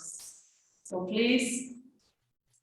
Thank you. Thank you very much. I would like first to start thanking the organizers for this opportunity, especially Plamen Koslukov for the invitation. And it's very nice to participate in this conference dedicated to celebrate the 70th anniversary of Vesselin Drensky. I must admit that I'm not quite sure when was the first time I met Vesselin. It was many years ago, but I'm not quite sure when was the first time. What I do know is that every time I talk to Vesselin, I end up learning something, either mathematical or otherwise, historical, geographical, whatever. So I'm very happy to being able to participate in this celebration. And I would like to, so Vesselin, I wish you many more fruitful and healthy years. Okay, so I would like to talk about some recent work that gives a negative answer to a question that has been around for some years. It's about the existence of gradients on simple algebras which cannot be realized as group gradients. So this is the aim of the talk. And this is the outline. So, well, there have been several talks about gradients on associative or non-associative algebras in general. I will restrict to Lie algebras. So some of the definitions have already been given. So I will review the definitions I need quickly. Then I will move to some gradients called pure gradients. These are group gradients on Lie algebras with some special properties. And the gradients I will later construct are not group gradients, but share some of the properties with these pure gradients. So then I will show you the first example of a non-group gradient on a simple algebra, and it will be a gradient on the spatial orthogonal Lie algebra on a vector space of dimension 26. So the simple Lie algebra of type D13. And finally, I will show you how to extend this example, modifying a few things to get an infinite family of non-group gradients on some simple Lie algebras. So this is the idea. And so we'll start just reviewing a few things about gradients on Lie algebras. And well, the systematic study of gradients on Lie algebras started with this paper by Patera and Zassenhaus in 1989. Of course, gradients-only algebras have been quite important from the very beginning of the theory of Lie algebras. Even the classification of the finite dimensional simple Lie algebras over the complex numbers relies heavily on a Cartan subalgebra, the corresponding root space decomposition, which is a gradient by a torsion-free group, and the properties of this root space decomposition, and the combinatorics related to this root space decomposition. Other types of gradients, like gradients by the integers modulo 2, are quite important in studying symmetric spaces in differential geometry. And gradients by the integers are important in Jordan theory, because even any Jordan algebra, or more generally a Jordan pair, we can consider a Lie algebra graded over the integers with just the 0, 1, and -1 components being different from 0. And then if more components are allowed to be non-zero, then we have some extensions of Jordan algebras. So gradients have been quite important for Lie algebras and for Jordan algebras and other kinds of algebras. But a systematic study was started with this paper by Patera and Zassenhaus. And most of the definitions we use nowadays appear there.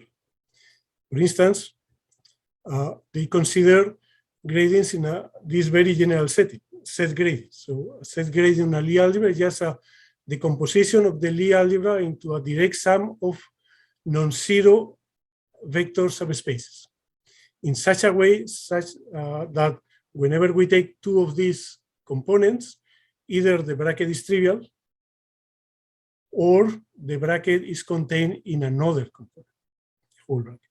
So this is a very general definition. And these subspaces are called the homogeneous components. And two of these gradients are said to be equivalent if there is an isomorphism between the Lie algebras that takes homogeneous components to homogeneous components in the second algebra. So this is well known, and already in this paper appears in this generality. Of course, we are more used to gradients by groups, or more generally by semigroups. And the definition also appears in the paper. Given a group, or more generally a semigroup G, a G gradient on the Lie algebra is a decomposition as before, as a direct sum of vector subspaces which are labeled by the elements of the group or semigroup in such a way that the bracket behaves nicely with respect to the label. So the bracket of the homogeneous components of degrees G1 and G2 is contained in the homogeneous component labeled by the product G1, G2 in the group or semigroup. The support is the subset of those elements in the semigroup whose corresponding homogeneous component is different from 0. Now, given a gradient in the first meaning of the gradient, a set gradient, it is said that this gradient can be realized as a group gradient, or more generally as a semigroup gradient, if we can embed the gradient set S into the semigroup or group G, so that defining LG equal LS if G is the image of S under the embedding, and otherwise LG is 0, we get a G gradient on L. This is very natural and provides this definition of gradient being realized. And what happened in this first paper by Patera and Zassenhaus is that they made a mistake with these things that I will come shortly. But for now, let's stick to this set gradient. So start with a gradient just by a set. So I consider that all homogeneous components are different from 0 in this situation. And so we have the size of the gradient set is the number of homogeneous components. In this situation, the universal group of the gradient is the group defined by generators and relations. The generators are the elements of S, and relations are given by the multiplication, the Lie algebra. So there appears a relation S1, S2 equals S3 whenever the bracket of the homogeneous components labeled by S1 and S2 is not zero and contained in LS2. So the relations are imposed by the way homogeneous components multiply and lie in another homogeneous component. So this is the universal group. And of course, since this group is generated by the elements of S, there is a natural map from the grading set S into the universal group. And it is quite straightforward to check that this grading gamma can be realized as a group grading if and only if this map is one-to-one. And in this case, if gamma can be realized as a group grading, in particular, it can be realized as a grading by the universal group. And it is the most natural group. Okay. So the fact that the grading can be realized as a group grading is related to the fact that the natural map from S into the universal group is one-to-one. Another interesting thing is that whenever the Lie algebra is simple, the universal group is always abelian. This will be important later on. And the other concept that I will need later on, is the notion of the diagonal group of a gradient. So again, gamma is a set gradient. So I'm not imposing a semi-group or group gradient, just a set gradient. So given any gradient, all these definitions appear in this seminal work of Patera and Zassenhaus. The diagonal group of gamma consists of the oromorphisms of the Lie algebra L that behave as scalar multiples of the identity on each homogeneous component.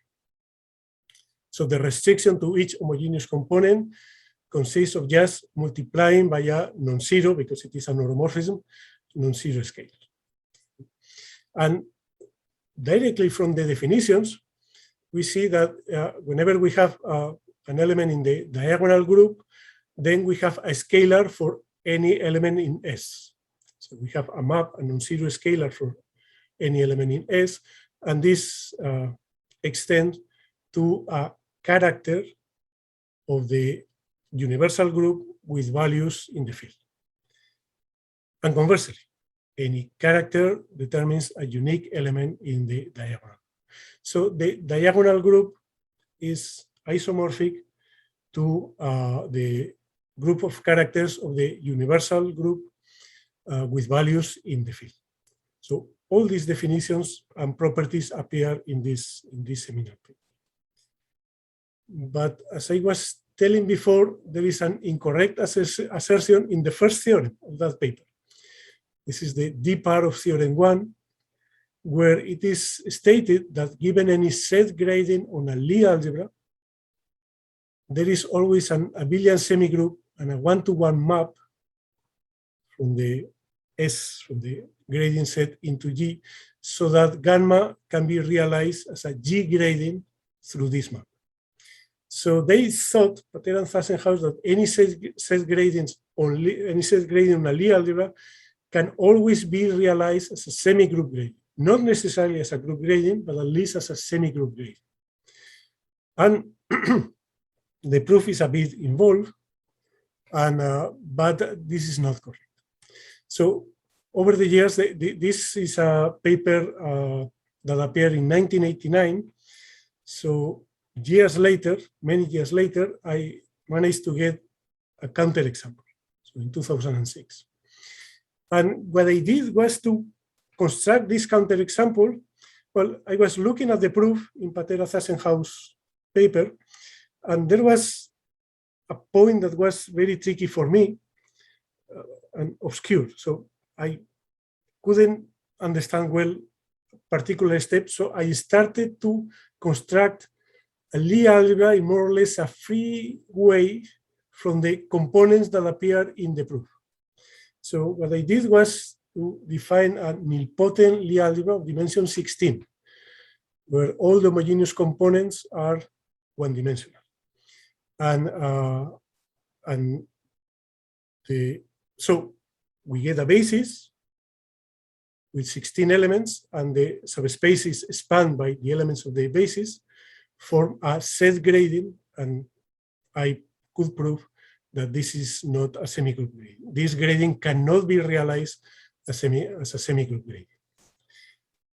But this was a complicated example, but once we knew that there were examples, it was easy to realize that there were many more examples of this situation. So 3 years later, I provided more examples of set gradients that could not be realized as semigroup gradients. The first example is in dimension 4 with a solvable Lie algebra. Here you have a basis and see that the bracket is very nice. And the gradient consists of 3 homogeneous components. The first one has dimension 2.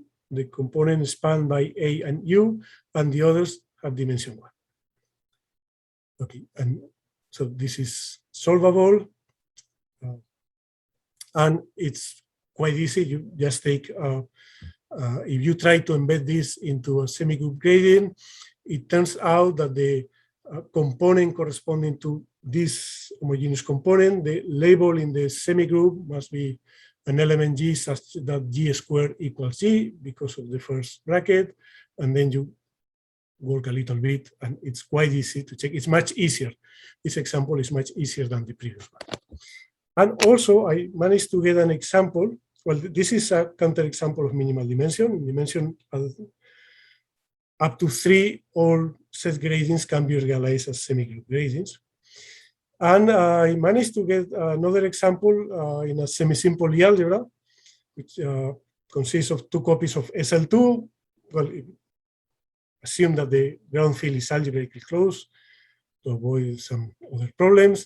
But we think of the first ideal as SL2, and the second you should think in terms of SU2. So you have the natural standard basis for SL2, HXY with the natural bracket, and the natural basis for SU2, where you have 3 elements and the bracket of any 2 elements is the third one, and you permute cyclically these things.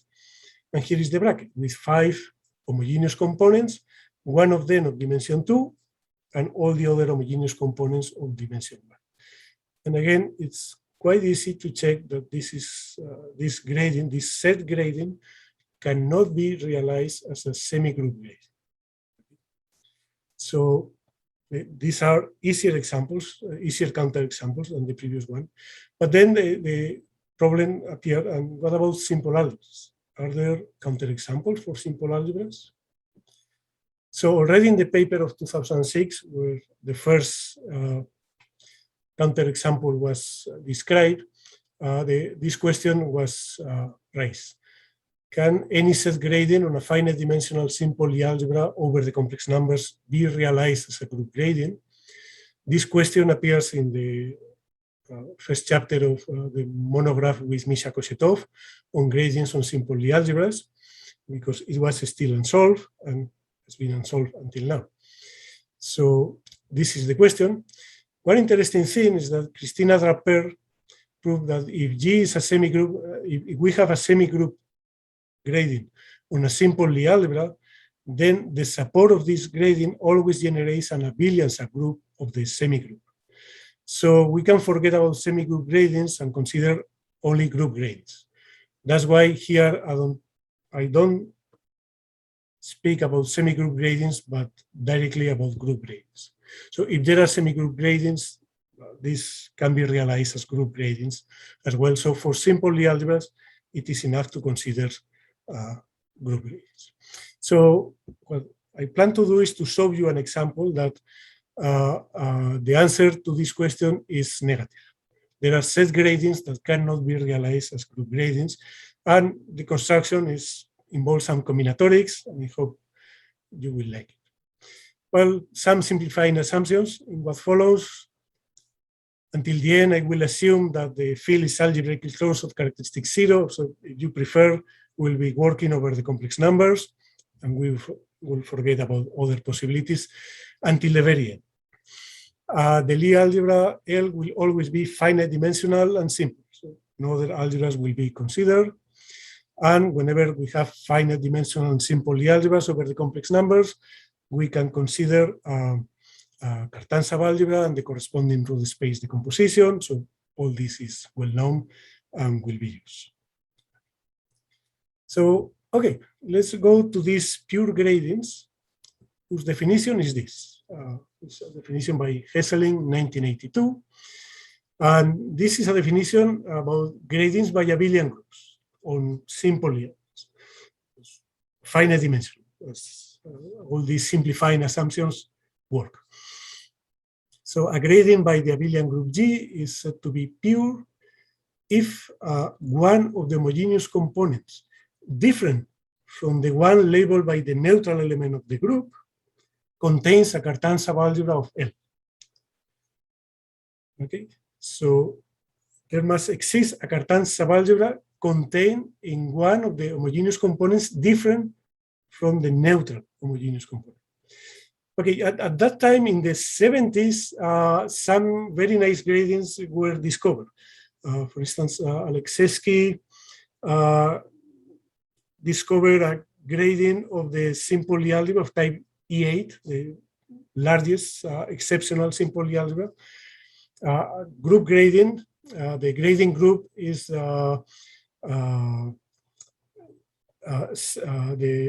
the integers, 5 copies of the integers modulo 2. And each homogeneous component is a Cartan subalgebra of dimension 8. So it is a splitting of E8 as the direct sum of 31 Cartan subalgebras is one of dimension 8, of course. So there appear some very nice gradients that later on were called Dengolf decompositions, and they were considered this decomposition. People working in group theory and studying the classification of finite dimensional simple V groups consider this kind of decomposition. So decompositions where homogeneous components contain Cartan subalgebras or even were equal to Cartan subalgebras were in the air at that time. So this is the definition of pure gradients. So, okay, I will fix one of these Cartan subalgebras, corresponding system of simple roots. Once we fix a system of simple roots, we can consider the positive roots, and we can consider the torus, the associated torus, which consists of the oromorphisms that are whose restriction to the Cartan subalgebra is the identity. I will need the two torsion part of the torus. This is the T2. And I will need a larger subgroup because I will need oromorphisms that behave not as the identity on the Cartan subalgebra, but as a scalar on the Cartan subalgebra.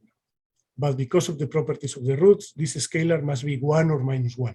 So I will consider this larger subgroup, the oromorphisms, that when restricted to the Cartan subalgebra are either the identity or minus the identity.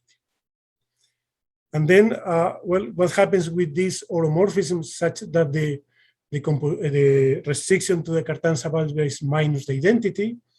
Well, essentially that there is a unique up to conjugation. So the order is always 2.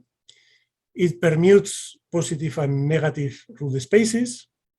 For each root, it permutes the corresponding L alpha and L minus alpha.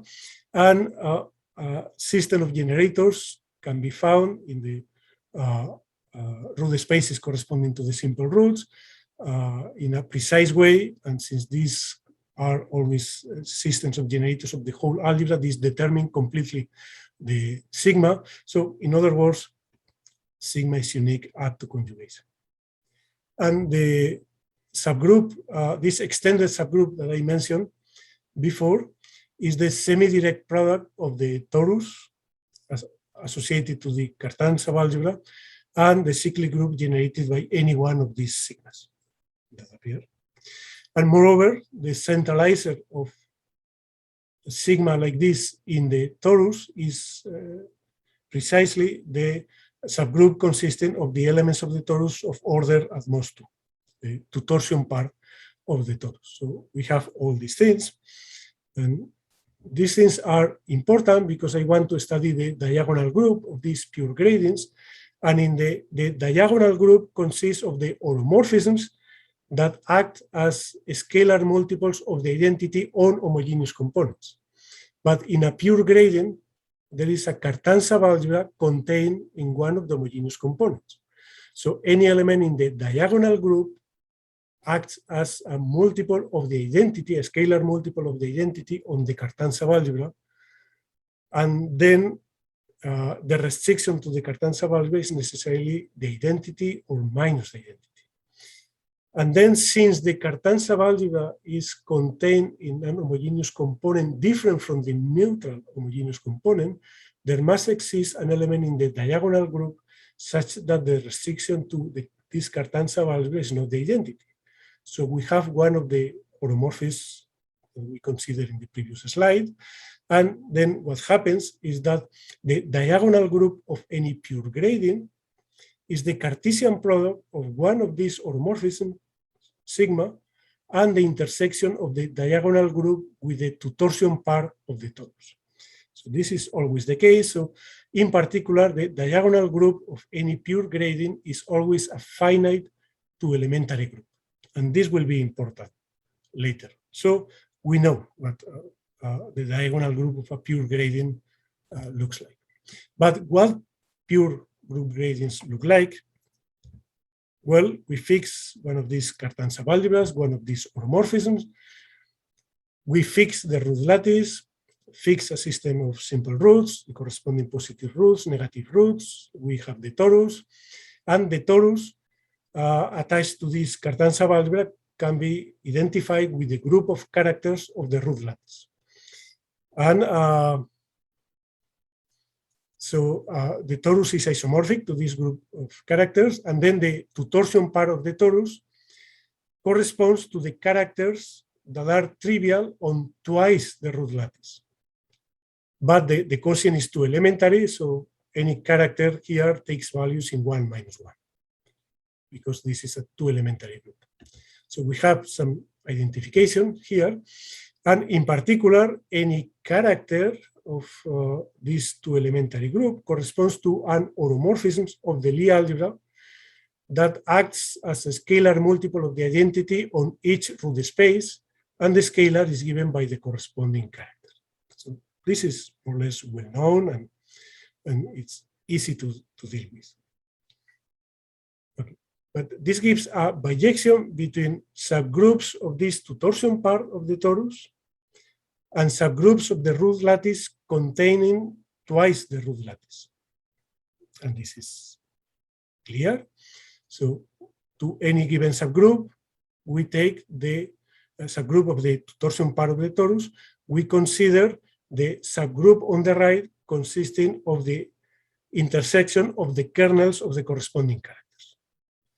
And conversely, given a subgroup of the root lattice containing twice the root lattice, we take the subgroup of the two torsion part of the torus that corresponds to the oromorphisms given by characters that kill the subgroup E that appears there.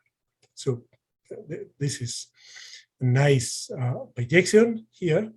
And with these technicalities, take any subgroup lying between the root lattice and twice the root lattice. So this is a free, torsion-free group, a free abelian group, and consider the two elementary group given by the quotient Q over E and a copy of the integers modulo 2. Okay.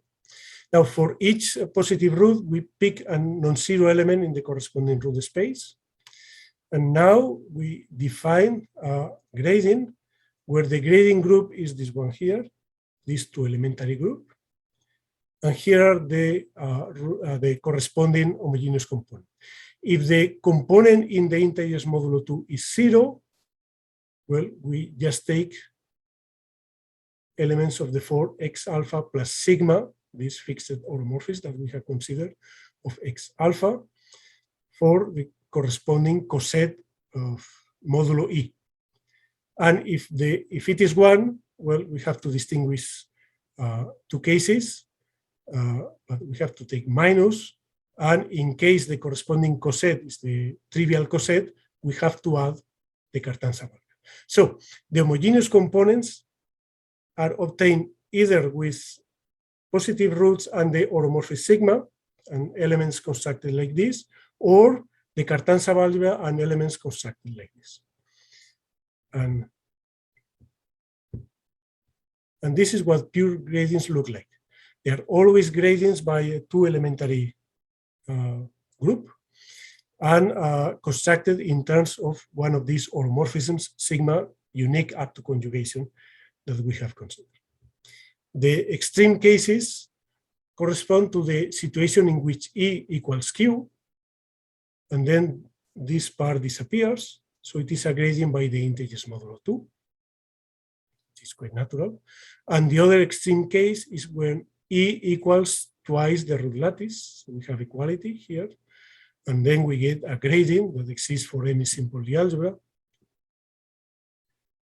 which is a gradient by two elementary group of rank n plus 1, where n is the rank of the Lie algebra. Okay, so back to the diagonal group. Well, this E that we have considered may be too big, too large. And we have to consider a smaller subgroup containing twice the root lattice, but containing in E. And well, these are some technicalities. I don't want to enter into these technicalities, but we can, let's say, simplify the E to get a smaller E and get an equivalent gradient. And the way is quite natural. So what happens is that given any such subgroup E inside the root lattice, we can get usually a smaller root, more simplified group, so that the gradients are equivalent, the corresponding pure gradients are equivalent, and the diagonal group is given in terms of this simplified subgroup. And remember that this T sub E corresponds to the characters that kill E, in this case, E circle. And this can be strict. Okay. So just in order to continue, since my example will be in a special orthogonal Lie algebra, just will fix some notation, picking a suitable basis of the 2n dimensional vector space. We are dealing with the special orthogonal Lie algebra of degree 2n, can be identified with the algebras of 2m times 2n matrices, split into blocks, n times n blocks, where in the diagonal we have any matrix and minus the transpose, and in the off-diagonal parts we have skew symmetric matrices. Here we have a natural Cartan subalgebra, which consists of the diagonal elements here in this algebra of matrices. We have natural elements in the dual of H, because we have the forms, the linear forms epsilon I, and epsilon I just picks, applied to an element in the Cartan subalgebra, just picks the ith component. Okay, so we have the epsilon 1 up to epsilon n, and this is the root system. It's well known. All roots that appear are plus or minus epsilon I, plus or minus epsilon j for different I and j. As a system of simple roots, I will take, as usual, epsilon 1 minus epsilon 2, epsilon 2 minus epsilon 3, epsilon 3 minus epsilon 4, and so on, until epsilon n minus 1 minus epsilon n, and then I have to add another root, epsilon n minus 1 plus epsilon n.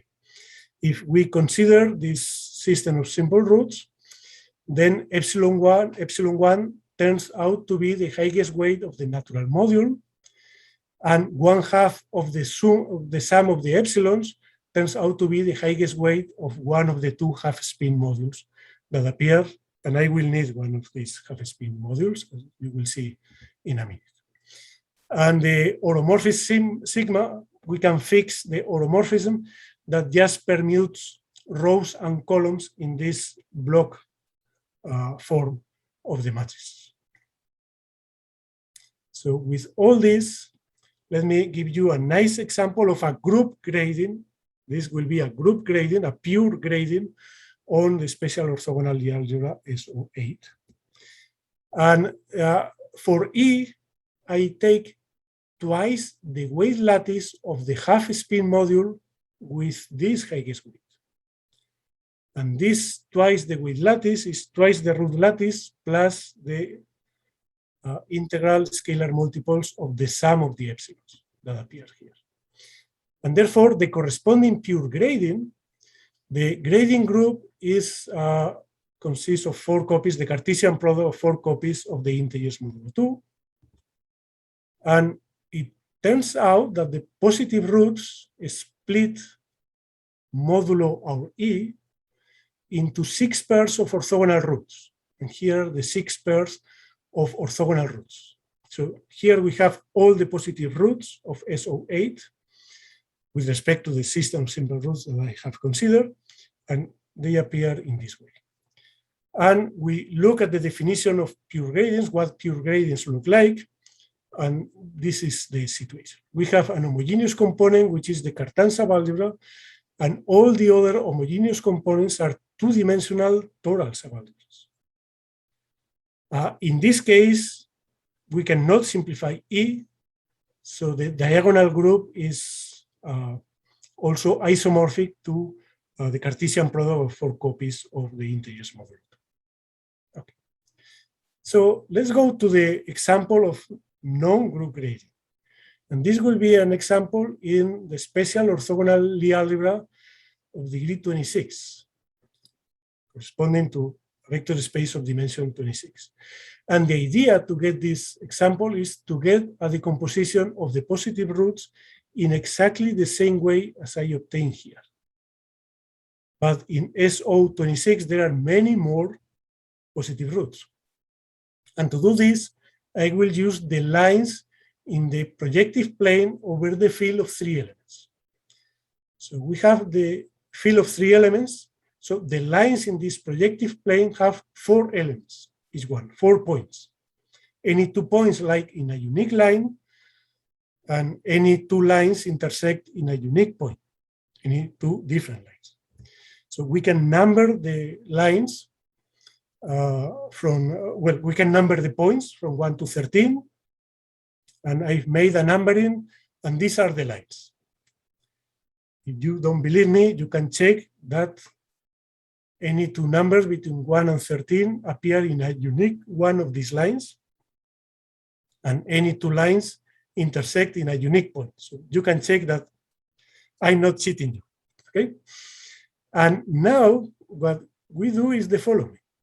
For each line, we take the 6 pairs of orthogonal positive roots that appear for SO8. Because for each line, we have a copy of SO8 inside SO26, the special orthogonal Lie algebra of degree 26. So I take for each line, the 6 pairs of orthogonal positive roots that appear in the corresponding copy of SO8 inside SO26. So all in all, we have 13 lines, and for each line, I get 6 pairs of orthogonal positive roots. So we have 78 pairs. And I consider the same splitting that I had for SO8. One homogeneous component is the Cartan subalgebra, and all the other homogeneous components are two-dimensional toral subalgebras. Each one lies in a copy of SO8 inside SO26. So this is the situation. And okay, so the proposition, this is a set grade. So every time we take the bracket of 2 homogeneous components, the bracket is 0 or it is contained in another homogeneous component. And well, apart from trivial cases, we have to deal with 2 pairs of orthogonal roots. Each pair of positive orthogonal roots appears in a line. So we have 2 lines involved. So there are 2 possibilities that the intersection of the 2 lines consists of a single point. And then things are quite easy.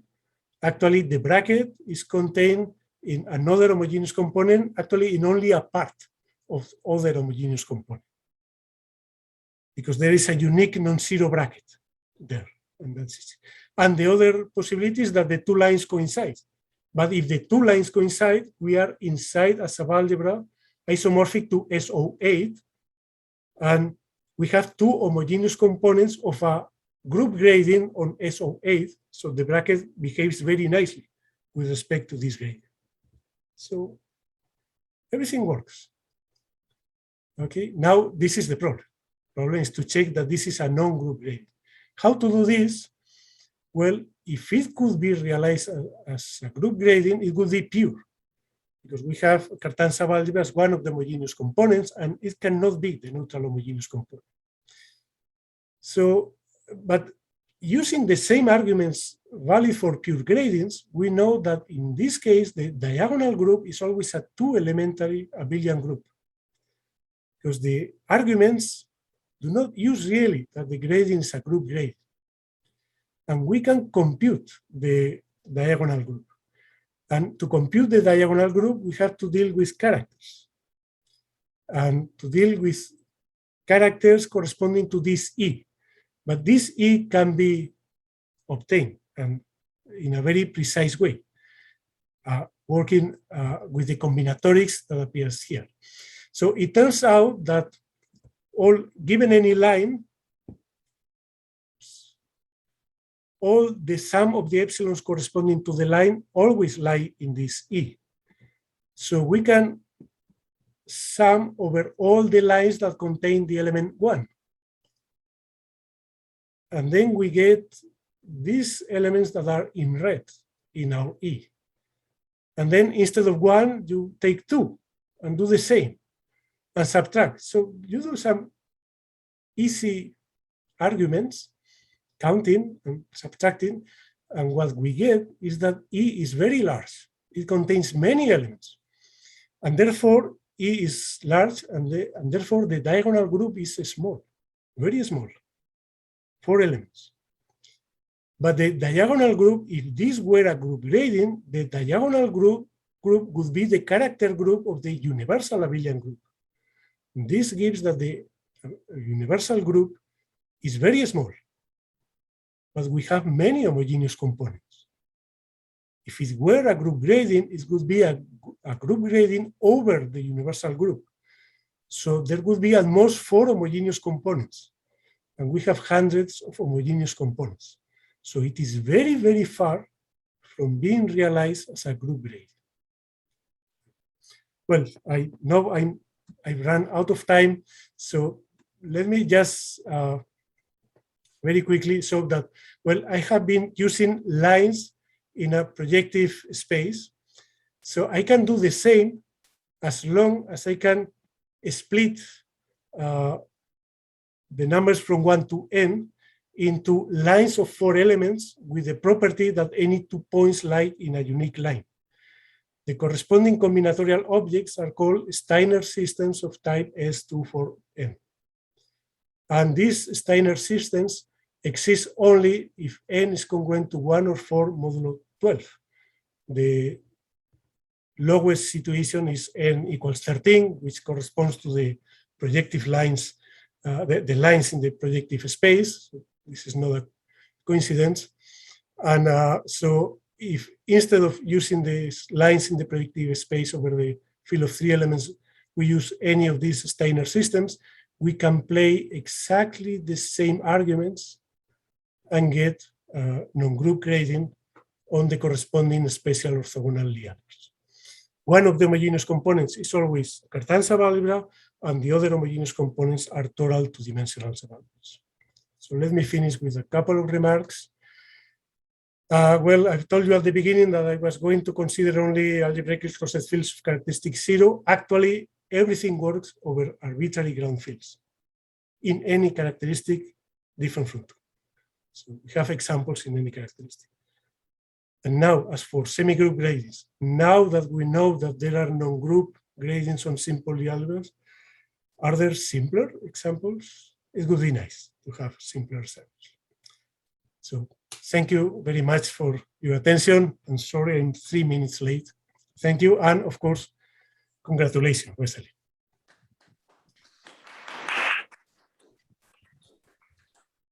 Thank you very much for the nice talk. We still have some time for questions, so please, any questions, comments, remarks?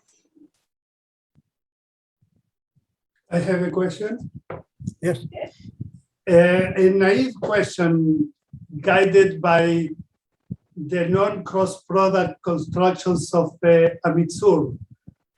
The question is whether there is some kind of generic situation or generic construction that will say that if you pick at random a set grading, it will not be a group grading. Something related to what you said at the end, I think, of your lecture. Yes, yes. Well, for SL2, any set grading can be realized as a group grading.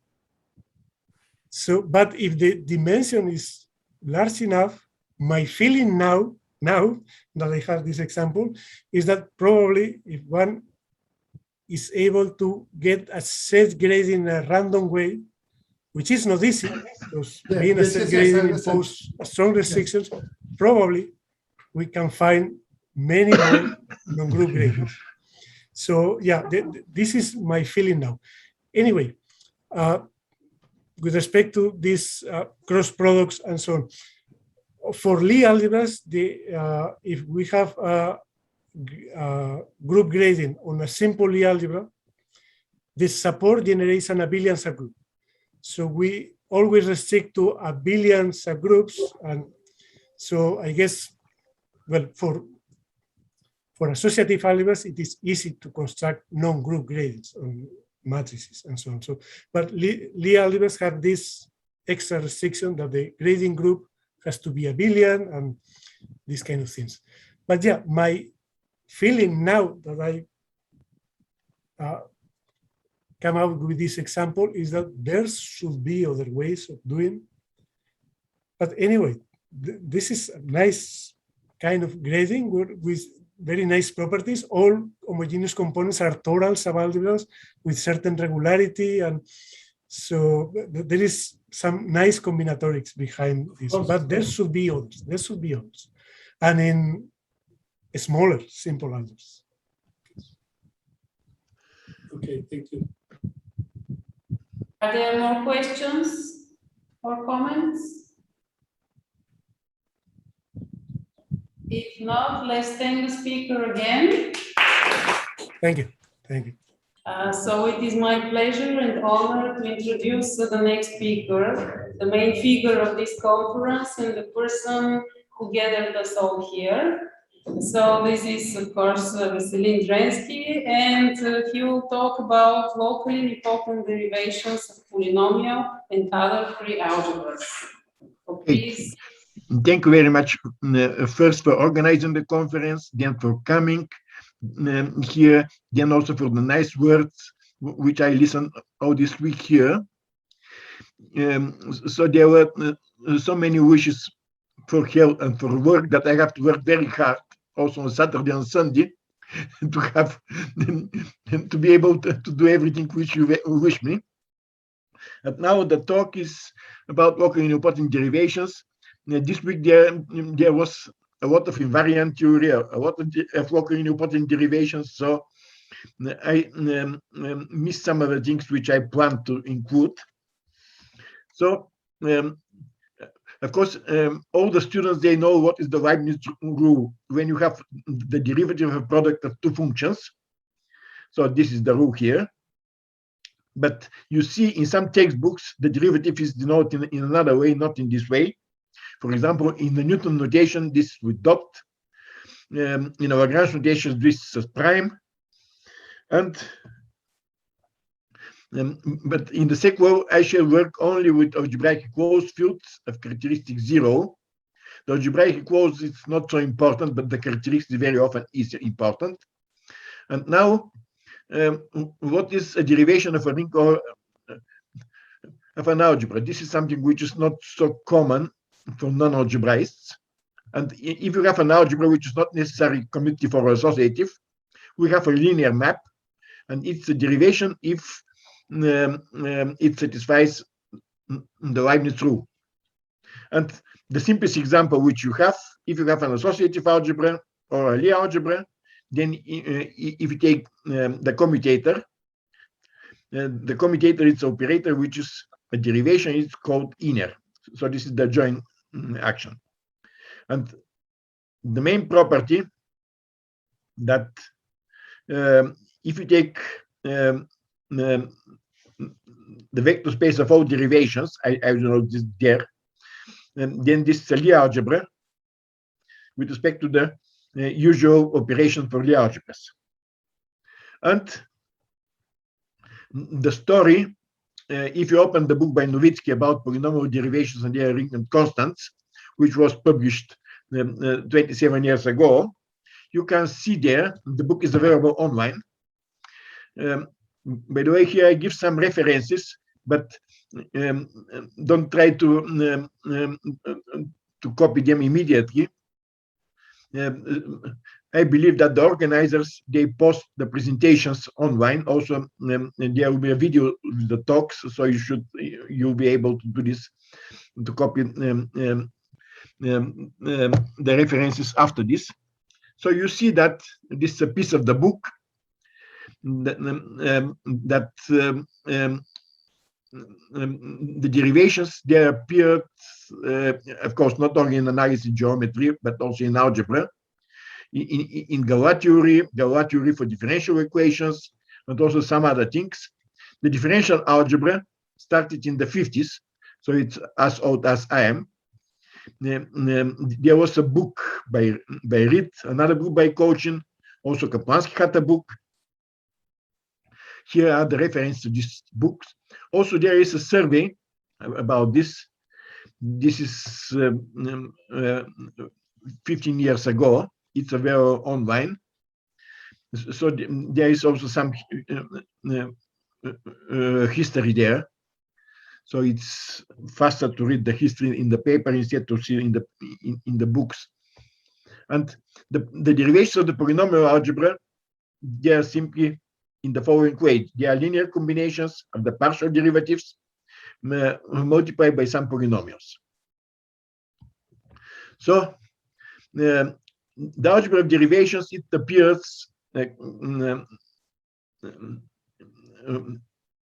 so this is about 170 years ago.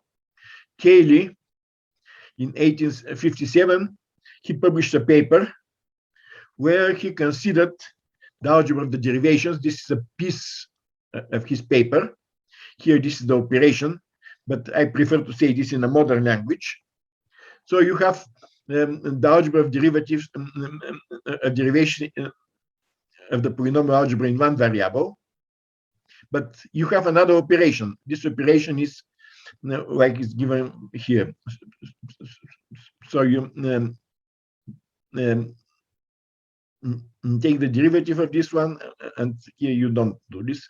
So this algebra, this is left commutative. So this is a non-associative algebra satisfying this identity, that if you have this product x1 and then brackets, you can change the place of these two things. Also, this algebra, this is right symmetric. Right symmetric means that if you have the associator, the associator, you can change the places in these two positions. Okay, he also he started to consider this algebra in terms of rooted trees, and this idea to use rooted trees for different kinds of algebra is still applied quite intensively even now. And the Weil algebra, this is the algebra of the polynomial of differential operators with polynomial coefficients. Okay, this algebra is called after Hermann Weil, who, if you read the Wikipedia, introduced them to study the Heisenberg Dillon Principle in quantum mechanics. But after the talk of Unit McCartney-Manoff, you see that this algebra appeared maybe not explicitly even before. So this algebra, of course, it appears in many places in mathematics as Leni Makar, you might have thought this is one of the most studied algebras in algebra, in mathematics at all. So it has defining relations in this form. You have two sets of generators. The x are the variables, y's are the partial derivatives, and you have these relations. If you have the x's and the y's, they commute, and the y's and the x's, they give either, the commutator gives either 1 or 0, depending whether they are the same or different indices. So the Witt algebra, this is the algebra of derivations of the algebra of Laurent polynomials. So you are allowed to have only also negative degrees. This algebra was considered by Cartan more than 100 years ago, and then was studied in the case of finite fields by Witt. So, and what is a Walker-Newport derivation? If you have a derivation which sends every element in 0 if you apply several times, then this derivation is called Walker-Newport because this is Newportian acting on explicit elements. And the constants in the usual case of algebra, of analysis, they are the only elements which vanish when you take the derivative. So, by some analogy, the elements of the kernel of a Walker-Newport derivations also are called constants, and the kernel is also an algebra which is called the algebra of constants. And in the second evolution, you consider only Walker-Newport derivations. So, why we study Walker-Newport derivations in the case of polynomial algebras? The first thing is that relations with the automorphism groups, because if you take the exponent of a derivation, so this is an automorphism. Here, of course, this one is in the general case should be infinite, and this is the case when we have this in the case of the algebras, when you have some convergency. But here everything is okay because you see if it acts on an explicit element, the high degrees disappear. So this is not a series, this is simply a finite sum. So it's correctly defined. Also, there is some relation with the automorphisms in the following way. If you have the additive group of the field and you map this to the automorphism group, as you have some homomorphism, then there exists a Walker-Newport derivation such that the image here, if you start with some number alpha, the image as the automorphism, this is the exponent of the corresponding Walker-Newport derivation. And of course, the algebra of the fixed points of the action of the additive group of the field coincides with the algebra of the constants. So, of course, this gives immediately some relations with invariant theory, because if you have, if this map sent the additive groups of the field to the matrices over the vector space, which is spanned by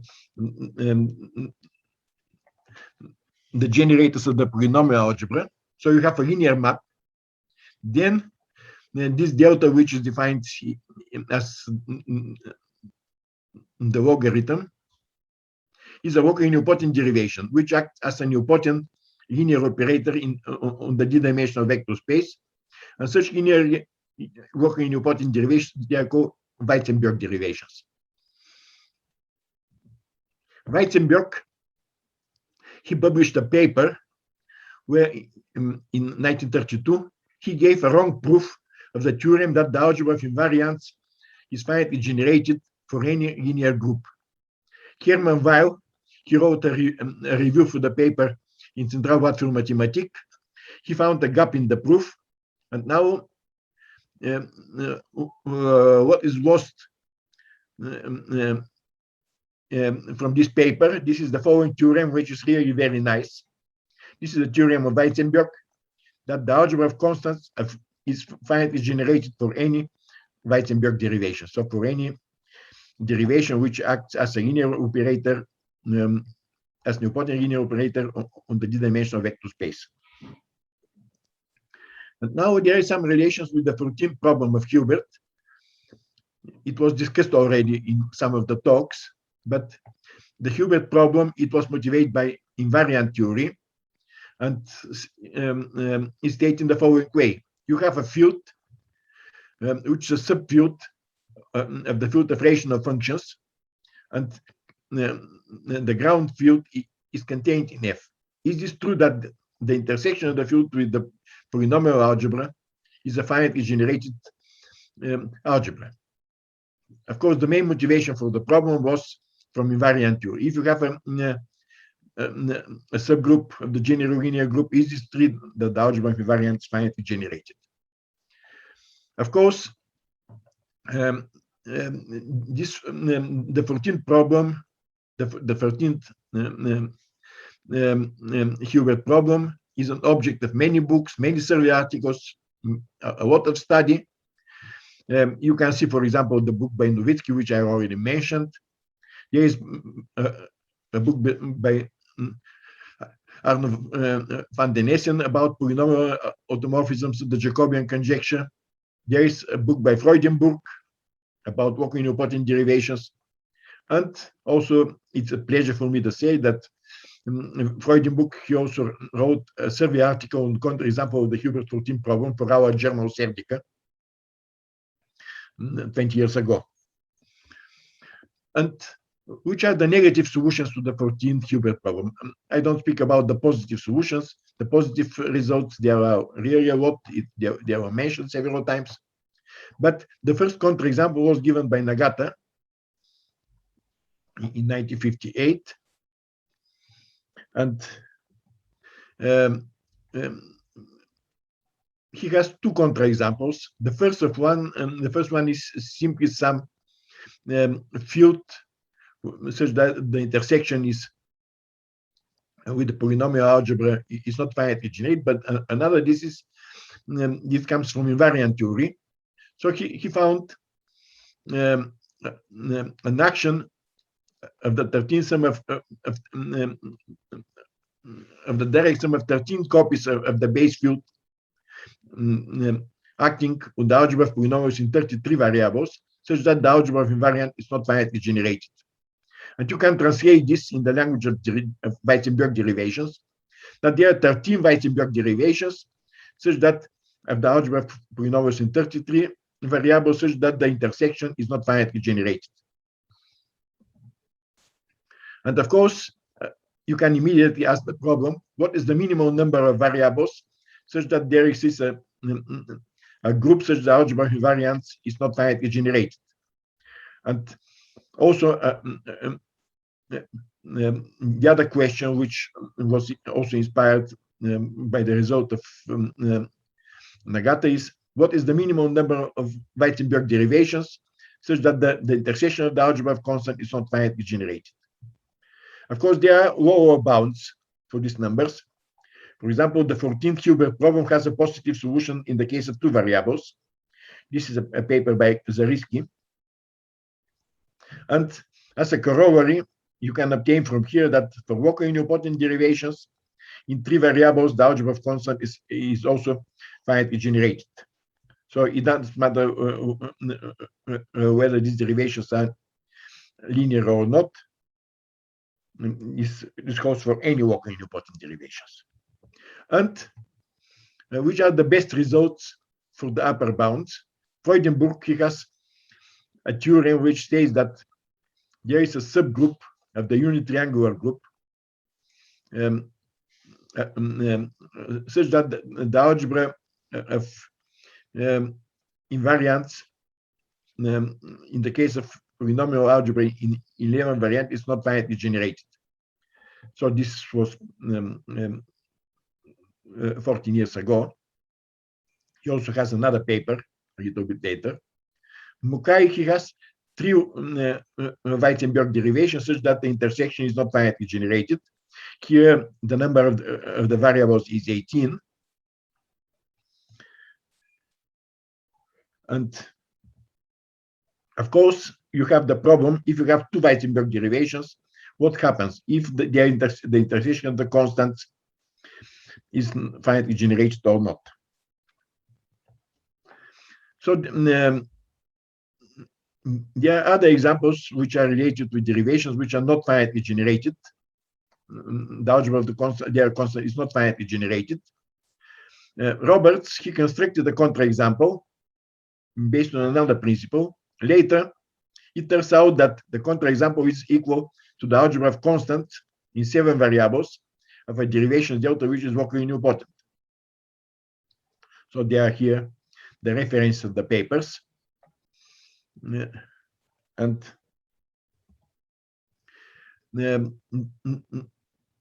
this idea was used further in several papers. The minimal counterexample is in the case of 4 variables. Okay, this theorem is only 1 hour. I should correct this today. The algebra of constants in the locally nilpotent derivation, which is written here, in the case of polynomial algebra in 5 variables, is not finitely generated. This is a Degel and Freudenberg. And of course, it's natural to ask what happens in the case of 4 variables. Is there a locally nilpotent derivation such that this algebra is not finitely generated? And also, I'll finish the discussion with a counterexample in any dimension bigger or equal to 3. So Kuroda made this 16 years ago. And the theorem is that if you have some positive integers which satisfies this inequality, and you have the field generated by these 3 functions, here you have the degrees of the elements. They depend on these variables. Then if you take the algebra of generated by these 3 rational functions and intersect with the polynomials, this algebra is not finitely generated. This is in the case of 3 variables, but this is immediately that it also works for any number of variables, bigger or equal to 3. So I'll continue a little bit with the Weizenberg derivations and the invariant theory.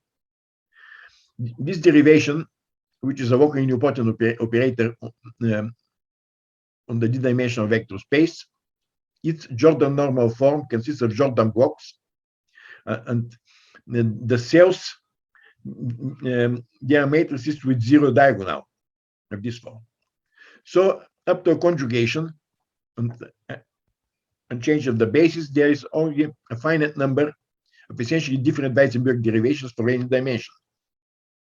And of course, you can ask, if you have a given Weizenberg derivation, find the generators, compute the Hilbert series or Poincare series. So here, the people in invariant theory, they use usually the word Poincare series, but the people in commutative algebra think that Poincare series is something else. So I prefer to say Hilbert series. And also, if you take the Jordan matrix of a Weizenberg derivation, you can map the group of unit triangle 2x2 matrices to the set of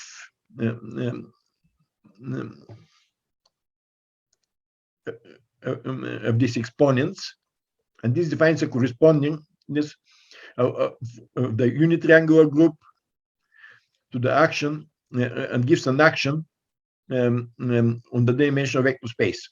And here it's known that the algebra of invariants coincides with the algebra of the constants. So here you can use this in both directions. You can apply methods to invariant theory to study the algebra of constants, and in the other direction to apply the locally nilpotent derivations to invariant theory. In some sense, there is a principle in the case of Lie groups and Lie algebras that the Lie algebras, they are simplification of the Lie groups because the problem is linearized to study there. So here you have also some linearization if you study not the group the multiplicative group of unit regular matrices, but the additive group of the base field. And Nowitzki made a conjecture that if you owe the cells of the Weissenberg derivations in 2D variables, 2 by 2 matrices, so this means that the variables with odd index, they go to 0, and with even index, they go to the corresponding increment of odd index. Then the algebra of constants is generated by the elements from the kernel, which is obviously the variables with odd indices and some determinants. By the way, this conjecture is our illustration of bad connections between invariant theory and other parts of algebra, because it can be translated almost immediately in the language of invariant theory. And now there are 9 proofs based on different methods, which confirm the Nowitzki conjecture and also have some generalization. Khoury, his first proof used Grobner basis techniques. Bedratyuk, he used invariant theory. Derksen and Panyushev, they have unpublished proofs which also use invariant theory. With Makar-Limanov, we have a proof which is really elementary. I think it can be followed by an undergraduate student. Also, there are some other proofs. Even now, I have a proof which appeared only a year ago, which uses ideas of non-commutative algebra. And you can go further. For example, if you have 3 by 3 cells, Jordan cells, Bedratyuk, he published a paper when he found the generators of this algebra. This consists of the elements which go to 0 immediately, some determinants. So here, this is everything as in the case of the algebra of the Nowitzki conjecture. And here you have determinants and some more expressions. So this result was obtained translating some results from classical invariant theory. And of course, you can see a lot of references. The book of Nowitzki, it has a chapter about Walker-Newport Weissenberg derivation. Derksen and Kemper, they have also in their book by computational invariant theory a chapter there. Dolgachov, he has also one chapter. And concerning the computational methods to compute, for example, the Hilbert series, you can see the books. And also we have a paper which is written by a big team of people. If you exclude Genov, who passed away 3 years ago, all the other people there here in the audience in the moment, where we developed some methods, purely algebraic methods to work with invariant theory, and especially with the Weissenberg derivations, and invariant theory also with some other groups. You listen here the talk by Lica Hristova about this. Also, I'm very involved here also here. But in this case, we simply use some papers by Elliott, published about 115 years ago, devoted to Diophantine equations solution in non-negative integers. And now, the relation with the automorphism group of the polynomial algebra, maybe the main problem is describe the group of the automorphisms. Here, of course, describe means many different things. For example, find generators, find defining relations, etc., etc. The structure of the group. This problem was started in the 40s for the needs of algebra and algebraic geometry. But you see, algebra, this is something which studies different objects, but very often study the objects, the main problems are the same. So there are paper by Nielsen published 100 years ago, and more 100 years ago, where he described the automorphism groups of the finitely generated free groups. So if you see what happens in the case of free groups, if you see what happens in the case of free Lie algebras, the free associative algebra, the free non-associative algebras, you have that the same problems, but the results sometimes they sound in different way. And now, which are natural candidates to be generators of the automorphism group?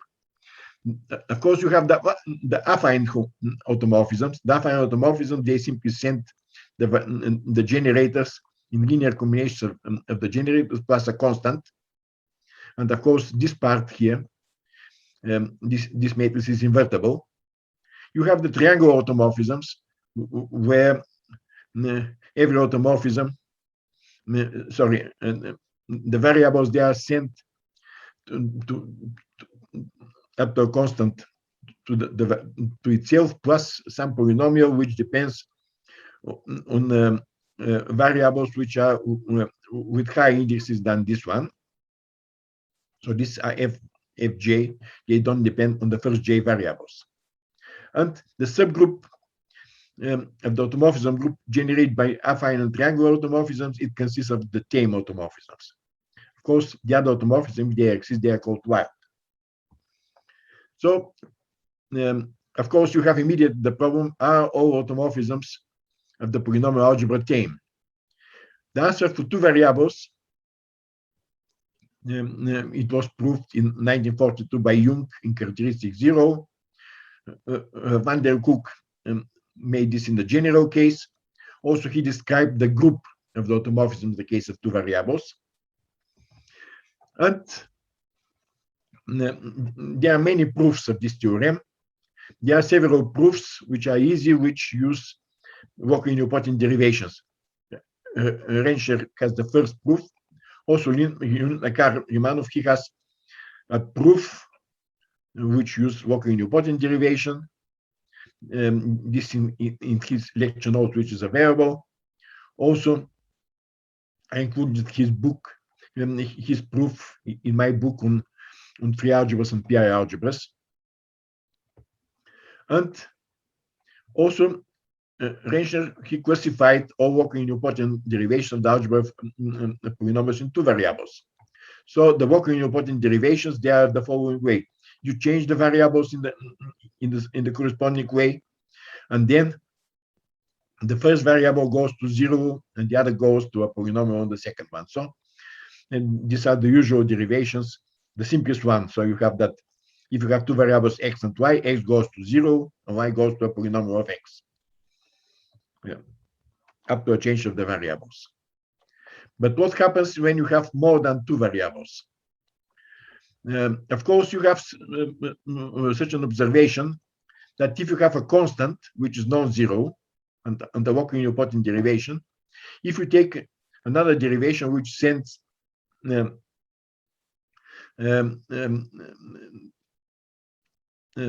polynomials to the images and the underground derivations times the constant, then you have also Walker-Newportian derivations with the same algebra of constants. And maybe the most famous automorphism, this is the Nagata automorphism. Nagata,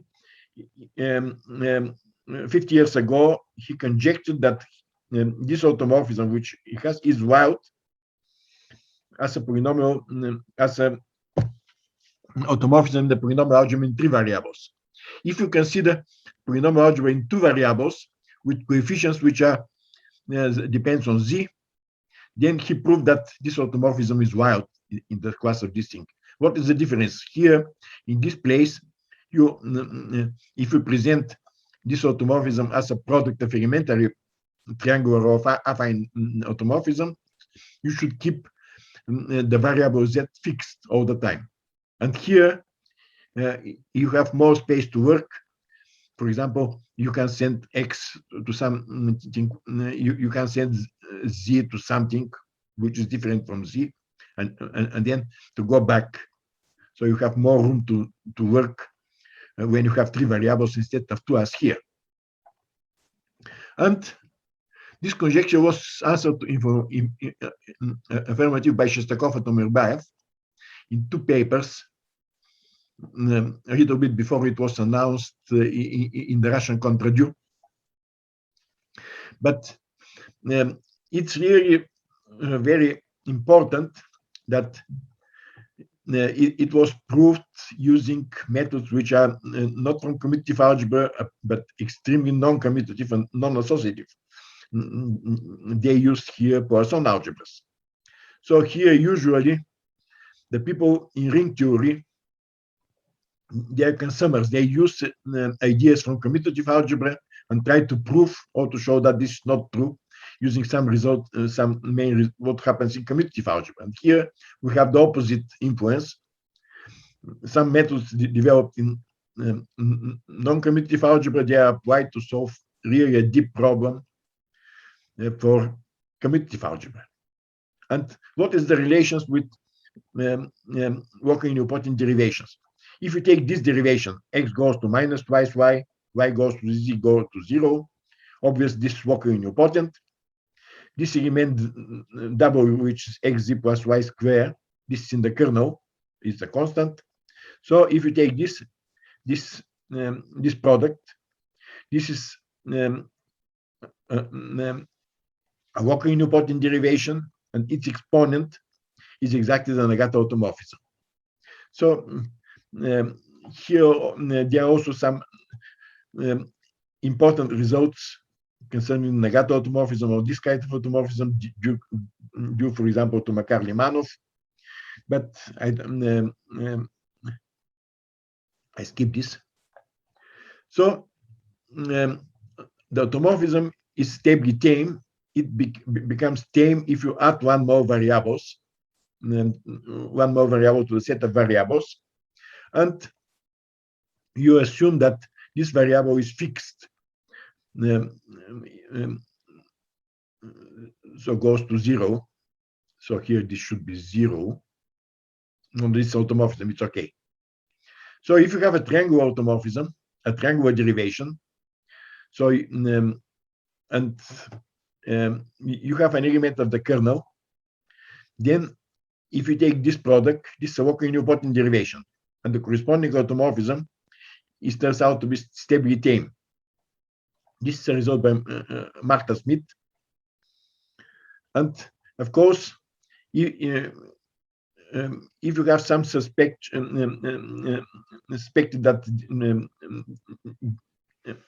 these automorphisms are wild, they became tame when you extend the variables. This means that there is no room to work in the original algebra. Here you have exactly this phenomenon. For example, you use this extra variable to work in some moment. This extra variable goes to something which depends only on the first number of variables, and the compositions of all these automorphisms send this variable back to its place. But also, if you have some stably tame automorphisms, and we cannot prove that they are wild, they are tame, you can consider this as suspect to be wild automorphisms. Of course, the existence of wild automorphisms is when you have more than 3 variables, this is an open problem. Also, if you have a positive characteristic, this is also an open problem. And here I state some theorem which was related with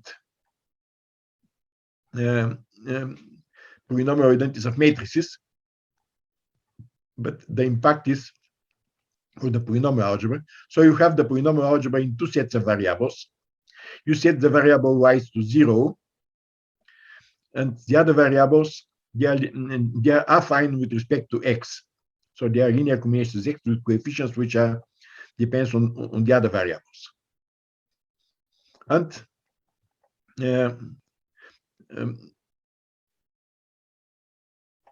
assume that this is a walking nilpotent derivation.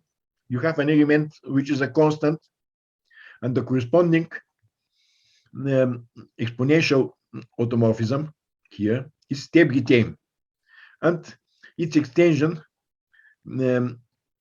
is tame when you have n variables y, and to the extent you add one more variables, and if you have only two variables, so here it should be n is here, m is here, so I should change the places here. So this is a joint work with me, with one of my students, Dimitar Stefanov and Arne van den Essen. By the way, here we had a funny story with this paper, because with my students, Dimitar Stefanov,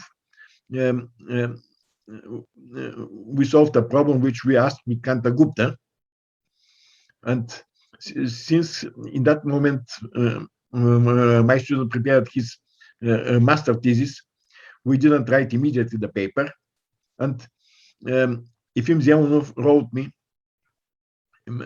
you should be asked to be a referee of a paper by Arno, which was written on a problem by Gupta, by Drensky and Gupta. I told Zemunov, you see, just now we are writing the same paper, so don't send me the paper. No, I sent it, but you sent it in an envelope without opening my envelope, because in that time he sent this a hard copy by mail. And later we wrote our paper with Dimitar Stefanov. We sent it to the same journal. In some moment, we got two positive reports, that the paper by Arno is accepted and our paper is accepted, but it should be made as one paper. And it turns out that we have one paper which is accepted twice, but it's not written. And in some moment we wrote a joint paper, and the proofs were almost the same. So this used the approach of Martha Smith about the stability automorphism and the theorem of Suslin, that if you have more matrices of size 3 and 3 and more, every matrix with determinant 1 with entries from the polynomial algebra is a product of elementary matrices. And why this thing started? So with Kantar-Gupta, we studied the automorphisms of the pure trace algebra of two generic 2x2 matrices, and we found some automorphisms there. And since this algebra is the polynomial algebra in 5 variables, these are the corresponding family of automorphisms in the polynomial algebra in 5 variables. So the question was whether these automorphisms are tame or not. And it turns out that we don't know whether they are tame or not, but we know that they are stably tame. So this is, and also there are, of course, many other walking nilpotent derivations.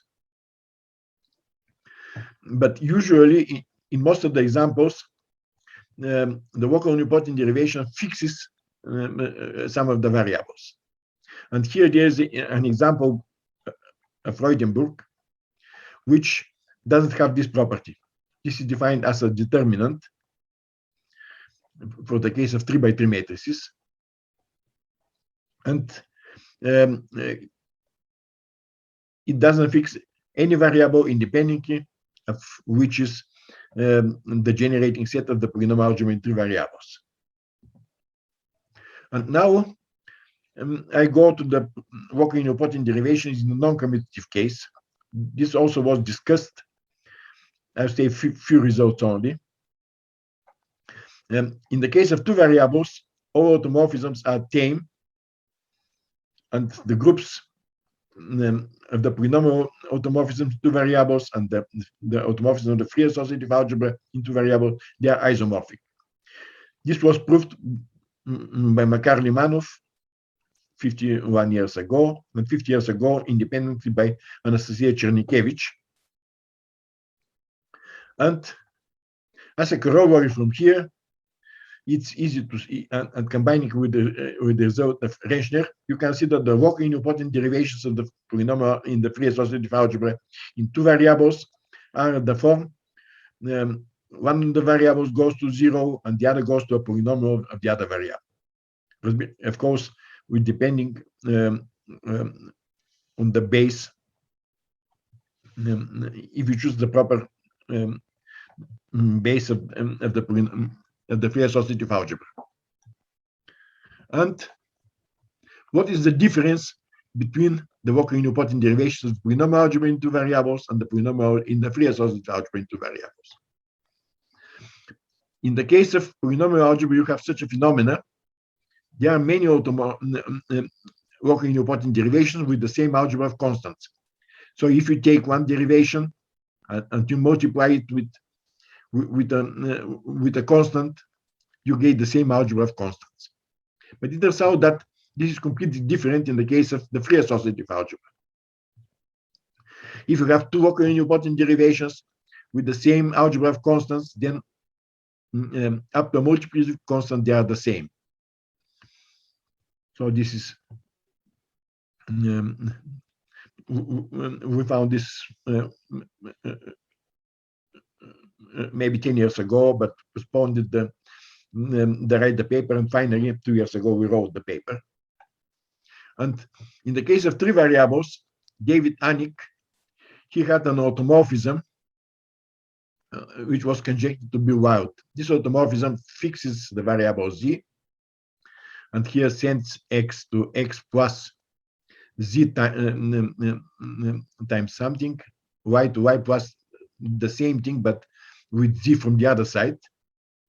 And this automorphism is of the form the exponent of working unipotent derivation. The working unipotent derivation is of this form. It's an x, y, and z to this one. And Omirbaev, he proved that the Anik automorphism is wild.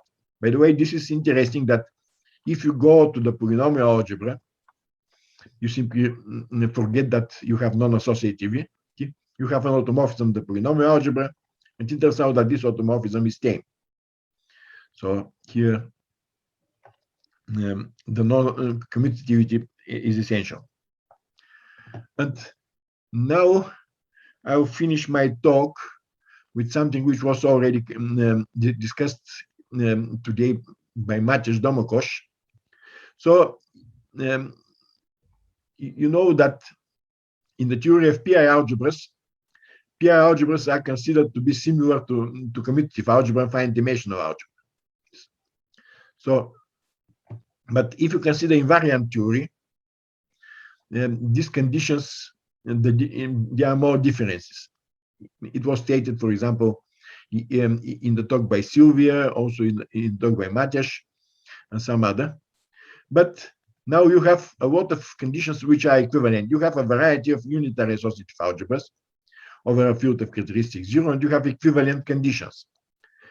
So you have a reductive group, and you have that the algebra of invariants, you can define the invariants in the same way as in the commutative case, are finitely generated for all dimensions d and all linear reductive groups. And this algebra is finitely presented. This means that the relatively free algebra is finitely presented. This means that the T ideal in d variables is finitely generated as an ordinary ideal, not as a Specht with the Specht property. It's enough to consider only the case of two variables. So you have the relatively free algebra of rank 2. If this algebra is finitely presented, then everything is okay. The variety is working unipotent, working Newtonian. Working Newtonian means that every finitely generated algebra satisfies the chain conditions for left ideals and similar for right ideals. It satisfies some angular polynomial identity. The angular polynomial identity is, as in the case of Lie algebras. It satisfies an identity of this form, which is linear in x1 and in some high degree of x2. And it starts with x1, so you have here a non-zero coefficient. Another condition is this variety doesn't contain the algebra of 2 by 2 triangular matrices. The variety satisfies a polynomial identities in two variables, which is linear in x1, something similar to this, but it's not necessary to have this one with coefficient non-zero. The variety is linear potent, which satisfies such a condition. You have that the algebras of constants of all Weissenberg derivations for all size d are not finitely generated. Of course, if it's a non-zero derivation. And it's enough to have only one derivation which is non-zero and only one dimension. Then you have that the algebraic invariance of the diagonal group, which is the one-dimensional torus, is finitely generated. That you have some other condition concerning the rational action of SL2 on the d-dimensional vector space for some explicit d. And also you have something about the commutator ideal. You have in the language of transcendence degree, so you have 14 conditions for this. These conditions, they are due to many people here. You have Latyshev, you have Lvov, you have Viktor Markov, you have Harlampovich Sapir. They wrote a very nice survey article, which is on logic, but also contains remark about this. Also, there is some of this is due to Kemer. A stronger version of result of Kemer is due to Zelmanov. Also, there is a result by Vonesen. And we had this with Matej Domokosh, one more condition. We had something with Gupta, with Kanta Gupta. And some of the last two conditions, they are due to Bidrachuk, in a joint paper with Bidrachuk, which is still in process of writing. You have also several survey articles by Formanek, by me, and Harlampovich Sapir, when you have all these things. So here, these are the references. So there are 14 papers, I think. Okay, thank you very much.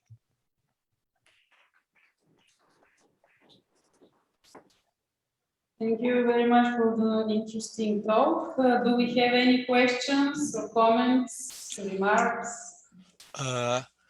Vesselin, when you have a locally nilpotent derivation in three-dimensional case on polynomial algebra in three variables, the kernel is actually polynomial ring in two variables. That's some theorem by Mianish.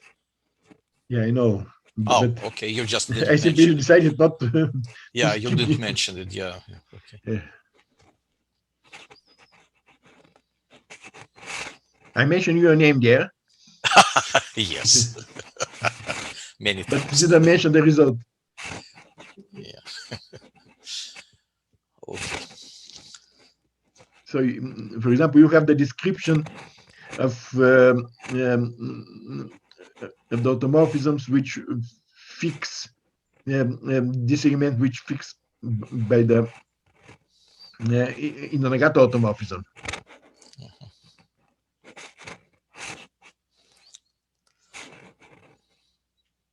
More questions or comments?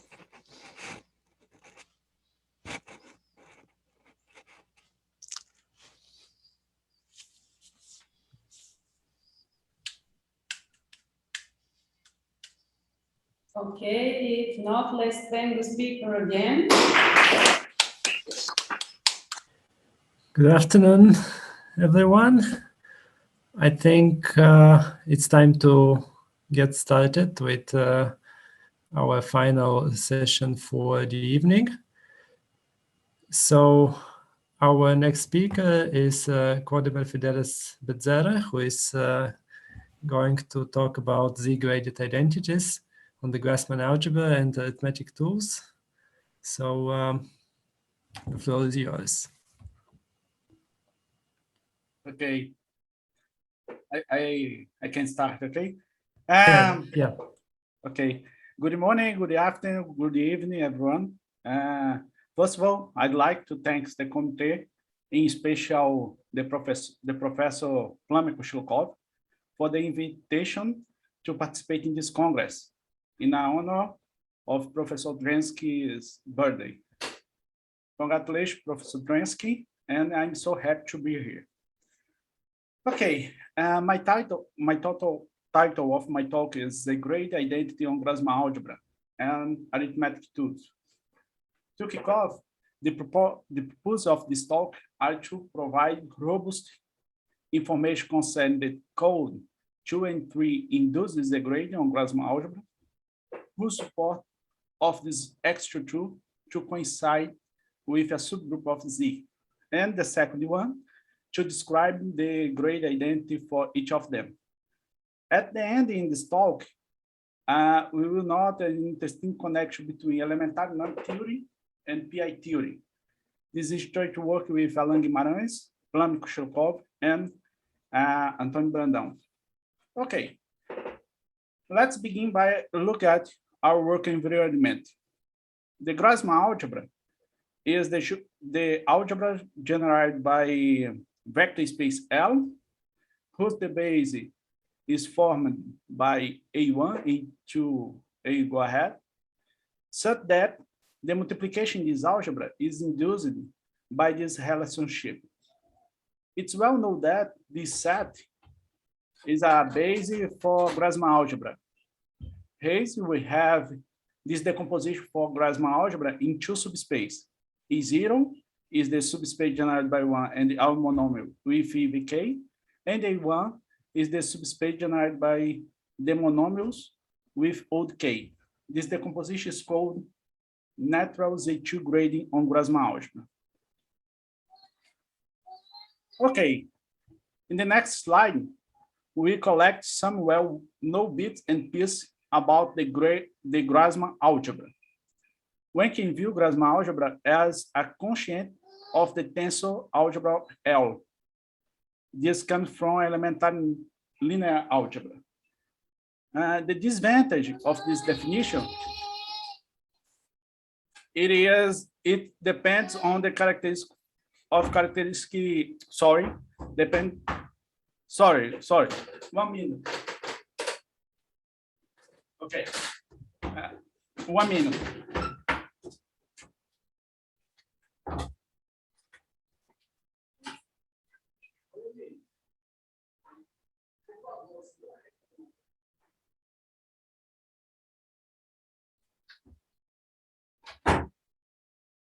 Sorry, my son, sorry. Okay, the disadvantage of this definition is dependent on the characteristic of ground field. It's well known the subspace A0 is equal to the center of the algebra, and the A1 is the anti-commuting part of Grasman algebra. The Grasman algebra is the most natural example of superalgebra. Here, superalgebra means Z2 grading on Z2 grade algebra. It's not only important for PI algebra, but it's very important in algebra in general, geometry, analysis, and physics. Okay, in this talk, we consider the group G is a abelian group. This symbol is the free associative algebra generated by this set. This algebra has a natural grading by group G, where the homogeneous component of degree G is the subspace generated by this monom, okay? So that the multiplication between J1 and 2Jn is equal G. An element in this algebra is called grade polynomial, And this element in this symbol, it's assumed that this set and tuple satisfy this, okay? Set and tuple is called an NF admissible substitution. Okay, now we will define grade identity. For this, we will also consider A J-grade associative algebra. And the grade identity, the grade polynomial identity for A is the polynomial in the free algebra that satisfies this equality, okay, for every F admissible substitution. The set format for all grade identity of A is called TG ideal of A. In particular, if J is trivial group, we will call the definition of ordinary polynomial identity. Okay. In this talk, we consider only homogeneous grading on Grasman algebra. Such grading is on whose basis of vector space L is formed just by homogeneous elements. Such grading have been studied by many authors. In the ordinary case, you can see the Grasman algebra is PI algebra. It satisfies these identities. Over an infinite field of characteristics different from two, Kraskowski and Hegel in 1973 and Latchev in 1963 obtain a basis of PIs of Grasman algebra. When the ground field is infinite, it is necessary to include one more identity in the base. See Backward and Hank in 2011. Okay, to conclude the preliminary part of my talk, we must consider the grade identity. For n prime p, the grade identity for the Grasman algebra by the group ZP were studied by DiVincenzo and Da Silva in 2019, Centron in 2011, and Fonseca in 2018. In these first three works, the author considered P equal to. For any old prime, we can mention the works done by DiVincenzo, Koshelkov, and Da Silva in 2017, and Guimarães, Dias, and myself in this year. Okay, moving on the other groups, we consider two works. Centron in 2016 described the homogeneous grading on Grasman algebra by finite abelian groups under additional conditions. And Guimarães in 2020 already investigated grading and graded identity by the additive group of the real number. This work is very interesting because the author started a study on grading by groups that may even be non-enumerable. Okay, now let's have a look at the Z grading on Grasman algebra. I'm not sure if you know this, but the idea is very similar as the two grading, but the sum run in integer numbers. First of all, I begin attribution of degree of the generators in the following way. In the first grading, denoted by AK, the generator has degree 0 if I equal 1 until K, or 1 otherwise. The second one, they change the degree. The generator have degree 1 if I is equal 1 until K, or 0 otherwise. And the last one, denoted by this, the generator has degree 0 for I even, or 1 otherwise. This provides 3 types grading by the group Z on Grasman algebra. Guimarães and Koshelkov in 2021 studied this grading and describe the basis of the grade polynomial identity of each of them. It's clean. There are more ZX22 than this last one. For example, this. But this example is not interesting for me because it is very similar. It is very similar to the previous one. So there exists a general way to construct some grading on Grasman algebra by the group Z. In this slide, we'll define the so-called R-induced disagreeing. For this, fix this symbol for natural number and this symbol for natural number union 0. For some natural number R, we get R internumber and R symbol that can be natural number or infinite symbol. In this condition, we can consider a decomposition of vector space L in this way, such that satisfy this equality, okay? What can draw your attention that your grading are homogeneous. Thereby, we split the generator of vector space L in the following way. The degree of the generator is nj if and only if this is occur. And we extend the degree of our monomial in Grasman algebra in this way.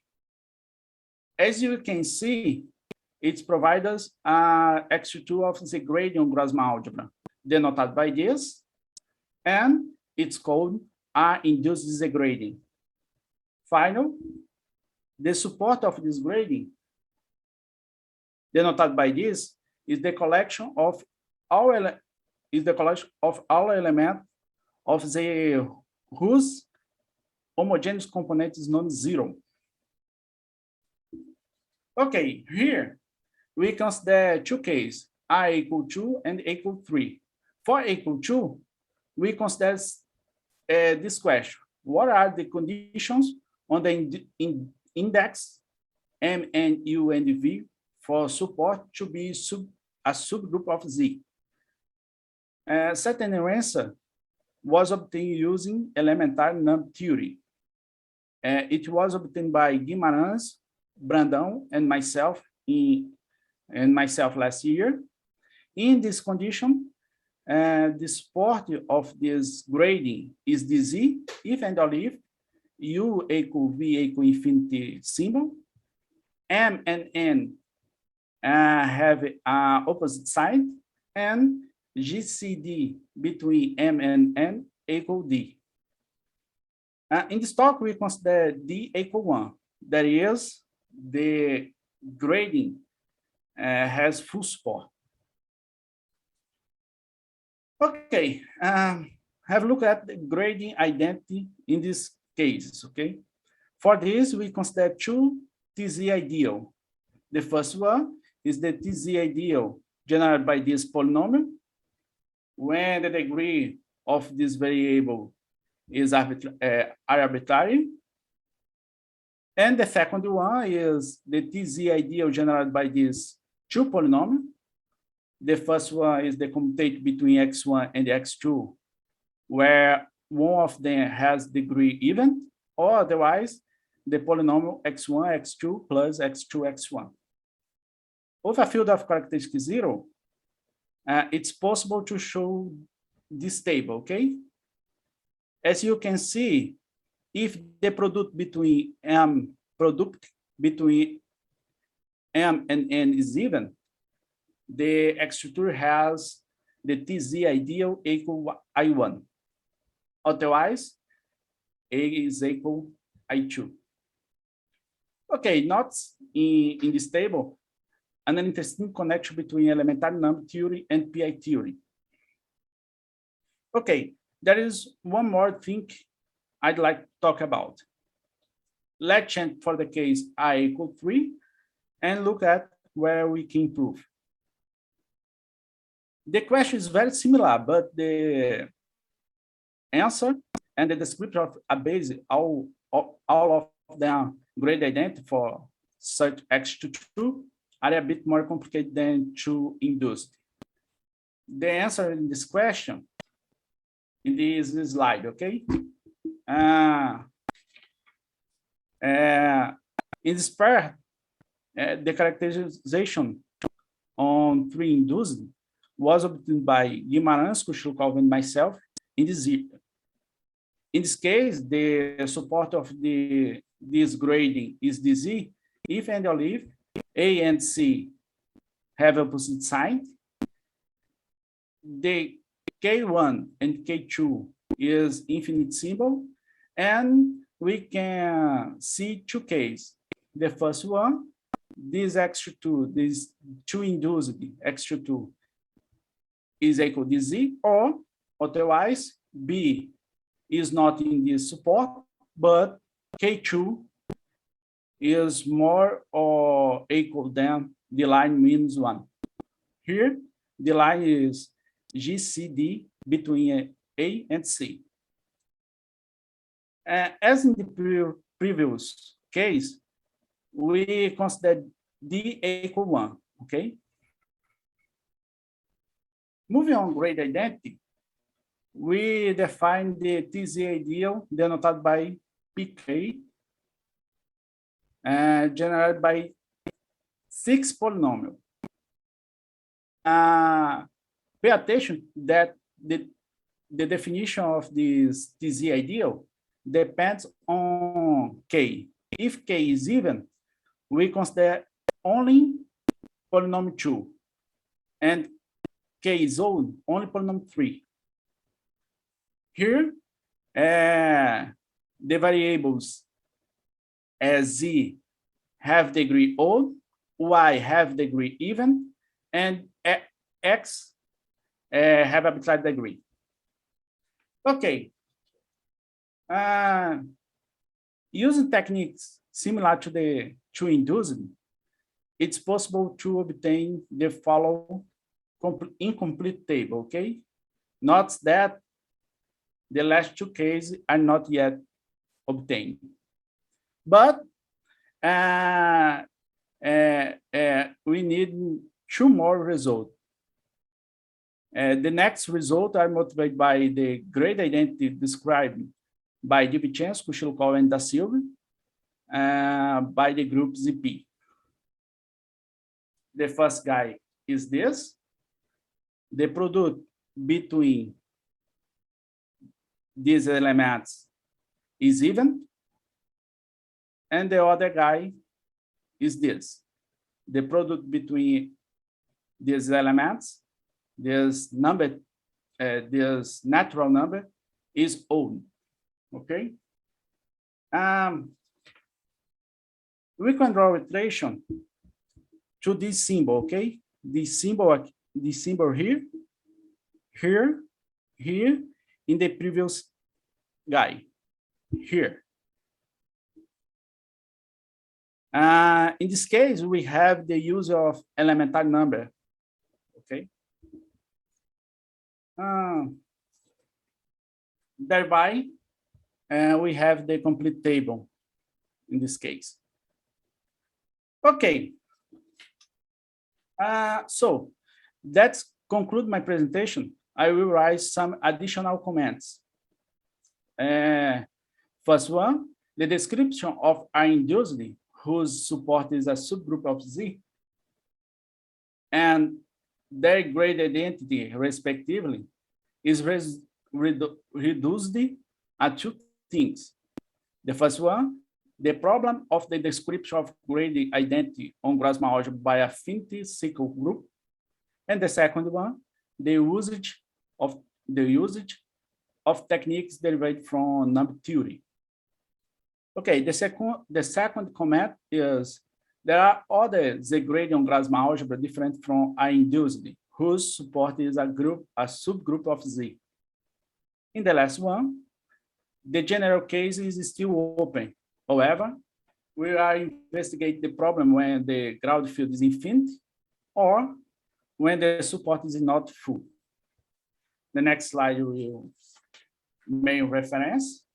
The first one, we got the description of the two induced. The second one, the three induced.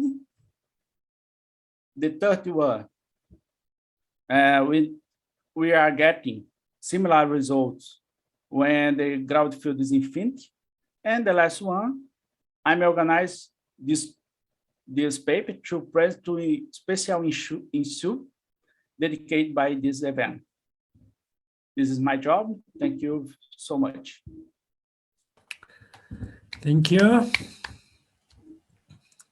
Thank you. Are there any questions, comments?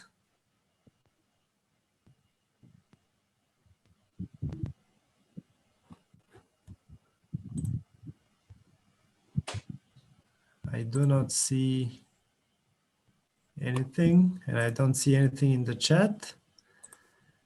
So let's thank the speaker again.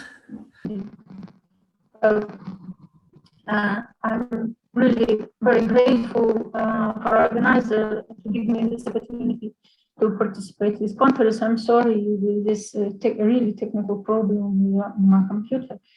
So just several words about Vesselin because I can say nothing. Vesselin was really the first famous mathematician for me, young person, 25 years ago when I participated in my first international conference, and he was really just, I mean, the first famous mathematician after my university professors, but I was really very charming of him, of his personality, and until now I just fashion of him. And he's very nice person and really perfect mathematician. And one of the particularity of him is his very wide interest in mathematics. I will speak in some probably early interest of him. I'm not sure that he is yet interested in this theme, but I know that he started just to promote this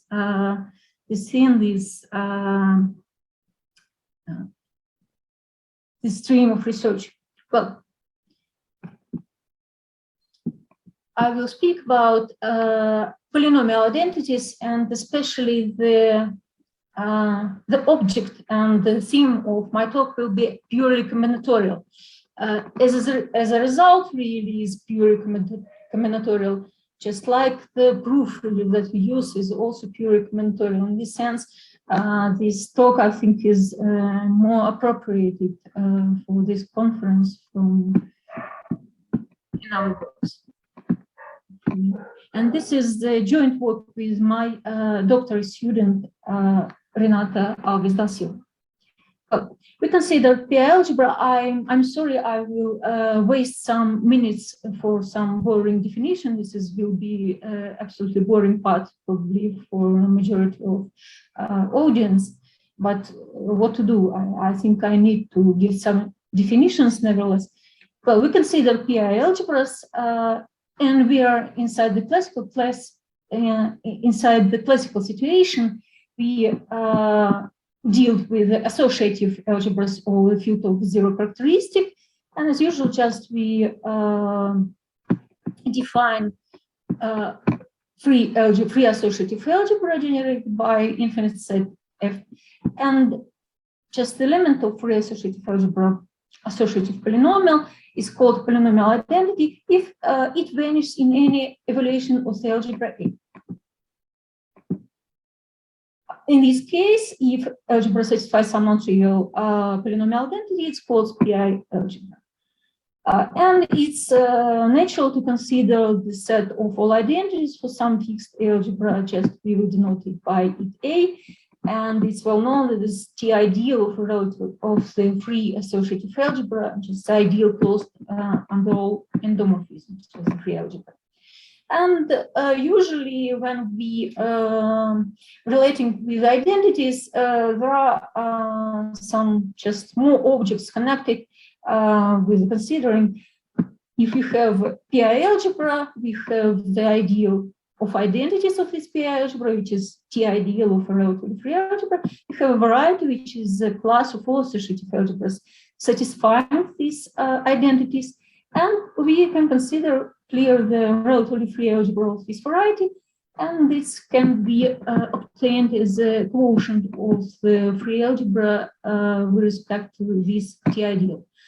And it's well known absolutely that if the field is of the zero characteristics, then identities is completely defined by multilinear identity. That's why in our case, there is a sense considered only multilinear identities of our algebra. And in this case, what is advantages? Advantages that we can apply representations of symmetric group for this case, and it's very natural. We consider multilinear polynomials of degree n, and it n will be multilinear identities of degree n of algebra A, and P on A is a cospace of this space of identities of multilinear identities. It's multilinear part of the relatively free algebra. So this must be, yeah, relatively free algebra of degree n. Well, and usually when we have some n object here, the variables we can act by permutations on them, and here action is natural. It permutes variables of our multilinear polynomial, and this action naturally induced the structure of left SN representations on these two spaces, on the spaces of multilinear identities and on spaces of on the multilinear part of relative free algebra.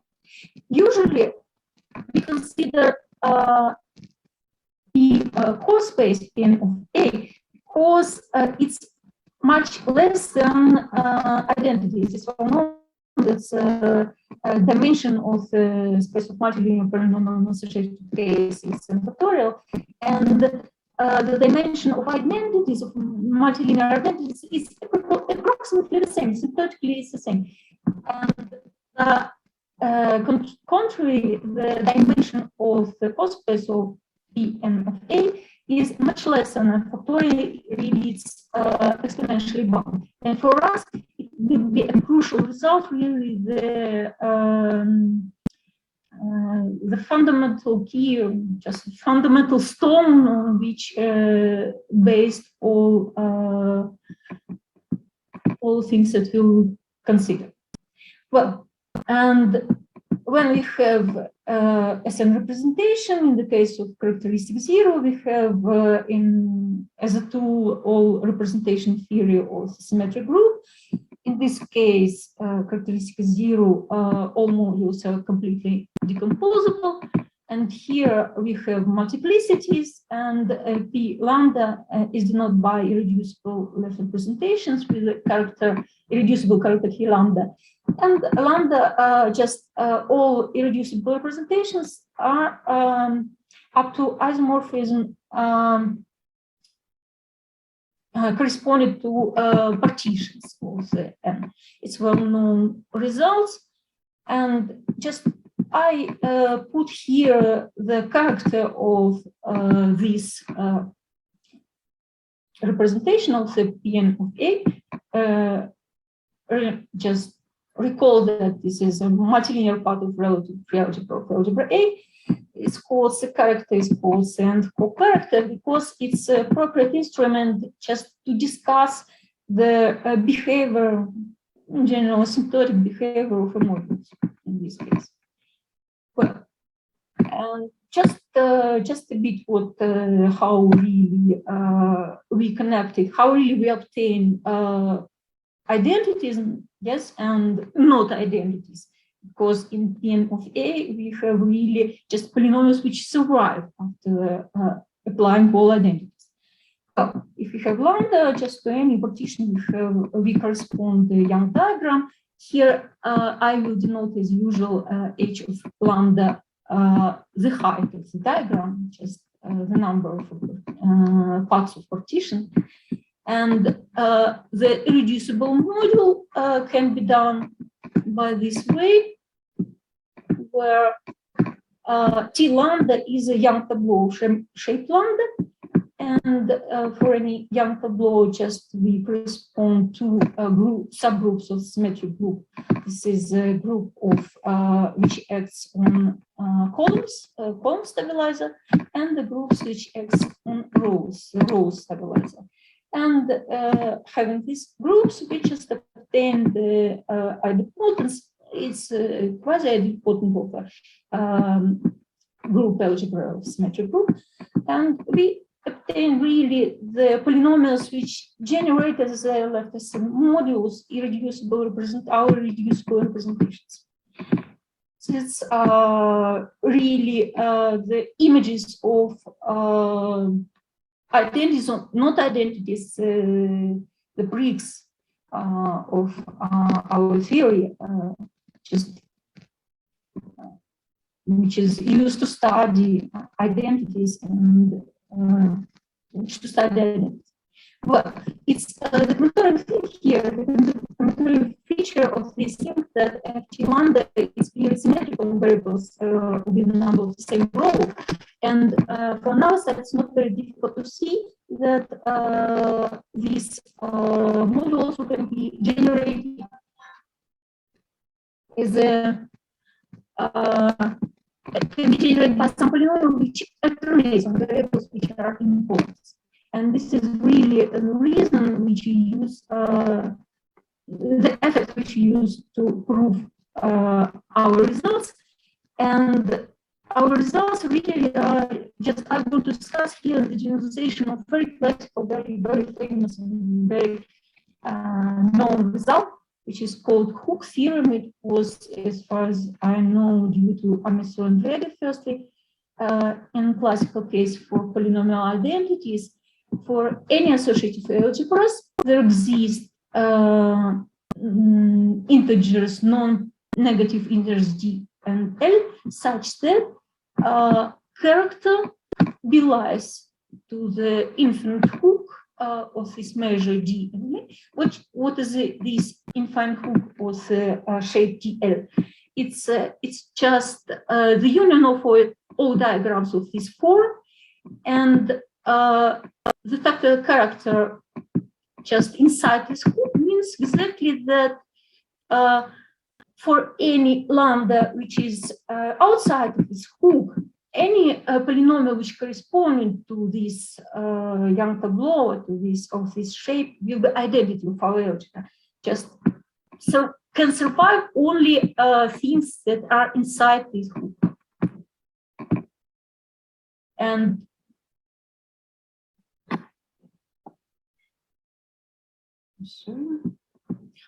as a consequence,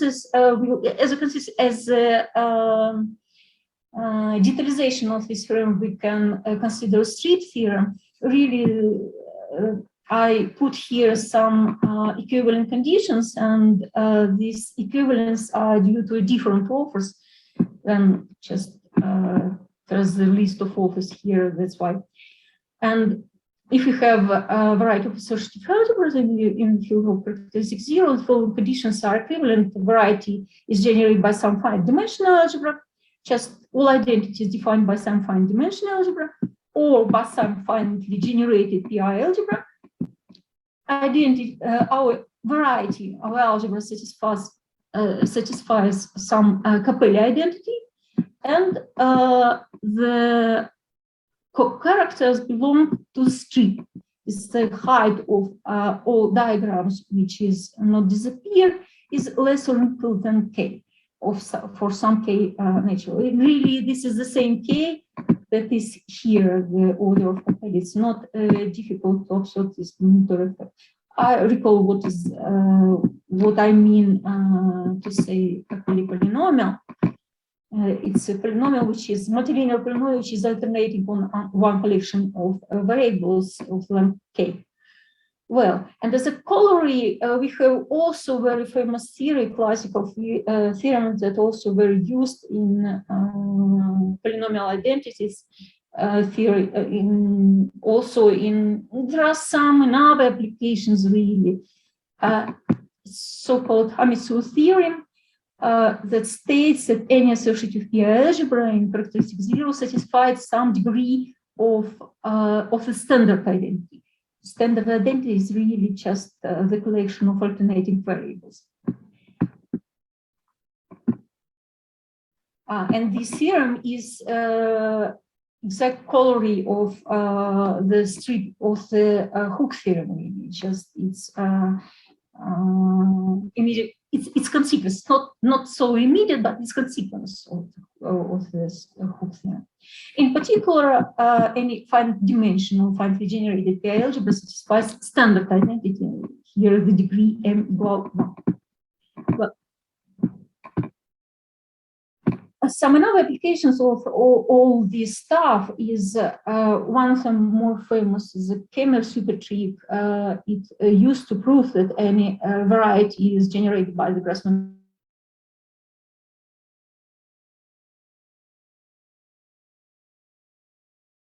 Principal idea of this trick, how we obtain really and where from we obtain the Grasman envelope of finitely generated PI algebra, how we restrict the number of generators of relatively free algebra of our variety. It's exactly due to the form of the Hooke. It's exactly because we have the Hooke theorem. Really, the Hooke theorem also used in other theorems of Kemmer's, just in representability field, but I won't touch this theme here.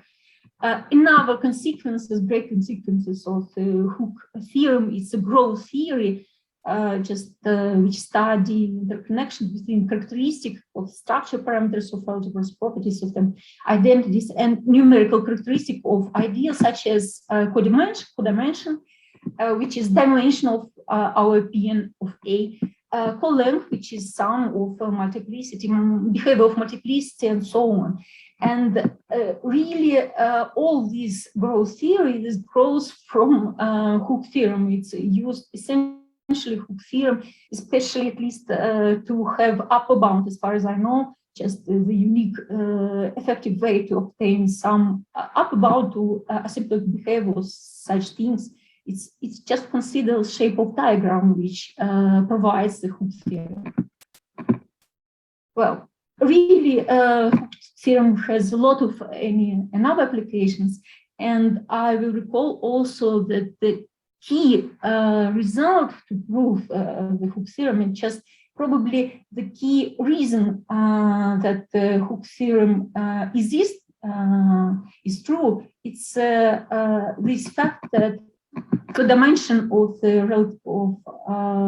relatively free codimension of the PI algebra are exponentially bounded. It's a famous Regge theorem, and it's also really the combinatorial fact because this evaluation appears because if algebra A satisfies some multilinear identity of degree D, then this identity provides some type of slight commutativity, which permit to bound to restrict the number of monomials which participate on the base of this space.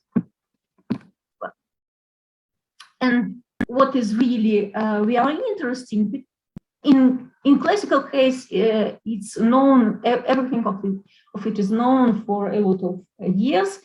And what is really very interesting, what happens when we add some additional structures to our PI algebra. And some type of additional structures which are very popular, not only for in PI theory, but in general in mathematics, not only in algebra, but it's just grading. I consider it's clear we can consider grading by semigroups and now some type gradings, but I consider grading by group. Just we can consider group graded algebra. We can consider an algebra with the action of the Hopf algebra with some restriction without that.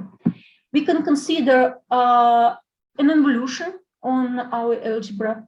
which is anti-automorphism of the second order.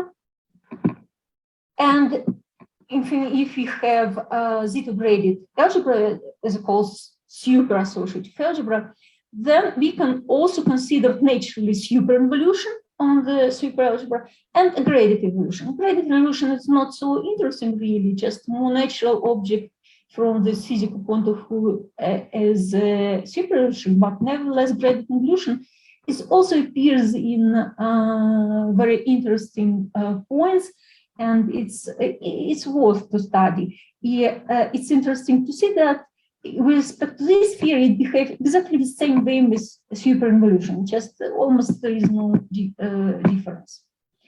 Well, we can consider identities, we can define identities and all these things by two different ways.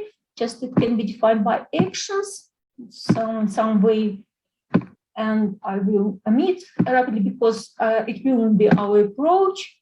And we have another approach, and really our action of our additional structure is really defined as an action of some group, some subgroup of the group of invertible linear operators of our algebra.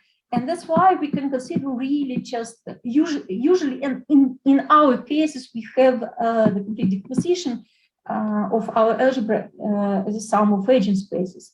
And we can consider this structure to define really the notion of identities and to define, I think, the structure which is combinatorially much more convenient than when we have the action. Well, what we do in this case, we really just divide the set of variables, the generators of our free algebra, by disjoint set. For graded, for the grading, it's just the graded variables. For involution, it's symmetric and skew-symmetric variables, and for superinvolution and graded involution, it's symmetric, skew-symmetric, odd, and even variables. And what is the identities in this case, graded or star graded identities? It's just we consider a polynomial of free associative algebra and its identity, graded star identity of our type. For our algebra, if it vanishes in any evaluation which respects the type of our variables, and this must be respected. Well, in graded case, in this case, we reduce to study to the multilinear polynomials of degree NE on any type of variables. In the case of graded identities case, just the order of the group. Involutional super identities K well is equal to 2, and in the case superinvolution, graded involution, we have 4 types of variables. And in this case, we just define what is the multilinear identities, what is the cospace, what is the corresponding relatively multilinear part of relatively free algebra. And in this case, it's very nicely just we have that both of these objects, they have a natural structure of the left FSN model of the direct product of corresponding symmetric groups. They act independently by permuting corresponding type of variables. It's very natural action and very natural structure. And we can consider character, and as we inside the zero characteristic field, we have the same situation as for classical case. We have completely decomposable character. Here, the irreducible character is corresponds to multi-partition, K-tuple partitions. And we can define multi-hook corresponding just any hook to any type of identities, to any partition.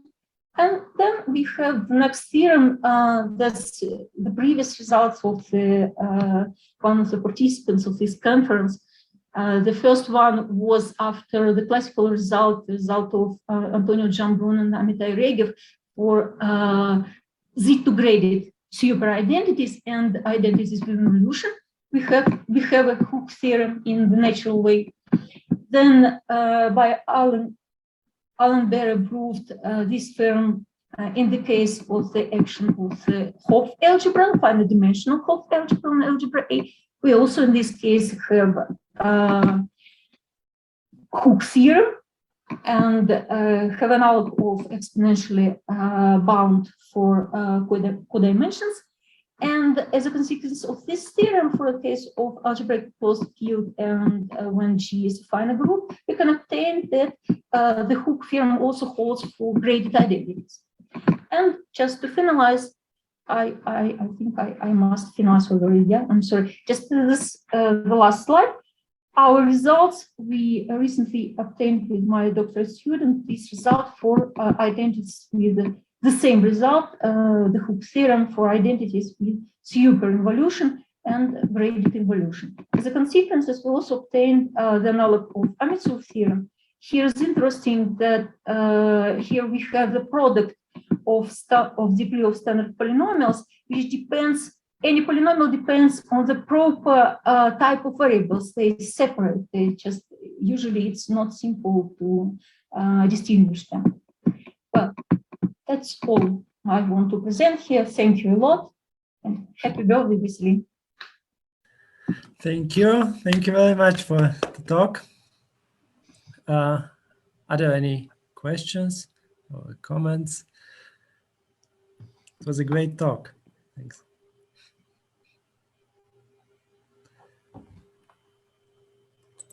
Okay. I guess I have a question. Yep, please. You talked about using the standard identity for hooks. So in Amitsur-Regev, they have these polynomials called Amitsur-Regev polynomials, I guess, to determine. Yeah. Do you do such a thing also? Yeah, it's really, you see, this is one of the interconnections that many others just I mentioned as some consequence, but really it's not consequence, it's some equivalent statement really. And I'm sure that, it's combinatorial fact probably, but usually it's not so trivial to prove, but it must be true that all these algebras, all these varieties satisfy some type of theorem. They must have some type of Amitsur polynomial, Amitsur identity, and it must be reasonable. It must be looks like in a natural way, I think. But it's usually it's not simple to prove, especially if you have no classification theorems. And combinatorics there, because when you have a Hooke and these Amitsur polynomials, they just, I worked with him, but for some special varieties, for example, for prime varieties, and just it's interesting. It has really great combinatorics, and the one polynomial that exactly kill all box or just rectangle, and but it's not simple just to work with him to prove that algebra satisfy such type of identity. But it must be true, and probably it can be done using the Hooke theorems. I think it's possible just to do, but it's not immediate. It's clear that it's connected, but the combinatorics there, it's in general case is not trivial. Thank you. Any other questions or comments?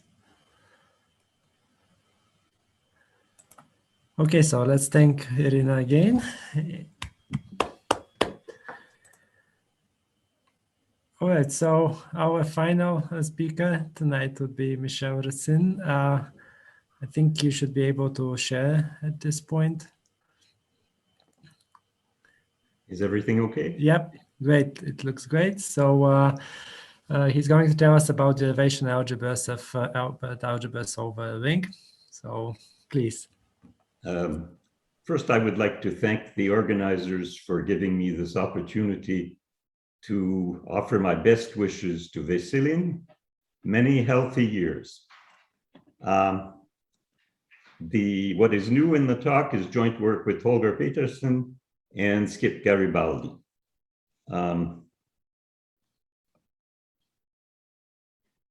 Let me start with a bit of history. Jordan algebras were introduced by a German mathematician, Pascual Jordan, who was an assistant of Hilbert when Hilbert was interested in mathematical physics. And observables in quantum mechanics were self-adjoint operators on the Hilbert space, and Jordan was trying to axiomatize this. And so he gave the following axioms over a field of characteristic not to. So you have a unital algebra, an element 1, which acts as a unit. The algebra is commutative, and you have a third axiom, which to me was never particularly informative. More interesting are the examples. If you have an associative algebra and you want a commutative product, well, you take the average of the two ways you can multiply two elements, and you get a linear Jordan algebra, which we denote A+. If A has an involution, then the symmetric elements are a Jordan subalgebra of A+. And a third example, when you have a vector space with a quadratic form, and you take its Clifford algebra, then of course you have a Jordan algebra CVQ+. And it's easy to check that the beginning of the decomposition of the Clifford algebra, namely the field times 1 direct sum the vector space, is actually a linear Jordan subalgebra of CVQ+. Now, Jordan subalgebras of an associative algebra, the plus algebra of an associative algebra, is said to be special, and otherwise J would be said to be exceptional. The first real result in the field is a theorem of Jordan, von Neumann, and Wigner. If you take a finite dimensional linear algebra, which is formally real, all this over the reals. By formally real, I mean that if you have a sum of squares which is equal to 0, it must be the trivial sum of, 0 squared plus 0 squared and so on. And this is true if and only if J is isomorphic to one of the followings. JVQ for Q in an isotropic quadratic form on a finite dimensional vector space V. The symmetric elements of Dn, where D is a composition division algebra over the reals, and these are exactly the reals, the complexes, or the Hamiltonian quaternions. Composition algebras have an involution, a distinguished involution bar, such that the symmetric elements are exactly the field times the unit element. And here star is just the bar transpose involution. And finally, a third algebra, the symmetric elements of C, where C is the Graves-Cayley division octonion algebra. Now, Jordan, von Neumann, and Wigner asked Albert, is this last algebra, is it really Jordan? I mean, it came up in the classification, but they couldn't show it was Jordan. And is it exceptional? And Albert answered yes to both questions. And Albert's paper was published immediately after the paper by Jordan, von Neumann, and Wigner in the Annals in 1934. Now, Vesselin told us about derivations, and so it's, for me, an endomorphism of J, which satisfied the Leibniz rule. And Schwelle and Schaefer proved that if F is algebraically closed of characteristic 0 and J is the symmetric elements of 3 by 3 octonionic matrices, here, because the field is algebraically closed, C must be split. Then the derivation algebra is a simple Lie algebra of type F4. Now, we would like to do the same thing over a ring, but what if the base ring doesn't contain a half? In the second half of the 60s and the beginning of the 70s, McCrimmon laid the foundation for what I will call Jordan algebras, but strictly speaking, I probably should call them quadratic Jordan algebras. So if we've got a unital commutative associative ring and a K-module J with a quadratic map U, which sends J into the endomorphisms over K, and the distinguished element, all my algebras will be unital except Lie algebras, of course. If we linearize this U and note that at the end here, I have two ways of expressing it. The V will come in handy. Then JVU is a unital Jordan algebra if for all X and Y's these three axioms hold. U of the identity is the identity map. The second axiom is the so-called fundamental formula. And the third axiom, again, is not informative unless you start working with this. And this should hold for all scalar extensions. Now, examples. The first is if you do have the half, then you can show that any linear Jordan algebra can be given a Jordan algebra structure and conversely. So these Jordan algebras do not give you anything new. I mean, they coincide when the half is in the base ring. If you have an associative algebra, then UAB, defined to be ABA, endows A with a Jordan algebra structure, which I'll again denote A+. And in that case, the VABC is just ABC plus CBA.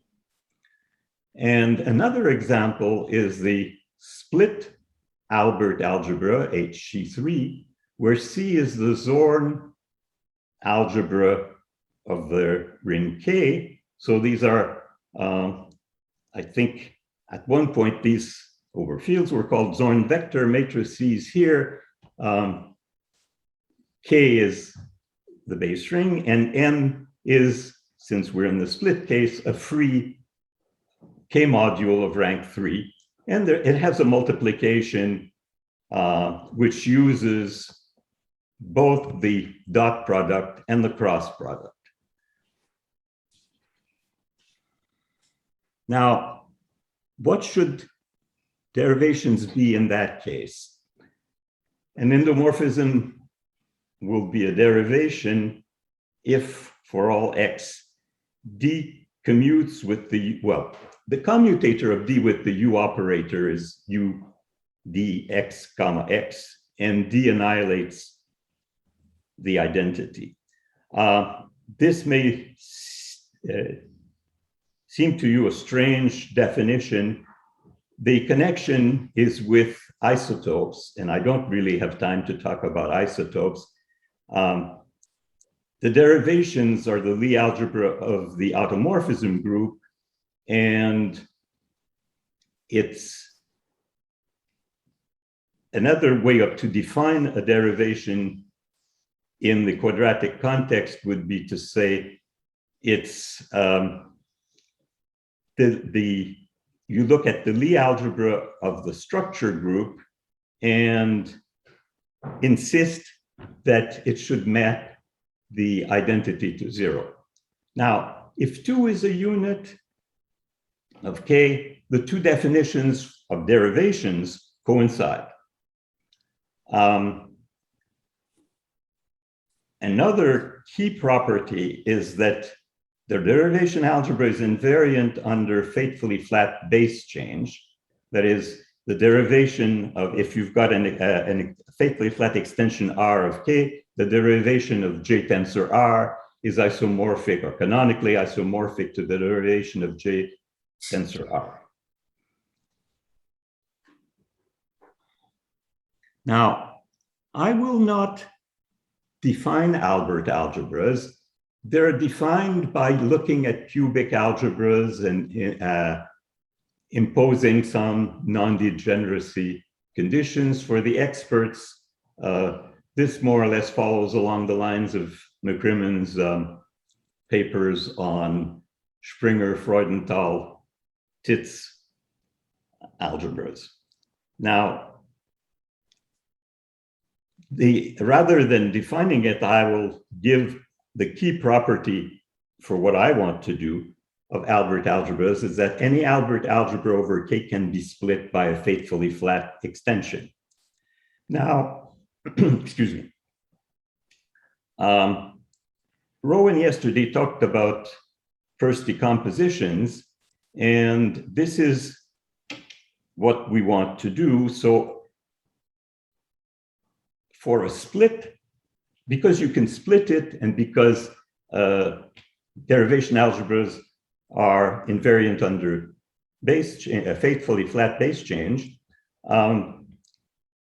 we look at such matrices, and the first decomposition in this case coincides with this decomposition of J, where you've got the base ring times the three diagonal idempotents. So you've got rank 1 modules, and then you've got the off-diagonal elements. And I've chosen to write the indices J12, J23, and J31, but there is nothing wrong with writing J21 and 32 and 13. And so I will write that in general for distinct i's and j's, Jij is just Cij, where C is in the composition algebra C. So here the split composition algebra C.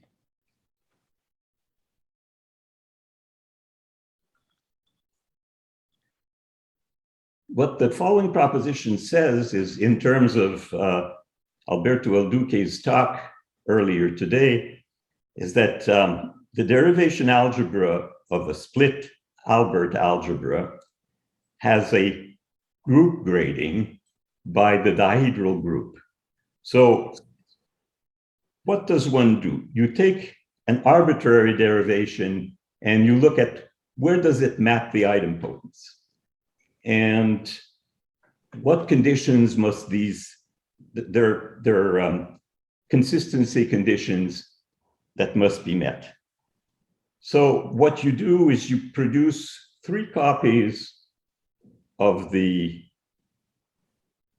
composition algebra, which give you J1, J2, and J3, and subtracting that part, you're left with a derivation that annihilates the idempotents.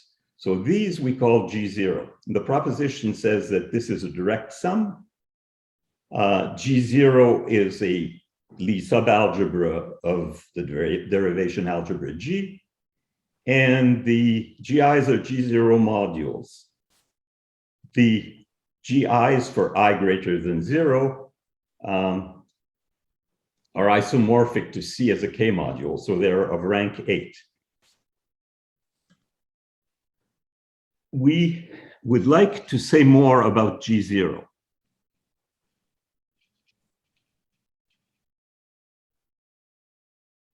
So for a derivation in G0 and any pair ij and the third index L such that ijL is equal as a set to 1, 2, 3, there exists a unique dij, which is an element of the orthogonal Lie algebra of the norm of C, such that the action of D on Aij, I probably should have said that since D annihilates the idempotence, it fixes the off-diagonal first spaces, that this is given by dij of A square bracket ij. Now, these dij's satisfy dji is equal to dij bar. In other words, you act on dij on an element in the ij, and then you bar. This is just to allow us to use ij and ji, whatever suits us.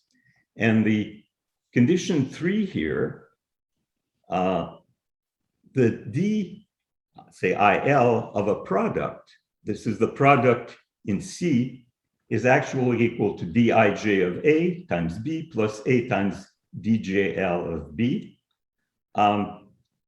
This is usually called local triality.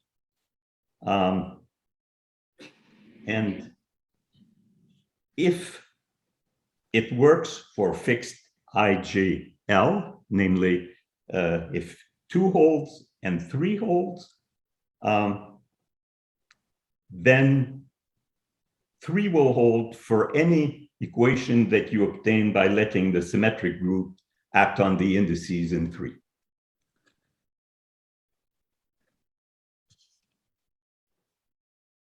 So what we have now is a map which maps G0 to the orthogonal Lie algebra of the norm form.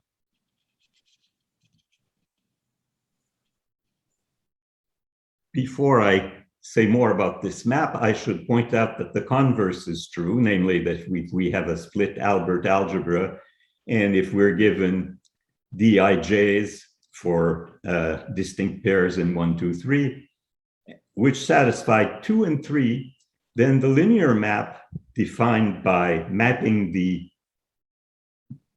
diagonal idempotence to 0 and acting on elements of the form aij by dij is a derivation of j contained in G0. In other words, the 2 properties, 2 and 3, are enough to guarantee, with, of course, the fact that the EIJs are annihilated, that this is a derivation. Now,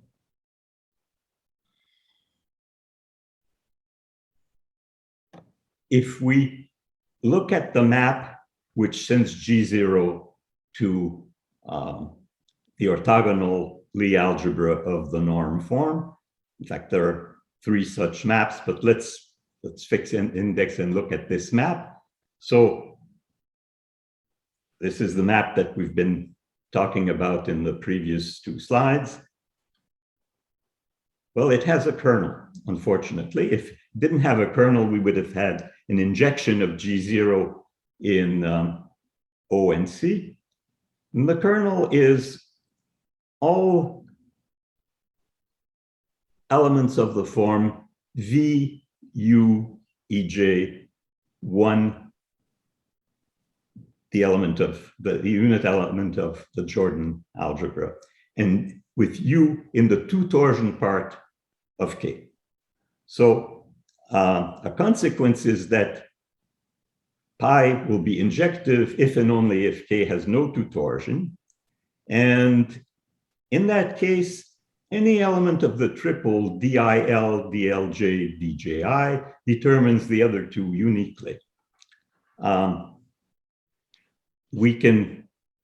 this, we can easily get the following corollary, that for any octonian algebra over K without 2 torsion, then if we're given an element of the Lie algebra of the norm form, there exists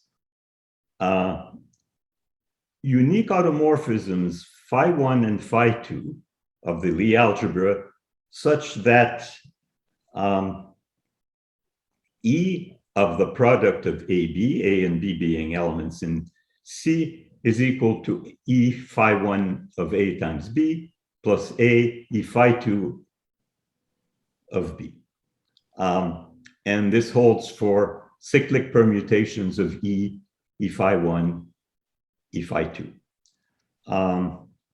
Let me say that if you are interested in what happens when there is two torsion, or in particular in characteristic 2, Alberto El Duque has a paper on triality about 20 years ago, where he does an excellent job with characteristic 2. Now, if 2 is a unit, not only is there no two torsions so that pi j is injective, but it is also surjective and therefore bijective. So if 2 is a unit, then we have an isomorphism between G0 and the orthogonal Lie algebra of NC. This needs not be true even if K has no two torsion. For example, it's not true for the integers. And if there is no two torsion, you can use what has gone on before to show that J is a Lie algebra of rank 52.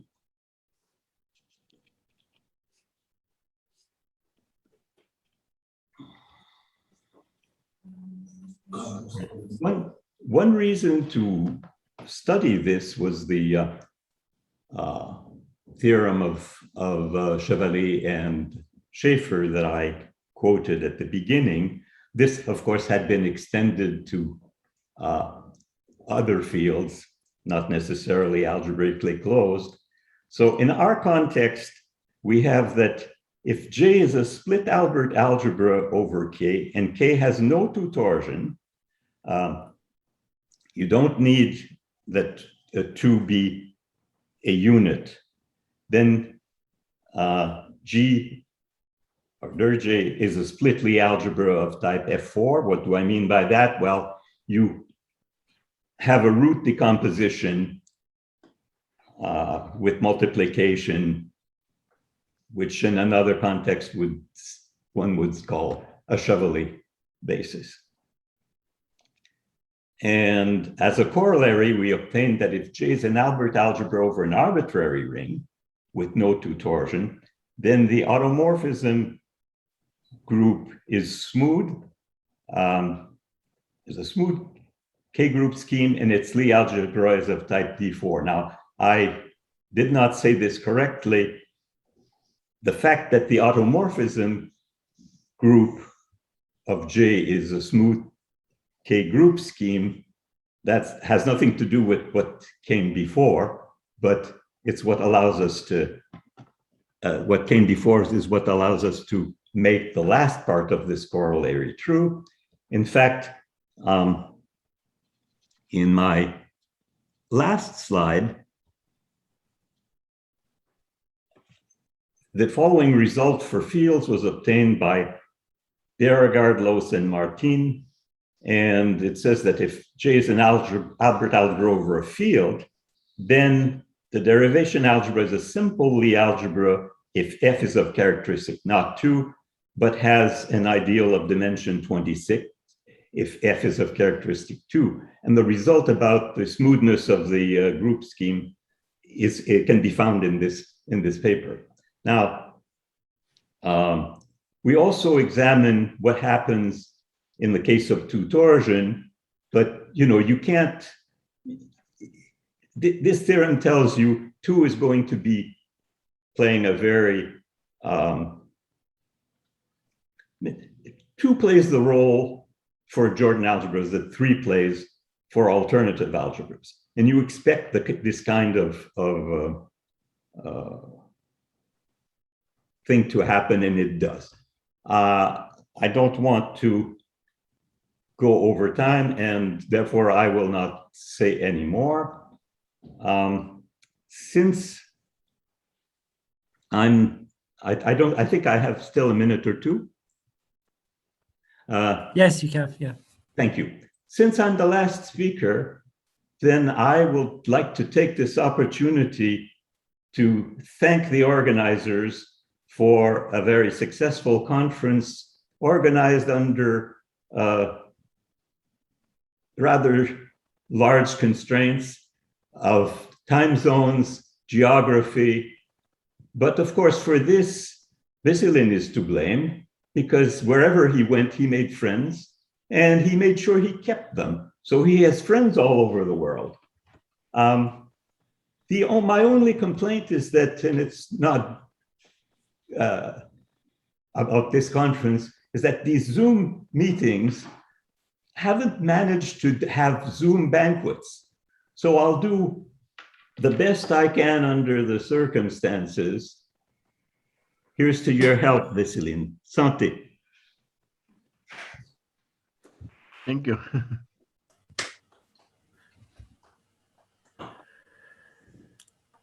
Thank you. Thank you very much. I think we all are extremely grateful to the organizers, to Pavel Koshukov and Ivan Chipchakov and Eliza for setting up the event. Are there any questions for the talk? Yes, I would like to ask a very short question concerning this map pi j. Yes. Michel, good to Yes. see you, by the way. You said if you're working with the integers, pi j is not surjective. Yes. Do you know what the image is? Is this a difficult? No, I should, let me say something for specialists. You see, if 2 is a unit, there are derivations which are especially nice. They're called standard derivations, and their span is an ideal in the Lie algebra of derivations. And if 2 is a unit, then one can show that the derivation algebra is the same as the standard derivation algebra. And the difference between the case where it's not a unit is that you do get the same root spaces. It's in the Cartan's subalgebra that something is missing. Not much, but just a little bit. Okay. We can talk about it some more, Olga. Okay, very good. Thank you very much. That answers your question. I mean, it is not Absolutely true that all derivations are in the standard derivation algebra. That's the true answer. Okay, thank you. Thank you.